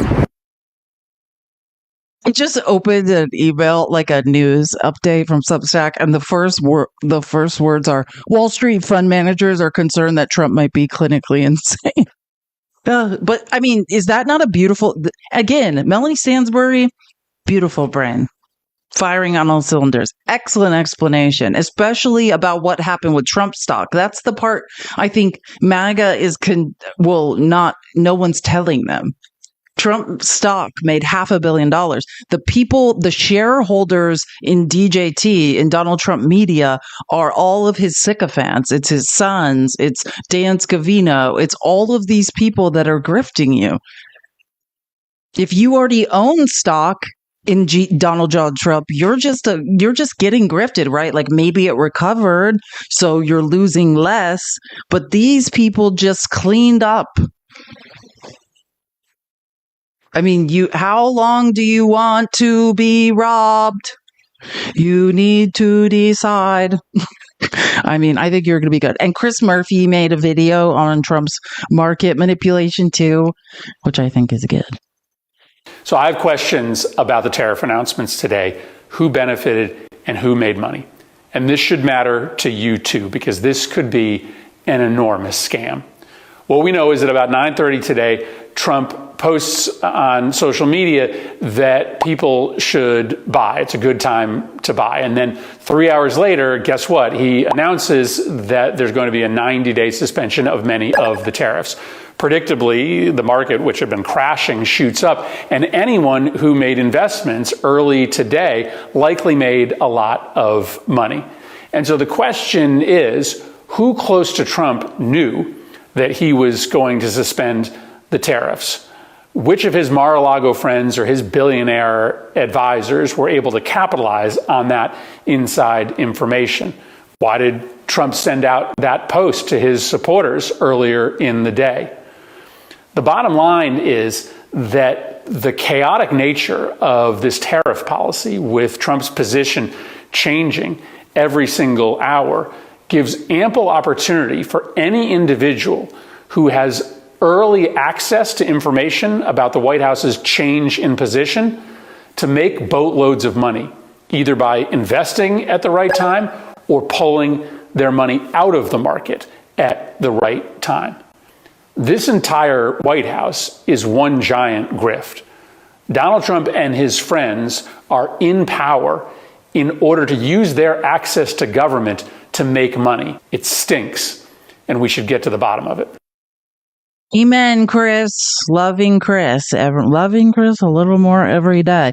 And yeah, I mean, I can tell you, it's a good time to buy stock, DJT, right? All his support. And like I said, just understand the major shareholders, people holding tons of DJT stock are Trump, his family, and his sycophant friends. They have huge positions they're holding. So a bunch of people buy that stock, drive it up. And he cleaned up. Him and all of his immediate circle cleaned up. And I'm saying just on that stock, but again, it's bigger than that. We know with like margarine and stuff. It's much more than just that. I'm just giving you an example of how one way in which he made a S load of money. Here's AOC was commenting on this. Look at this. Whoopsies. Here we go. Any member of Congress who purchased stock in the last 48 hours should probably disclose that now. I've been hearing some interesting chatter on the floor. Disclosure deadline is May 15th. Oh man, let's hold mark May 15th. I'm going to talk to Facts and we'll do a special live when that disclosure report is made, because this is public information. It's going to be released, or maybe on the 16th, we do a live and just talk about all the people who in Congress who made money off this. We're about to learn a few things. It's time to ban insider trading in Congress. Yeah, except for no one will. There's a few things I think MAGA and the far left agree on. We all want to ban stock trading in Congress. These people never will. The moderates in both parties will not stop making money off of us. Period. These people are profiting off the TikTok ban, shorting TikTok or taking huge positions in Meta. Like, it's ridiculous. The private prison group, they're making money off voting to pass Senate Bill 5, the Lake and Riley Act. Republicans took huge positions in Geo Group and Core Civic. It's wrong. Oh, here's the margarine stuff. This is this is not even a partisan type thing. This is quants trading people that are just pointing out margarine's insider trading. She's already caught. This is pretty wild. Margarine bought RH during the tariff dip. It caught our attention because it was her first time ever buying the stock. It is up 27% after the announcement of the tariff pause. She's already caught. And think about it. Donald John Trump DJT stock only went up 22%. This outperformed the average. The market went up on average 9%, increased 9%. 27%. This is what we call an unusual whale of a trade that outperformed the market. This is what we would call insider trading by a congressperson. We are witnessing it right here. This is one of the, you guys love MAGA. Let me help you with your logic and not being hypocrites. If you are not a hypocrite, and I've had so many conversations during debates and the one thing we've agreed upon is banning insider trading in Congress. It's not Nancy Pelosi. It's your girl Margarine. What are you going to do? Will you hold her accountable and not be a giant hypocrite? The choice is yours. We have caught an insider trader. I've got her right here. What are you going to do about it? Do you understand what accountability is? Here's somebody you caught. I think you won't hold John Trump accountable, even though he's been caught, but I'm just saying. Here's a person who was caught, and you guys don't like women that much anyways. You could hold her accountable. She's embarrassed you guys many times. Maybe Nancy Mace did it. You can finally get rid of Nancy Mace. I'm just throwing out ideas. But if you hold nobody accountable for what you say you despise and want to ban Congress from doing, that would make you an illogical hypocrite. I'm just saying. You caught one. We got one right here. Caught her. My guess is they'll do nothing, though. And if you want to read more about this, Trump told people to buy. Hours later, his tariff pause sent markets soaring and then also crashing the next day. I'm trying to yes, I need to show you guys this too. And this is from Inequality Media Civic Action, is the PAC that Robert Reich runs. The think tank / nonprofit. Look at this. The richest 500 people. Now, grasp this, MAGA. I know you guys love being on your knees and being cucked, but this is real life.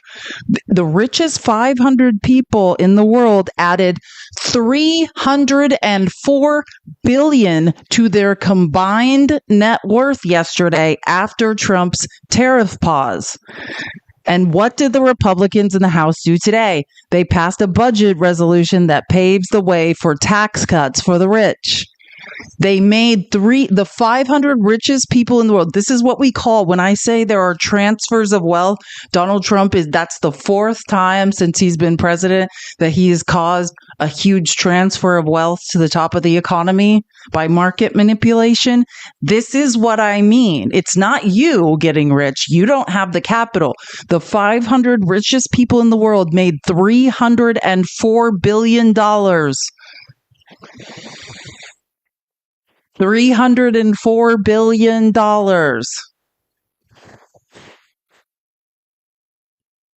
Do you care or no? You just want to be cucked. I get it. And Robert Reich said this: one of the greatest ongoing scandals of today is that our elected officials, Democrats included, and amen, Democrats included. I could say some of your favorite Democrats that you guys are like, I love that person. Insider trading. Democrats included continue to refuse to ban members of Congress and their families from trading stocks. This is the problem. We have to get money. You can't come to Congress to enrich yourself, period. Until we get Congress to stop trading stocks, this problem will continue. We also need to ban Citizens United. We need to get lobbying out of politics. We need to bring back the real public servants. You are not in Congress to, amass a small fortune or a very large one. Either way. I thought we agreed upon this, MAGA, but you would have to start holding people actually accountable. This is the only way politics will ever be on the up and up in America, is if we take money out of it. Period. We want healthcare. You want to go to the doctor like every developed country in the world without having to pledge your life force to a corporation for all eternity. Then we need to get lobbying money out of Congress. The reason we can't pass single payer healthcare is because of lobbying money constantly coming into Congress. Every time a bill is introduced, here comes the pharmaceutical lobbyists throwing millions and millions of dollars around, and they cannot get a bill passed. We won't have health care until we get lobbying money out of Congress. So this is what is important. We have to get money out of politics. As long as it takes $2, $3, $4 billion to elect somebody, this is a joke. We don't matter. You can do it, MAGA. I know you can figure this out. Oh, man. I know. I can't. By the way, before you say, why are we watching a clip of Morning Joe? Again, like I said, it's not. I love Steve Ratner. Steve Ratner is an economist. He was on Morning Joe, and he basically said that his border collie could do a better job of managing the economy. I love Steve Ratner. He's amazing. Keep tapping the screen. You guys are awesome. Thank you so much for the support. We are literally almost to 500K. I appreciate you guys so much.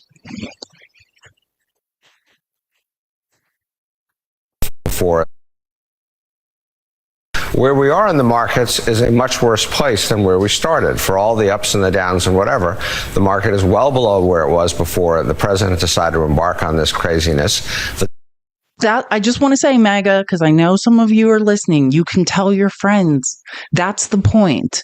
Trump made you feel like, oh, it's a reprieve. Everything's going to be okay. It's not okay. If this continues with China, mutually assured destruction. Even if it stops with China, 10% blanket tariffs will bankrupt the middle and lower classes. They're regressive taxes. We should not be paying the taxes of corporations and billionaires. And again, I could get into how economics works. I know you guys won't understand, but I'm going to try basically. It's not a long-term solution. We won't levy tax revenue. Our country will go bankrupt, right? Because when certain products, it's consumer behavior 101. It's sociology. When certain products get more expensive, people will just stop buying them. Period. It's not that we can continue to levy taxes through tariffs. It's not a viable long-term solution. Whatever, the market is well below where it was before the president decided to embark on this craziness. The dollar is much weaker. Our treasury yields have gone up significantly, which raises the cost of borrowing for the government and exacerbates the deficit problem that you well know we already had. So nothing good has happened out of all this, and a lot of bad stuff has happened out of all this. I have no idea where the president is going. Nobody does. He probably honestly has no idea where he's going on this. This is the worst economic policy making I've seen in 50 years of hanging around economic policy. My border collie could do a better job of managing this economy than this administration has done so far. What you're hearing from the Treasury Secretary, from others, is honestly just kind of gobbledygook. It makes no sense. Nobody would have said that this is the road we should go down. You're not going to be able to buy that new iPhone at any reasonable cost very shortly if all this sort of stuff stays in effect. And let me make one last point, Joe. I just came back from 4 days in Europe. I was in London. I was in Germany. I was in Sweden. The loss of confidence in America is extraordinary. They do not view us as not a reliable ally, not even a predictable ally. And they are really scared. They are going to try to get their act together. That Europe is a complicated place. But Trump has done incredible damage to the American brand in all these countries, and total loss of confidence in what was always thought of as great American leadership on the world stage. Yeah, real quick, if you want to subscribe, the yellow star in the bottom left-hand corner is where you can subscribe. Yeah, I think that's fair. I honestly, I don't know exactly how we could do the experiment, but I would bet if someone was holding a pew-pew to my head and said, hey, we know the answer to this somehow. Who is smarter, a border collie or Donald Trump? I'm 100% guessing a border collie. Border collies are very smart. The only dogs smarter are poodles. So I'm just saying, 100% a border collie is, I'm just saying, if I had to guess and the punishment for getting the answer wrong was unaliving, then I'm definitely taking the border collie any day. Of course, a border collie, it could run the economy better than Trump. No doubt. But again, you have to understand, just actually, and I was thinking about this yesterday because I had the day off from doing a live. I mean, Trump's pattern of behavior rings true, right? This is what he does to his businesses. The goal of Trump running a business was never that the business flourished and he created jobs. The goal was that he would build it was like a pump and dump. That's what businesses were. It was that he would leave with capital. No one else would. Everyone else would be bankrupt. His vendors wouldn't be paid. People would be out of jobs, but he left with something, right? And that's how he sees this economy. That's what he's doing with the American government. He's grifting. He made $500 million on Monday. All of the shareholders that are his little sycophant friends got rich. And I'm not talking about the rest of the market and Charles Schwab. The top 500 richest people in the country made $304 billion, right? The goal is the transfer of wealth to take from us. I talked about this. We've seen this throughout time. This is the decline of an empire. Just like with Rome, like when you study it in history class, it's like, oh, it happened in a blink of an eye. No, it happens over hundreds of years, right? But there's certain people that don't want to feel the decline. So they are stealing, they are transferring wealth to the top of the economy. They won't feel the decline. We will. This is late stage capitalism. They are robbing us and transferring the burden, the pain of late stage capitalism onto us. Period. Full stop. Thank you, Steph, for the super chat. Buy the dip, Felice. It's a great time to buy. I know. If I had any capital, I should run a fund. We should, because I would have probably bought before Monday, before he said it. If I had a bunch of capital, I would have bought, because I knew. How many times did I say that's what he's doing? If I had capital, I would have bought, but you've got to have capital to make capital. That's the problem. Plus, I don't want to profit off other people's pain. At some point, I started caring about people. Okay, and I like this too. I mean, again, it's not great news, but it's a great graph. Like, again, when Donald Trump says we're bringing manufacturing back, any person that can do math and understands economics and labor laws in the United States knows that is not true. We are never bringing manufacturing back. That's just that's just something Trump is yelling to give MAGA something to say. It will never happen. Now, when was the last manufacturing boom? MAGA, you're going to love this. It was thanks Joe Biden. This is manufacturing investment in the U.S. Trump is elected right here. See where Biden's elected? Now, this is what you call a manufacturing boom. This is how you bring manufacturing back to the United States. You do what real economists say is necessary. There's where Trump is elected. Do we see that? Does it look like manufacturing is coming back, or does it look like the opposite is happening? Now, look, that's thanks, Joe Biden, for the manufacturing. Oh, there's Trump's first term. Trump always says he brought manufacturing back then. Now, let me see here. Did Trump's first term bring manufacturing back? Absolutely didn't. Now, let's look at Biden's term. Oh, there's manufacturing coming back. Oh, Trump got back in office. Again, inherited a bull market. The economist said our economy was the envy of the world. No more manufacturing. I just want to be clear. Whatever Trump tells you, it's not true. Period. Oh, hi, Filipina Zena. You're back from Disney World. Oh, happy birthday. I'm glad you had such a good time. Thank you for the super chat. You're awesome. Can I show Obama on this chart that doesn't include it? No, but that's publicly available information that you could just look up. The source is the U.S. Census Bureau, created with Data Wrapper. You too. All of this information is publicly available. Google Trends probably even could show it. When I worked in advertising, I always used Google Trends because it was really fast. Market retreat as U.S.-China trade war worsens. And again, this is at the close of the markets yesterday, when the market was crashing again, when Trump was having that insane cabinet meeting that was like Pyongyang. It was like a North Korean cabinet meeting where everyone, Marco Rubio's like, Trump, you're so amazing. We love you. That was the scariest I've ever seen in my life. And the markets were crashing. And at the end of the cabinet meeting, someone's like, hey, like, have you seen that the markets are crashing again? And Trump's like, no, I didn't know. I had no idea. I was in here. He does not care about anyone but him. He's like, I did great. Charles Schwab, not as a company, the actual Charles Schwab made $2 billion. Everything's going great.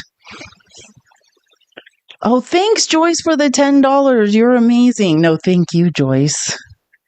And Chelsea's, thank you for the $5. Can we stop paying our taxes, or do we get jailed? I don't know, and I won't say who. There's a chance there. I saw them a second ago in this live. I do know.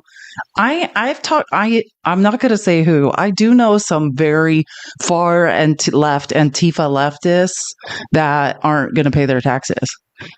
But I'll just say this, and I think they're going to pay state tax, just not federal. But I'll say, and again, I'm not suggesting anyone do that. I'm actually going to say, it's less about like the danger is not so much about us not paying taxes. It's that they have fired everyone in the IRS. Like, even let's say everyone like us, normal people that don't make a lot of money and we pay our taxes, that's not where the IRS tax revenue. Oh my God, I actually have a video on this, I think.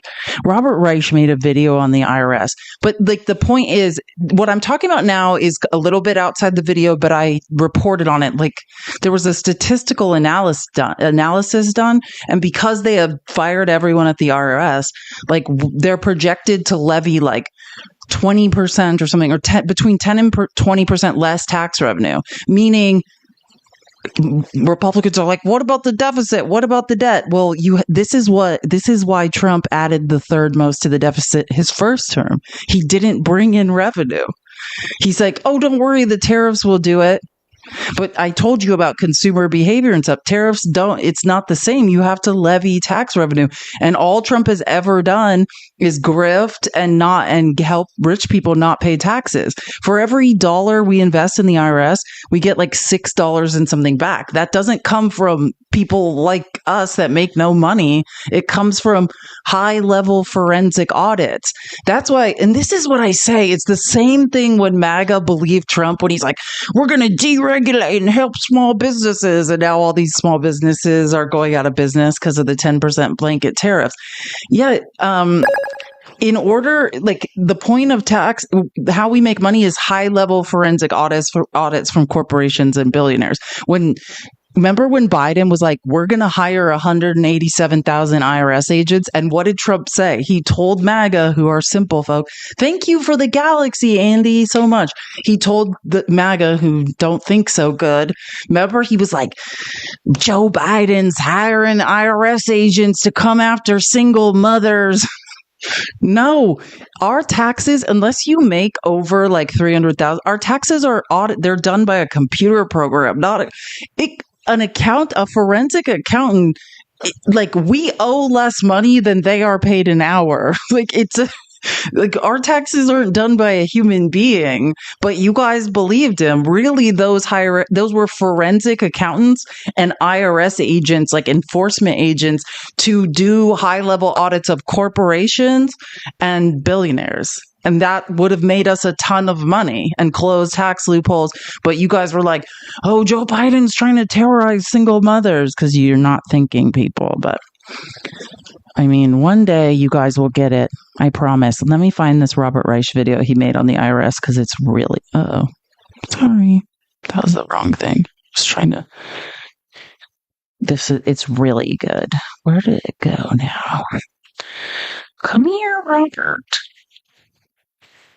It's got to be somewhere right around here. Steve Ratner.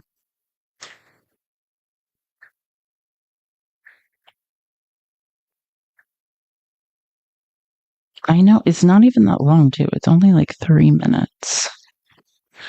I'm leaving I might have forgotten to add it, but I know I recorded it because I was like, this is fascinating. And spoiler alert, it's not smart to fire everyone in the IRS. Not that anyone cares, but it's not very smart. My gosh, my brain. I will find this if it's this thing I do. I had to record it, so I know it's here. Is that it? Yeah, found it.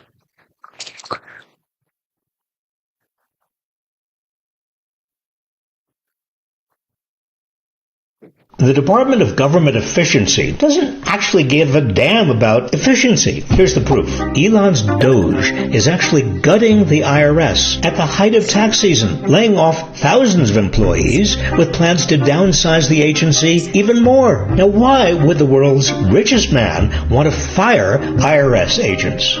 Fewer IRS agents to audit the complex tax returns of the super rich means more opportunity for billionaires like Elon to skirt what they owe. Recent estimates show that the richest 1% of American taxpayers already underpay their taxes by $205 billion a year.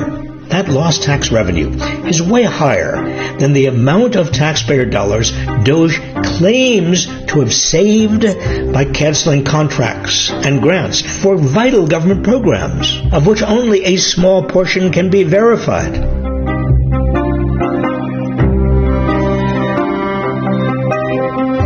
While some DOGE employees collect six-figure salaries, they are gutting some of our most important and efficient federal agencies and not uncovering much in actual savings. And they're doing this while making it harder for the government to collect money that's actually owed. So much for efficiency. By one estimate, for every additional dollar the IRS spends auditing the richest 1%, it would collect 13 additional dollars in tax revenue. For every dollar spent auditing the richest 1/10 of 1%, it would collect $26 in additional tax revenue. Know the truth. Gutting the IRS has absolutely nothing to do with efficiency and everything to do with making it easier for billionaires like Elon to evade taxes while shorting you and every other American who actually pays their taxes. The so-called Department of Government Efficiency should actually be called the Department of Tax Evasion. No, well, in fairness, not just, did you hear that? So that's the 1% and 0.1% is you make for every $1. That's called a great return on investment. Every one tax dollar we spend, we get 13 back when we go after the 1%. And for 0.1%, we get 20 something dollars back. Are you getting it now? Why we had to get rid of the IRS? Why the guy running the IRS is a man who's not an accountant, never even worked in finance. He once owned a putt-putt golf place. What's his name? Like Billy Long or something? The only thing he's ever done was commit to try to dismantle the IRS. They don't want to pay taxes. Oh, also, they don't want to be investigated for, antitrust, insider trading, all those things. All DOGE has done is stop any enforcement on the richest people in the country to make them pay bills, follow rules, stop insider trading. That's the only thing DOGE has done. I just pulled up doge.muskwatch.com. Verifiable canceled funding is at $11.7 billion. We could make more money just making the rich and corporations pay taxes. This is not. They are adding 4.5 trillion, or what is the amount they can, without auditing? It's 4.5 trillion or something that is going to be added, but 5.8 trillion, they raised the debt ceiling. But I think we're about to go into extreme debt. At least the House was going to make them offset 1.5 trillion and the Senate just changed it to 4 billion. This is not fiscal responsibility. This is rich people robbing us in real time. We are literally being robbed. And MAGA's like, go Donald Trump, you're doing a great job. Keep up the good work. Oh my God, I can't even do it. I can't. It's hilarious at this point. I want to show you. Did you guys see when Hakeem Jeffries both wrote a letter, which I was going to show you guys on Wednesday, and I did it. He put it all in writing in letterhead, and then also on the House floor said it again. He's challenging Mike Johnson to a debate because he's like, Mike Johnson won't stop lying, so he wants to debate him. He mailed him a letter challenging him to a debate, and then he was on the House floor before they voted to rob us all with Trump's big beautiful bill, and said it again, which Mike Johnson won't debate. Mike Johnson is a puppet of Trump, but I would love it if he did. The Republican budget proposal that would enact the largest Medicaid cut in American history in order to pass massive tax breaks for your billionaire donors like Elon Musk. Mr. Speaker, I'm ready to yield. I'm ready to debate one-on-one on this House floor. And I promise not to rebuke you in the name of Jesus.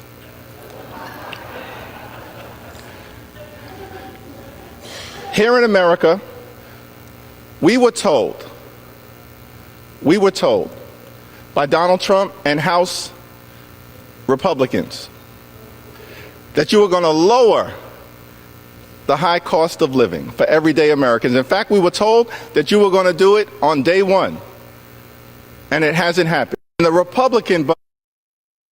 I would pay money to get Mike Johnson to be in a debate because everything he says is a lie. Like, Mike Johnson is, yeehaw, thank you for the hat. Mike Johnson is a full on just puppet. Like, anything. Trump could be like, go out there and say you're into non-straight corn. And he'd be like, okay, there's nothing that Mike Johnson would not parrot if Donald Trump told him to. He should be forced to debate. 100%. He would be absolutely awful at it. I want to show you this. I told you about this a long time ago, and you're probably like, what? I don't even remember this, but I feel like I need to show you guys this before we end the live. I told you about we were talking about climate crisis and that Representative Mary Miller who was saying climate crisis is a lie and Jesus controls the climate. And I was talking about how Trump, one of the things Doge is doing is gutting they're deregulating and polluting. And I was talking about the Tennessee 3, Justin Pearson, who this guy, Justin Pearson, he's in the Tennessee state House of Representatives. He's awesome. Yeehaw. Thank you for the hat. And he was talking very angrily about what Elmo is up to, polluting in Tennessee. This is what deregulation gets you. It's not helping small businesses. It's just hurting communities. And today we got some shocking news from the Southern Environmental Law Center that XAI, Elon Musk company, is operating 35 gas turbines in Southwest Memphis, in the neighborhood where myself and my entire family lives. This is horrific news. They are increasing the amount of nitrogen dioxide, which causes smog and continues to harm people with asthma by potentially 30 to 60%. In addition to that, all of these gas turbines could emit up to 17 tons of formaldehyde into the air. And they haven't gotten a single permit. No piece of paper from anybody giving them consent or permission to pollute and to hurt our air quality for their profits. So I'm asking each of you who are able to please come this Saturday for an emergency environmental justice town hall meeting. We're having it at Mount Pisgah, 3636 Weaver Road, right in 38109. And please submit your public comments opposing Elon Musk XAI permitting to stop the pollution and to stop the environmental racism and environmental degradation. Environmental justice and the right to clean air is a human right, and we have to defend it, we have to protect it, and we have to fight for it. I'm in this fight for the long haul, and I'm asking for each and every one of you to be too. Thanks so much, and God bless. Oh, if you don't know, they're trying to phase, and I'll say this, if you were raised by a malignant narcissist, then the pattern is very clear with Donald Trump. It's what he did his entire first term. It's called what we call it, or I've read thousands of psych papers on this, it's called idealization. Right? Trump finally got access to the richest man in the world who was hyping him up, is I'm going to get you elected. Look, here's the plan. I'm going to take all my people and do this Doge stuff and stop all these investigations against us. And we're going to rob the poor so we can get richer. And Trump was like, wow. Elon's great. And it's not just great. You have to understand the pathology of malignant narcissism. He's like, I'm God, and the richest man in the world wants to work for me, right? It makes his inflated sense of self grow. He feels good about it, right? So he idealizes Elon. But I would say around the time of that Wisconsin Supreme Court election, that is when the devaluation phase started. That's what happens. You watch Trump do it with his entire cabinet in his first term. He would idealize someone, think they were good. They would, something would happen. And then he starts to devalue them and then discard. You are seeing the literal devaluation phase of Elon Musk with Trump. right? But Elon Musk knows too much. So Elon's not leaving without something. He's polluting, he's getting billions. Let me show you some more examples because I was going to show you guys some of this. And I'll end it. I'm almost done. But I want to make sure I get to this and we see like Elon's not leaving without getting his lick back, right? Like stealing, polluting, getting billions in government contracts. But it's very clear to me that Trump is disillusioned on Elon. He now sees, I thought, and the idealization period for a narcissist, it is real. It's not fake, right? When they are love bombing, when they're like, oh, I love Elon, he's great. It's because they believe it. And actually, if you really, let me explain something because it might help you especially if you, and I'm talking about people with narcissistic personality disorder, not people with narcissistic traits, but it might help you understand them, right? What the idealization period, it has to do with their mothers, right? Your primary attachment is your mother, and basically narcissists were denied that. Like they idealized their mother. They wanted their mother. They wanted that validation from their mother and they could never get it, right? They were abused or whatever happened. That connection was broken.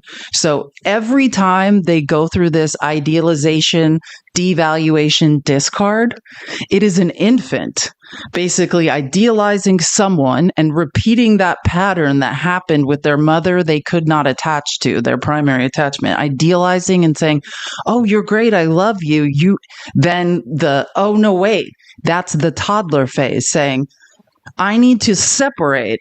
You're not my mom. I'm a toddler. I'm growing up. Get away from me. Leave me alone, right? And then the discard of going away. They're literally repeating that phase of trying to attach to their primary attachment, realizing it wasn't going to happen, and then discarding over and over and over. And that's what Trump's doing. Like someone makes them feel important and special, like their mom was supposed to do, right? And he's like, oh, this is it. And it's genuine for a little bit.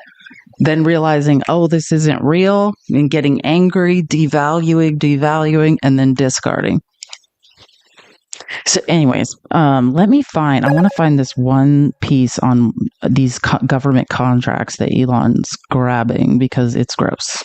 And everyone should know. I'm just trying to remember who did this piece. I'll find it. Give me 1 second. It's got to be somewhere right here. Oh, I have a couple of really good ones.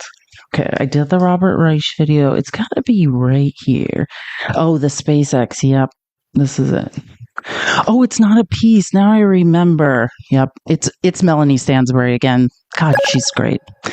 Yeah, and I'll show you the article if you want to read more about it, but this is what it is. Elon Musk is inking a nearly $6 billion contract with the Pentagon for his own private company. Folks, this is a grift. This is grift, and this is exactly what we warned about when Doge began. Musk may be leaving, but he's looting the federal government on the way out and setting himself up to make billions in federal contracts. And I'm not going to read the whole article, but if you want to read about it, it is disgusting. But this is the point. Like, Musk is part of this whole scam, this Doge scam. He knows too much, and he's going to get everything he wants before he goes away. This is just another example of the other ones we already know about. $13.5 billion in Pentagon launch contracts. And this article is fascinating. I did not screenshot the whole thing, but 10 of 10 recommend to read and just take a screenshot. And I can also send it to everyone, but I have one more thing. I'll send it to everyone too. I have one more thing I want to show you guys, or a couple, well, maybe two. Just some lies that Elon's told. Or this is a good one. So Elon, I don't know if you've seen this, but Tesla won't even take Cybertrucks back anymore. You know what the lemon law is? Like, Cybertrucks are worth so little now that they're just suggesting. I'm trying to remember what this says. Oh yeah, Tesla has officially joined the boycott of Tesla. This is real life. This is when you know it's not going great. Like, this is the power of the people. Like, Cybertrucks, the company won't even like take them back to resell them. Cybertruck is now officially the auto industry's biggest flop in decades. How can that be true? A sales flop that missed the volume goal by a staggering 84% with no sign that things are improving. They won't even accept this thing anymore as a trade-in. That's the greatest. Wait, Tesla won't? Or Tesla won't accept Tesla their own won't. car as a trade-in and is instead suggesting that they file a lemon law. You're kidding me. No. If the dealership is suggesting that, Since it went on sale, it's outsold the Ford Lightning, which is the electric Ford pickup, and the Rivian pickup truck. So you're saying hard to call success? It has a bright future then. Tesla Cybertruck. How sad is that? You can't even they won't even take it back and do resales. And yeah, I mean, it is. I showed a study once where it's like, I think the truck prior to the Cybertruck that caught on fire the most was the Ford Pinto, and Tesla Cybertruck's far outpaced that. I mean, the way that math was done, I mean, I think Elmo tried to dispute it, but I think it's pretty. I think we all know that. Sorry, I didn't mean to show you guys my brain. I will just show you guys one more thing. Wait, what was it? Oh yeah, this is just an example of how much influence during the idealization phase. Because think about it, Trump is a malignant narcissist. To let somebody like Elon Musk sit next to him and make all the decisions for as long as he did, that was the idealization phase. Now he is devaluing him in his mind, and soon he will be discarded. Elon can get out, or Trump's going to force him out. But this is Senator Markey questioning the guy who's now running NASA. And he's lying under, I guess he's not lying. He's lying by omission under oath. Elon used to literally be holding hands with Trump, making decisions of who to put where. Was Elon Musk in your meeting when Trump offered you the NASA position at Mar-a-Lago? Senator, I was interviewed by the President of the United States. Was Elon Musk in the meeting when he offered you the job? Senator, my meeting was with the President of the United States. So Elon Musk was not in the meeting, is that what you're saying? Senator, I was being interviewed and speaking with the President of the United States. You can just say he was not in the meeting. Was he in the meeting or not in the meeting? Senator, I'm trying to be as transparent as I can. I was being interviewed by the President of the United States. It's not a difficult question. Was Elon Musk in the room when the President offered you the job? Senator, my meeting was with the President of the United States. I'm assuming that you don't want to answer the question directly because Elon Musk was in the room, unless you want to dispel us of that notion. Senator, again, I was being interviewed by the President of the United States. Yeah, he never did, because he was. And think about it. Think how controlling Trump is. Like, he was idealizing this man to the point he's like, sit next to me. Let's make all our decisions together. We can do it. Now, let me show you. I want to show you yesterday, just in case you missed it. I assume probably everyone saw this. I didn't do my live yesterday because I wasn't feeling too well. But I just want to make my point of why I'm showing you that, like, the idealization period with Elon and Trump is very clearly over. So first, wait, let me make sure I get this right. Well, I'm going to do it in this order. Okay. So Aaron Rupar, who I always say is one of my, yeehaw, thank you for the hat. Keep tapping the screen. Let's get to 600K.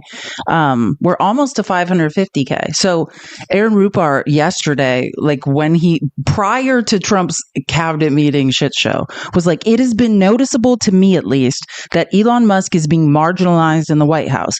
Trump is holding a cabinet meeting today and Musk won't be there. He hasn't been around all week. And as far as I've been able to tell, it seems the Wisconsin election caused his star to fade. Yes, that started the devaluation process. But so people were reporting this, and Aaron Rupar didn't come up with this. It's basically people were on Newsmax. Here, let me show you. What's his name? Washed up reality star turned transportation secretary, Sean Duffy, was basically saying on Newsmax, and more than, it wasn't just him. This is just a clip, that he wasn't going to be at the cabinet meeting. There, but the conversation about government efficiency, I talked over it. My bad. Elon may not be there, but the conversation about government efficiency, I think, is still going to be there, as if Elon was in the room. Yeah, well, everyone. So that's what every, and you could tell the cabinet members are like, yes, Elon's gone. By the way, thank you, Just Hanging, for the super sticker. Hi back to you too. I appreciate it. So people didn't think he was going to be at the cabinet meeting. And then I think because of this coverage, Elon showed up at the cabinet meeting. But let me show you what Trump said about Elon in front of Elon, which this is when you know a narcissist is devaluing you in their mind and has woken up and is like, no, get away from me. I don't need you. It's narcissists when they start discarding, it's a toddler saying, I'm done with you, mom. Like, I thought I needed you, but I didn't. I'm growing up now, right? It's like when infants are becoming toddlers, it's like they seek comfort from their mom, then they venture out and they're like, okay, I'm independent. And then they get scared and they run back and they're like, no, I need you. And then that's what narcissists are doing during the devaluation phase. And when they discard, that's when they're like, no, I don't need you. I'm a full grown toddler now. I've grown up. Get away from me. So this is what Trump said in the cabinet meeting. Oopsies. With Elmo there. Elon's done a fantastic job. Look, he's sitting here, and I don't care. I don't need Elon for anything other than I happen to like him. But I'm telling you, this guy did a fantastic job. I don't need his car. I actually bought one and they said, oh, did you get a bargain? No. I said, give me the top price. I paid a lot of money for that car. But honestly, he makes a great car. You know what I do with it? I let the people in the office drive around in it. It's Trump telling Elon, I don't need you anymore. You don't have to read too much into it. Narcissists are very literal. He's saying, he didn't give me that car. I bought it, and I don't need him. This is the devaluation discard phase. And when I say infants, narcissists are infants. They never attached to their mother, the primary attachment. And it's called individuation. When you learn to grow and develop a sense of self, that doesn't occur in narcissists. What happens to them instead is they realize, hey, my primary attachment, I'm not getting the validation I need, so I'm going to give it to myself. I'm God. And they create this grandiose sense of self that just says, I'm God. But they've never learned to individuate. They never developed a sense of self. So underneath is just an infant, an insecure, shame-filled, angry infant. And that's what Trump is. Thank you so much for the gift. I appreciate it so much. So yeah, that's what's going on. And what you're watching is the devaluation of Elon Musk in Trump's mind. When he didn't win that Supreme Court election, I totally agree with Aaron. That was when Trump was like, ew, what are you worth to me? If not, you had one job. And Trump was not enjoying after a while. Trump doesn't want to hear President Musk. He's God. No one can sit next to God for too long. There's always devaluation and discard. And when Elon gets fully discarded, it's not going to be pretty. Then they will fight. Because I suspect Elon might be a narcissist too. So good luck to the both of them. It's going to get super ugly. But anyways, I think that's we've reached. I mean, it's Friday night. We've been live for 5 hours and 5 minutes. Oh, they will, Rebecca. Whether publicly or privately. There's two people can't be God. There will inevitably be a clash between the two of them. And hey, whatever. The enemy of my friend. Wait. The enemy of my enemy is my friend? Is that how it goes? In both cases? I don't care who destroys who. Whatever. But thank you guys. I missed you guys so much. Thank you. I was only gone for a day and I missed you guys. Thank you guys so much for all the love and support. Thank you to my mods for being here and helping me so much. Appreciate you guys. I will let you guys know. I think on Monday I'll be live with Facts in the morning, but I'll let you guys know this weekend. And I'll be doing some debates next week. I think. I don't know. It's all up in the air. But I have a backup account I want to start debating from. Facts and I are thinking about it. I just need to talk to him. And then, like I said, join the Discord if you're not in it. If the link doesn't work, just copy and paste the link in the browser. Thank you guys so much for a nice afternoon together. You guys are absolutely the best. Get some sleep. Enjoy your weekend. And I shall see you guys next week. Later, Gators.